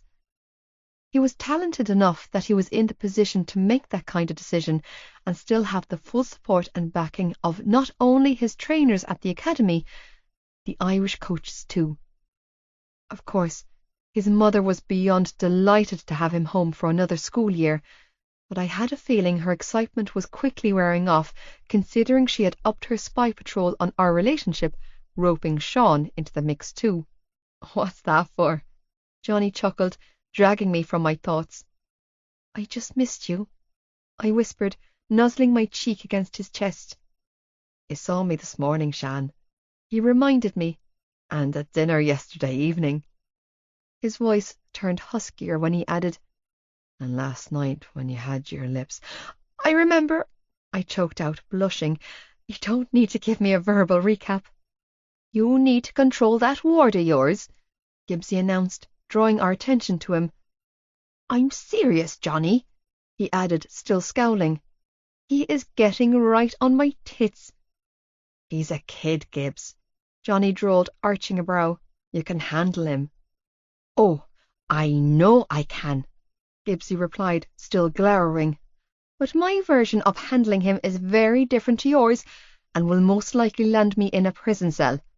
Therefore, it's a good thing you decided to stick around until June, Cap, because you're going to need to stop me from bulldozing this year. By the way, Johnny, I saw your mother and father go into the office earlier, Helen said. She blushed and batted her eyelashes as she spoke to him. I hope everything's okay. Yeah, Shelley agreed, joining in on the eyelash batting. I hope it's nothing serious. Why are you two still here? Lizzie asked in a flat tone. Liz, Claire snickered, be nice. I am being nice, Lizzie countered. I could have said, fuck off. She gave the girls a pointed look. You should buy a muzzle for that one, Claire, Shelley huffed, glaring at Lizzie. She has issues. Big ones, Helen agreed, before they stalked away together, arm in arm. Was that necessary? Claire asked, still laughing.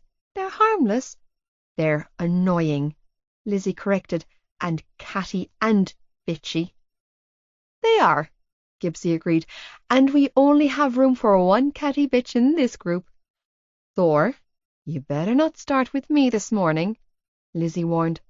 I'm trying to be cordial here, but your face is just setting me off. Oh, Jesus, come on, Shan, Johnny muttered with a shake of his head. It's too early for their shite. Catching a hold of my hand, he tugged me down the hallway after him. What do you think your parents are doing in the office? I asked, hurrying along next to him. Johnny shrugged. Sorting out your brother's enrollment, I suppose. Yeah. I blew out a shaky breath, feeling nervous and anxious for him. Do you think he'll be okay? I asked. Do you think he'll make friends and settle in here at Tommen? There's only one way to find out, Johnny mused, pulling me to a stop just outside the girls' bathroom. Here we go, he added, tone light and full of humour, as he pointed to the front entrance. My breath hitched in my throat when my eyes landed on the boy standing in the doorway, dressed in the Tommen uniform, looking hard and beautiful and a little lost. A gear bag was slung over one shoulder, and a hurley was clutched in his other hand. His white shirt was untucked, his red tie was hanging loosely. His blonde hair was ruffled, and his expression was one of, fuck the world and everyone in it. He looked thinner, darker, more haunted, but his green eyes were sharp and focused again. Oh my God, Claire choked out, running up to us, clutching her chest. Is that Joey? I filled in with a small nod. Yep. When did he get out? Last week, Johnny told her. But you guys never said, she replied, frowning. We weren't sure what he was going to do, I explained, clutching Johnny's hand as I stared at my brother. If he was going to take Johnny's parents up on their offer. But he's here. Yep, Johnny and I both replied. He's here. Who is that? Shelley squealed, joining us once more. Sweet baby Jesus, I'm in love. He's the new sixth year, Helen explained with a dreamy sigh. The new boy of Tommen. Well, shit, Gibbsy mused, coming to join us. This year is going to be eventful. It's going to be something all right, Johnny replied. Yeah, Gibbsy laughed. Let the madness begin. Bonus scene. Making good decisions. Johnny. You are the jammiest bastard I've ever met, Hughie said after school on Monday, in a tone of voice that sounded an awful lot like awe. Honestly, I feel so fucking inferior right now. He exhaled heavily. We're the same age, Cap, and I feel like I'm running about 10 miles behind you. Be happy for him. Phoebe chuckled. He's earned this. I am happy for him, Hughie urged. I'm also a little devastated that I don't possess a pussy. Sighing dramatically, he added, I could have gone with him to the awards ceremony. Yeah, Petey snickered. Because he's going to take you over his actual girlfriend. Stifling a growl, I tossed my gear back into my bag and turned to look at my friends.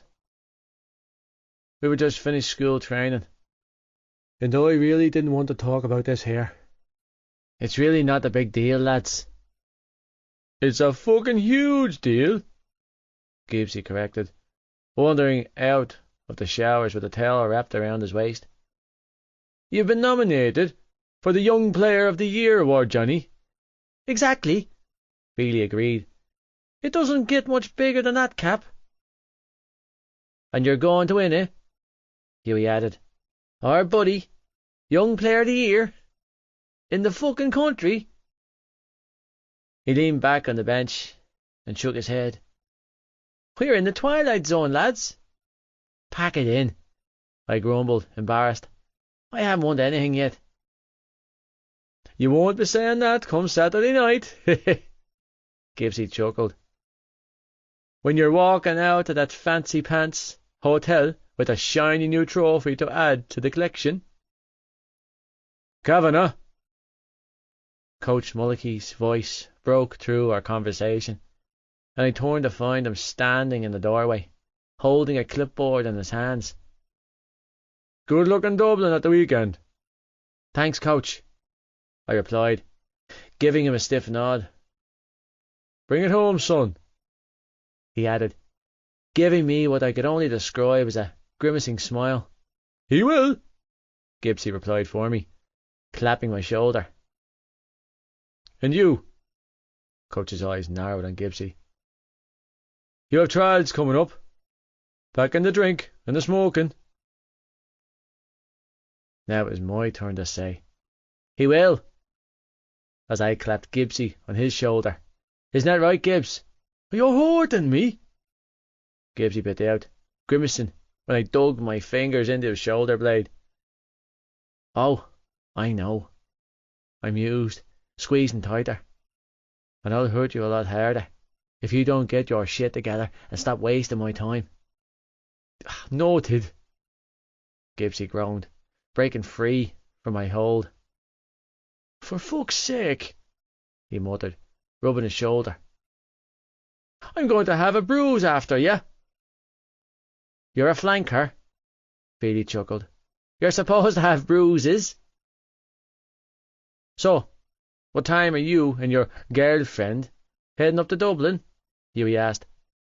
Clearly still put out that I was taking Shannon with me, and not him. To bump shoulders with everyone I've idolised since birth. We probably strike up Saturday morning, I replied, dutifully ignoring the pissness of his tone. Beat the afternoon traffic. Are you sure about that? Gibbsy snickered to himself. Sure about what? Shannon going with you? Yeah, I frowned. Why? Oh, no reason, he mused. It's just that Claire mentioned that little Shannon didn't know if she was going or not. What? I gazed at him. The fuck are you talking about? Why wouldn't she go? Maybe because you didn't ask her, he offered, grinning. I shook my head, feeling at the loss. Come again. You didn't ask her, he repeated, sounding thoroughly amused now. Your girlfriend, he clarified. You never asked her to go with you, Cap. I blinked, feeling confused. Am I supposed to? Yes, all three of them responded in unison. You have to ask them about everything, Huey explained. It's fucking ridiculous, I know, but girls are weird like that. They need to be asked to go to places and shit. Invitations are a must. It's all relationship politics, lad, trust me. It's best to ask them about everything. That's what I do with Katie. He grimaced before muttering. I learned the hard way. But she's my girlfriend, I argued, not buying into this shite. Why would I ask her to go with me? Why wouldn't she already know? Because it's a trap, Hughie offered. My brow shot up. A trap? Don't ask me, Gibbsy snickered. Most of the time, I have no fucking clue what's going on around me. Only most of the time, Gibbs? Feely mused. It's definitely a trap, Hughie said grimly, drawing my attention back to the strangest conversation we had had in a while. You're in trouble, Johnny. Oh, shite. Am I? Absolutely, he said with a grimace. Bad luck, lad. He's right, Feely agreed. You should have asked her to go with you, lad. You need to cover all your bases. Otherwise, it'll be thrown back at you, Hughie added. At any given time, Feely nodded. Day or night. Regardless of how much time passes. Isn't that the truth? You're telling me, lad? That's bleeding ridiculous, I snapped, feeling flustered. It's the way they work, lad, Hughie replied solemnly. Girls are hard work. The hardest, Feely offered. Not my one, I defended. Hughie smirked. We'll see. So, what do I do now? I asked, feeling a little panicky. Go ask her, all three of them replied. Now? Now? They confirmed. Ah, shite. Breathless from my sprint across the school, I rested my shoulder against the locker next to Shannon's and waited for her to notice me, and for my heart rate to settle down. It didn't settle. No, it only seemed to accelerate faster at the sight of her. Fuck my life. Shannon closed the door of her locker then, only to jump when she noticed me standing there like a creeper. Oh! She squealed out and then quickly moved to tuck her hair behind her ears. Hi, Johnny. Hi, Shannon. I hurried to get that cute little pleasantry of hers out of the way before getting right down to business. I fucked up, baby. You did? Shannon mirrored my actions and frowned up at me. How? My hand shot out of its own accord to smooth the line of her brow, but I quickly checked myself. Don't touch her. Not here. You're on a warning. Your last bleeding warning, idiot. Just keep your hands in your pockets. You don't have pockets, but she does. Ah, shite. I didn't ask you, I admitted, with a one-shouldered shrug, balling my wandering hands into fists at my sides. I didn't even fucking think to ask you, I added, repressing a groan at just how hopeless I was at this. I just presumed that we would go together, you know. Now she looked truly puzzled and anxious. Her smile slipped. Shite. There's nothing wrong, I quickly threw out there. Everything's fine. Relief flashed across her features, and those big blue eyes seemed to melt and soften. Oh, okay. Retucking that exact same strand of hair behind her ear, she shrugged her small shoulders and smiled up at me. Is this about the awards dinner this weekend? I nodded, eagerly, thankful that she knew what I was talking about. Gibbsy said you told Claire that I didn't invite you. Well, you, kinda didn't, Shannon replied, in that small voice of hers. I'm not upset about it, she quickly added, gaze cast downwards as her cheeks turned pink. I'm not expecting you to take me or anything. Well, I'm expecting you to go with me, I told her, interrupting her rambling. Her face shot up. You are? Jesus Christ. Yes, Shannon, I replied, stifling my impatience. We're together. You're mine, I'm yours. It's kind of a big deal to me. You're a big deal to me. I thought us going together was a given. Blowing out the breath, I kept my eyes trained on hers and resisted the urge to let my gaze trail over her body. Shannon, You're my teammate in this. I don't want to go to any black tie event without you. Her eyes shot up. You don't? No, I don't.